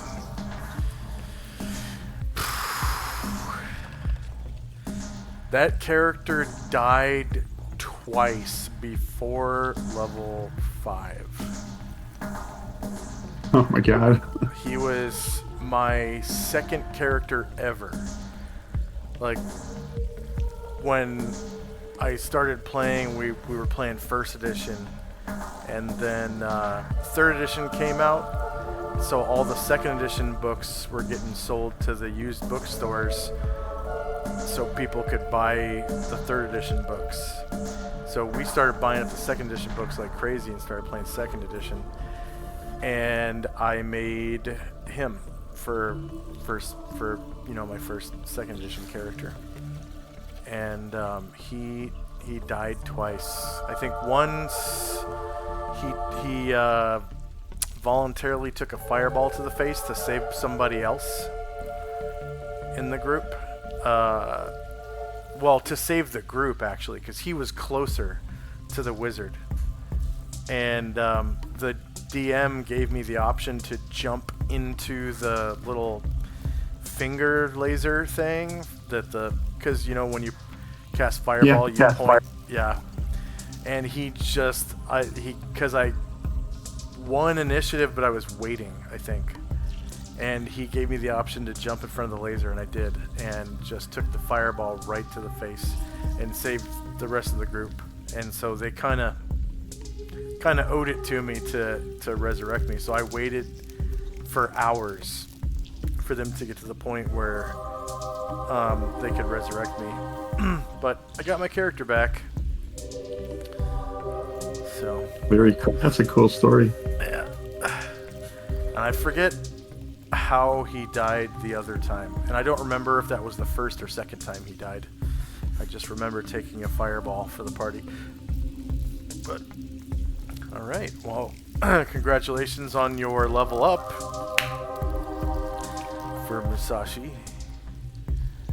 Level 13 is very important for fighters because they get their last half attack for specialization. I think, don't they?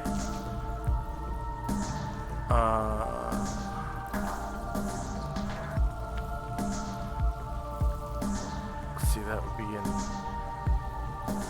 combat tactics. Index.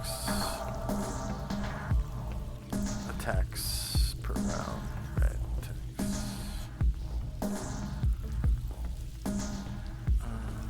Multiple attacks, maybe?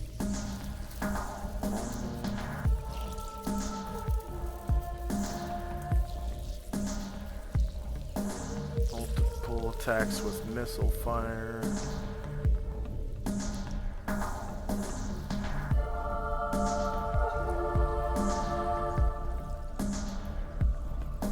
Maybe that's just in the player's handbook. Multiple attacks.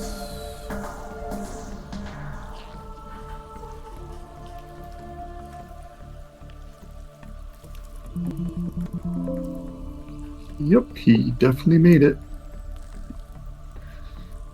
Warrior, meta attacks per round.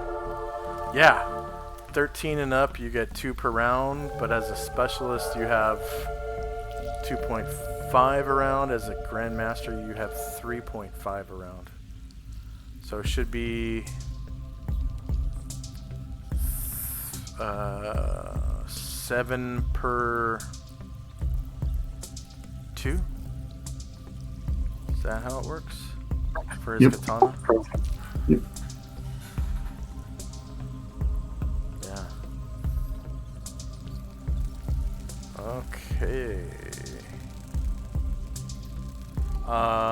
So I will. Oh, what is the date next Sunday? So the 4th is on Saturday, right? Yeah. So I should be available the day after.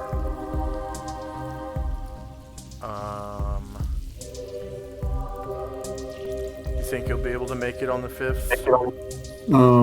Our flight is supposed to be in early Sunday morning, so barring any travel issues, I should be able to. Okay. Okay. And if you're tired or whatever, it's okay to, you know, And call yeah, it. and hopefully I sleep on the plane. So Yeah. hopefully. Yeah. All right. Good game. Thanks for playing. Any questions, comments, or concerns for me? Nope. Alrighty. For our viewers, thank you very much for watching. Please like, share, subscribe, leave a comment if you're watching this VOD on YouTube, and hope you enjoyed. The next time I play Dungeons and Dragons is probably going to be next Sunday. I don't think I'm going to make my Friday night game, and I'm definitely not going to be able to play Delta Green next Saturday because I think the session was canceled for Independence Day. Monday I might be able to make it to Cyberpunk Red, I think. Yeah, so tomorrow I'll play Cyberpunk Red, and then that's gonna be it until, I mean, other than world building streams and stuff, that's gonna be it until next Sunday when we play Solynod Hex session 461, 561, 561, 562, 562. Yeah. So see you then. I'm gonna check and see if any of my friends are broadcasting right now, so maybe we could raid into someone's channel. How about GM Workshop? He's playing Baldur's Gate 3. That's always fun to watch. Yeah, I haven't raided into his channel in a long time, so he's pretty cool. He streams probably 3 or 4 times a week, plays Baldur's Gate, and usually at the beginning of his streams he does, like, he plays Wordle for a minute, and then he does a couple other games, and then he jumps into the game. So his streams are usually pretty fun because of that. Alright everybody, we'll see you later. Bye bye. Okay, anything for me off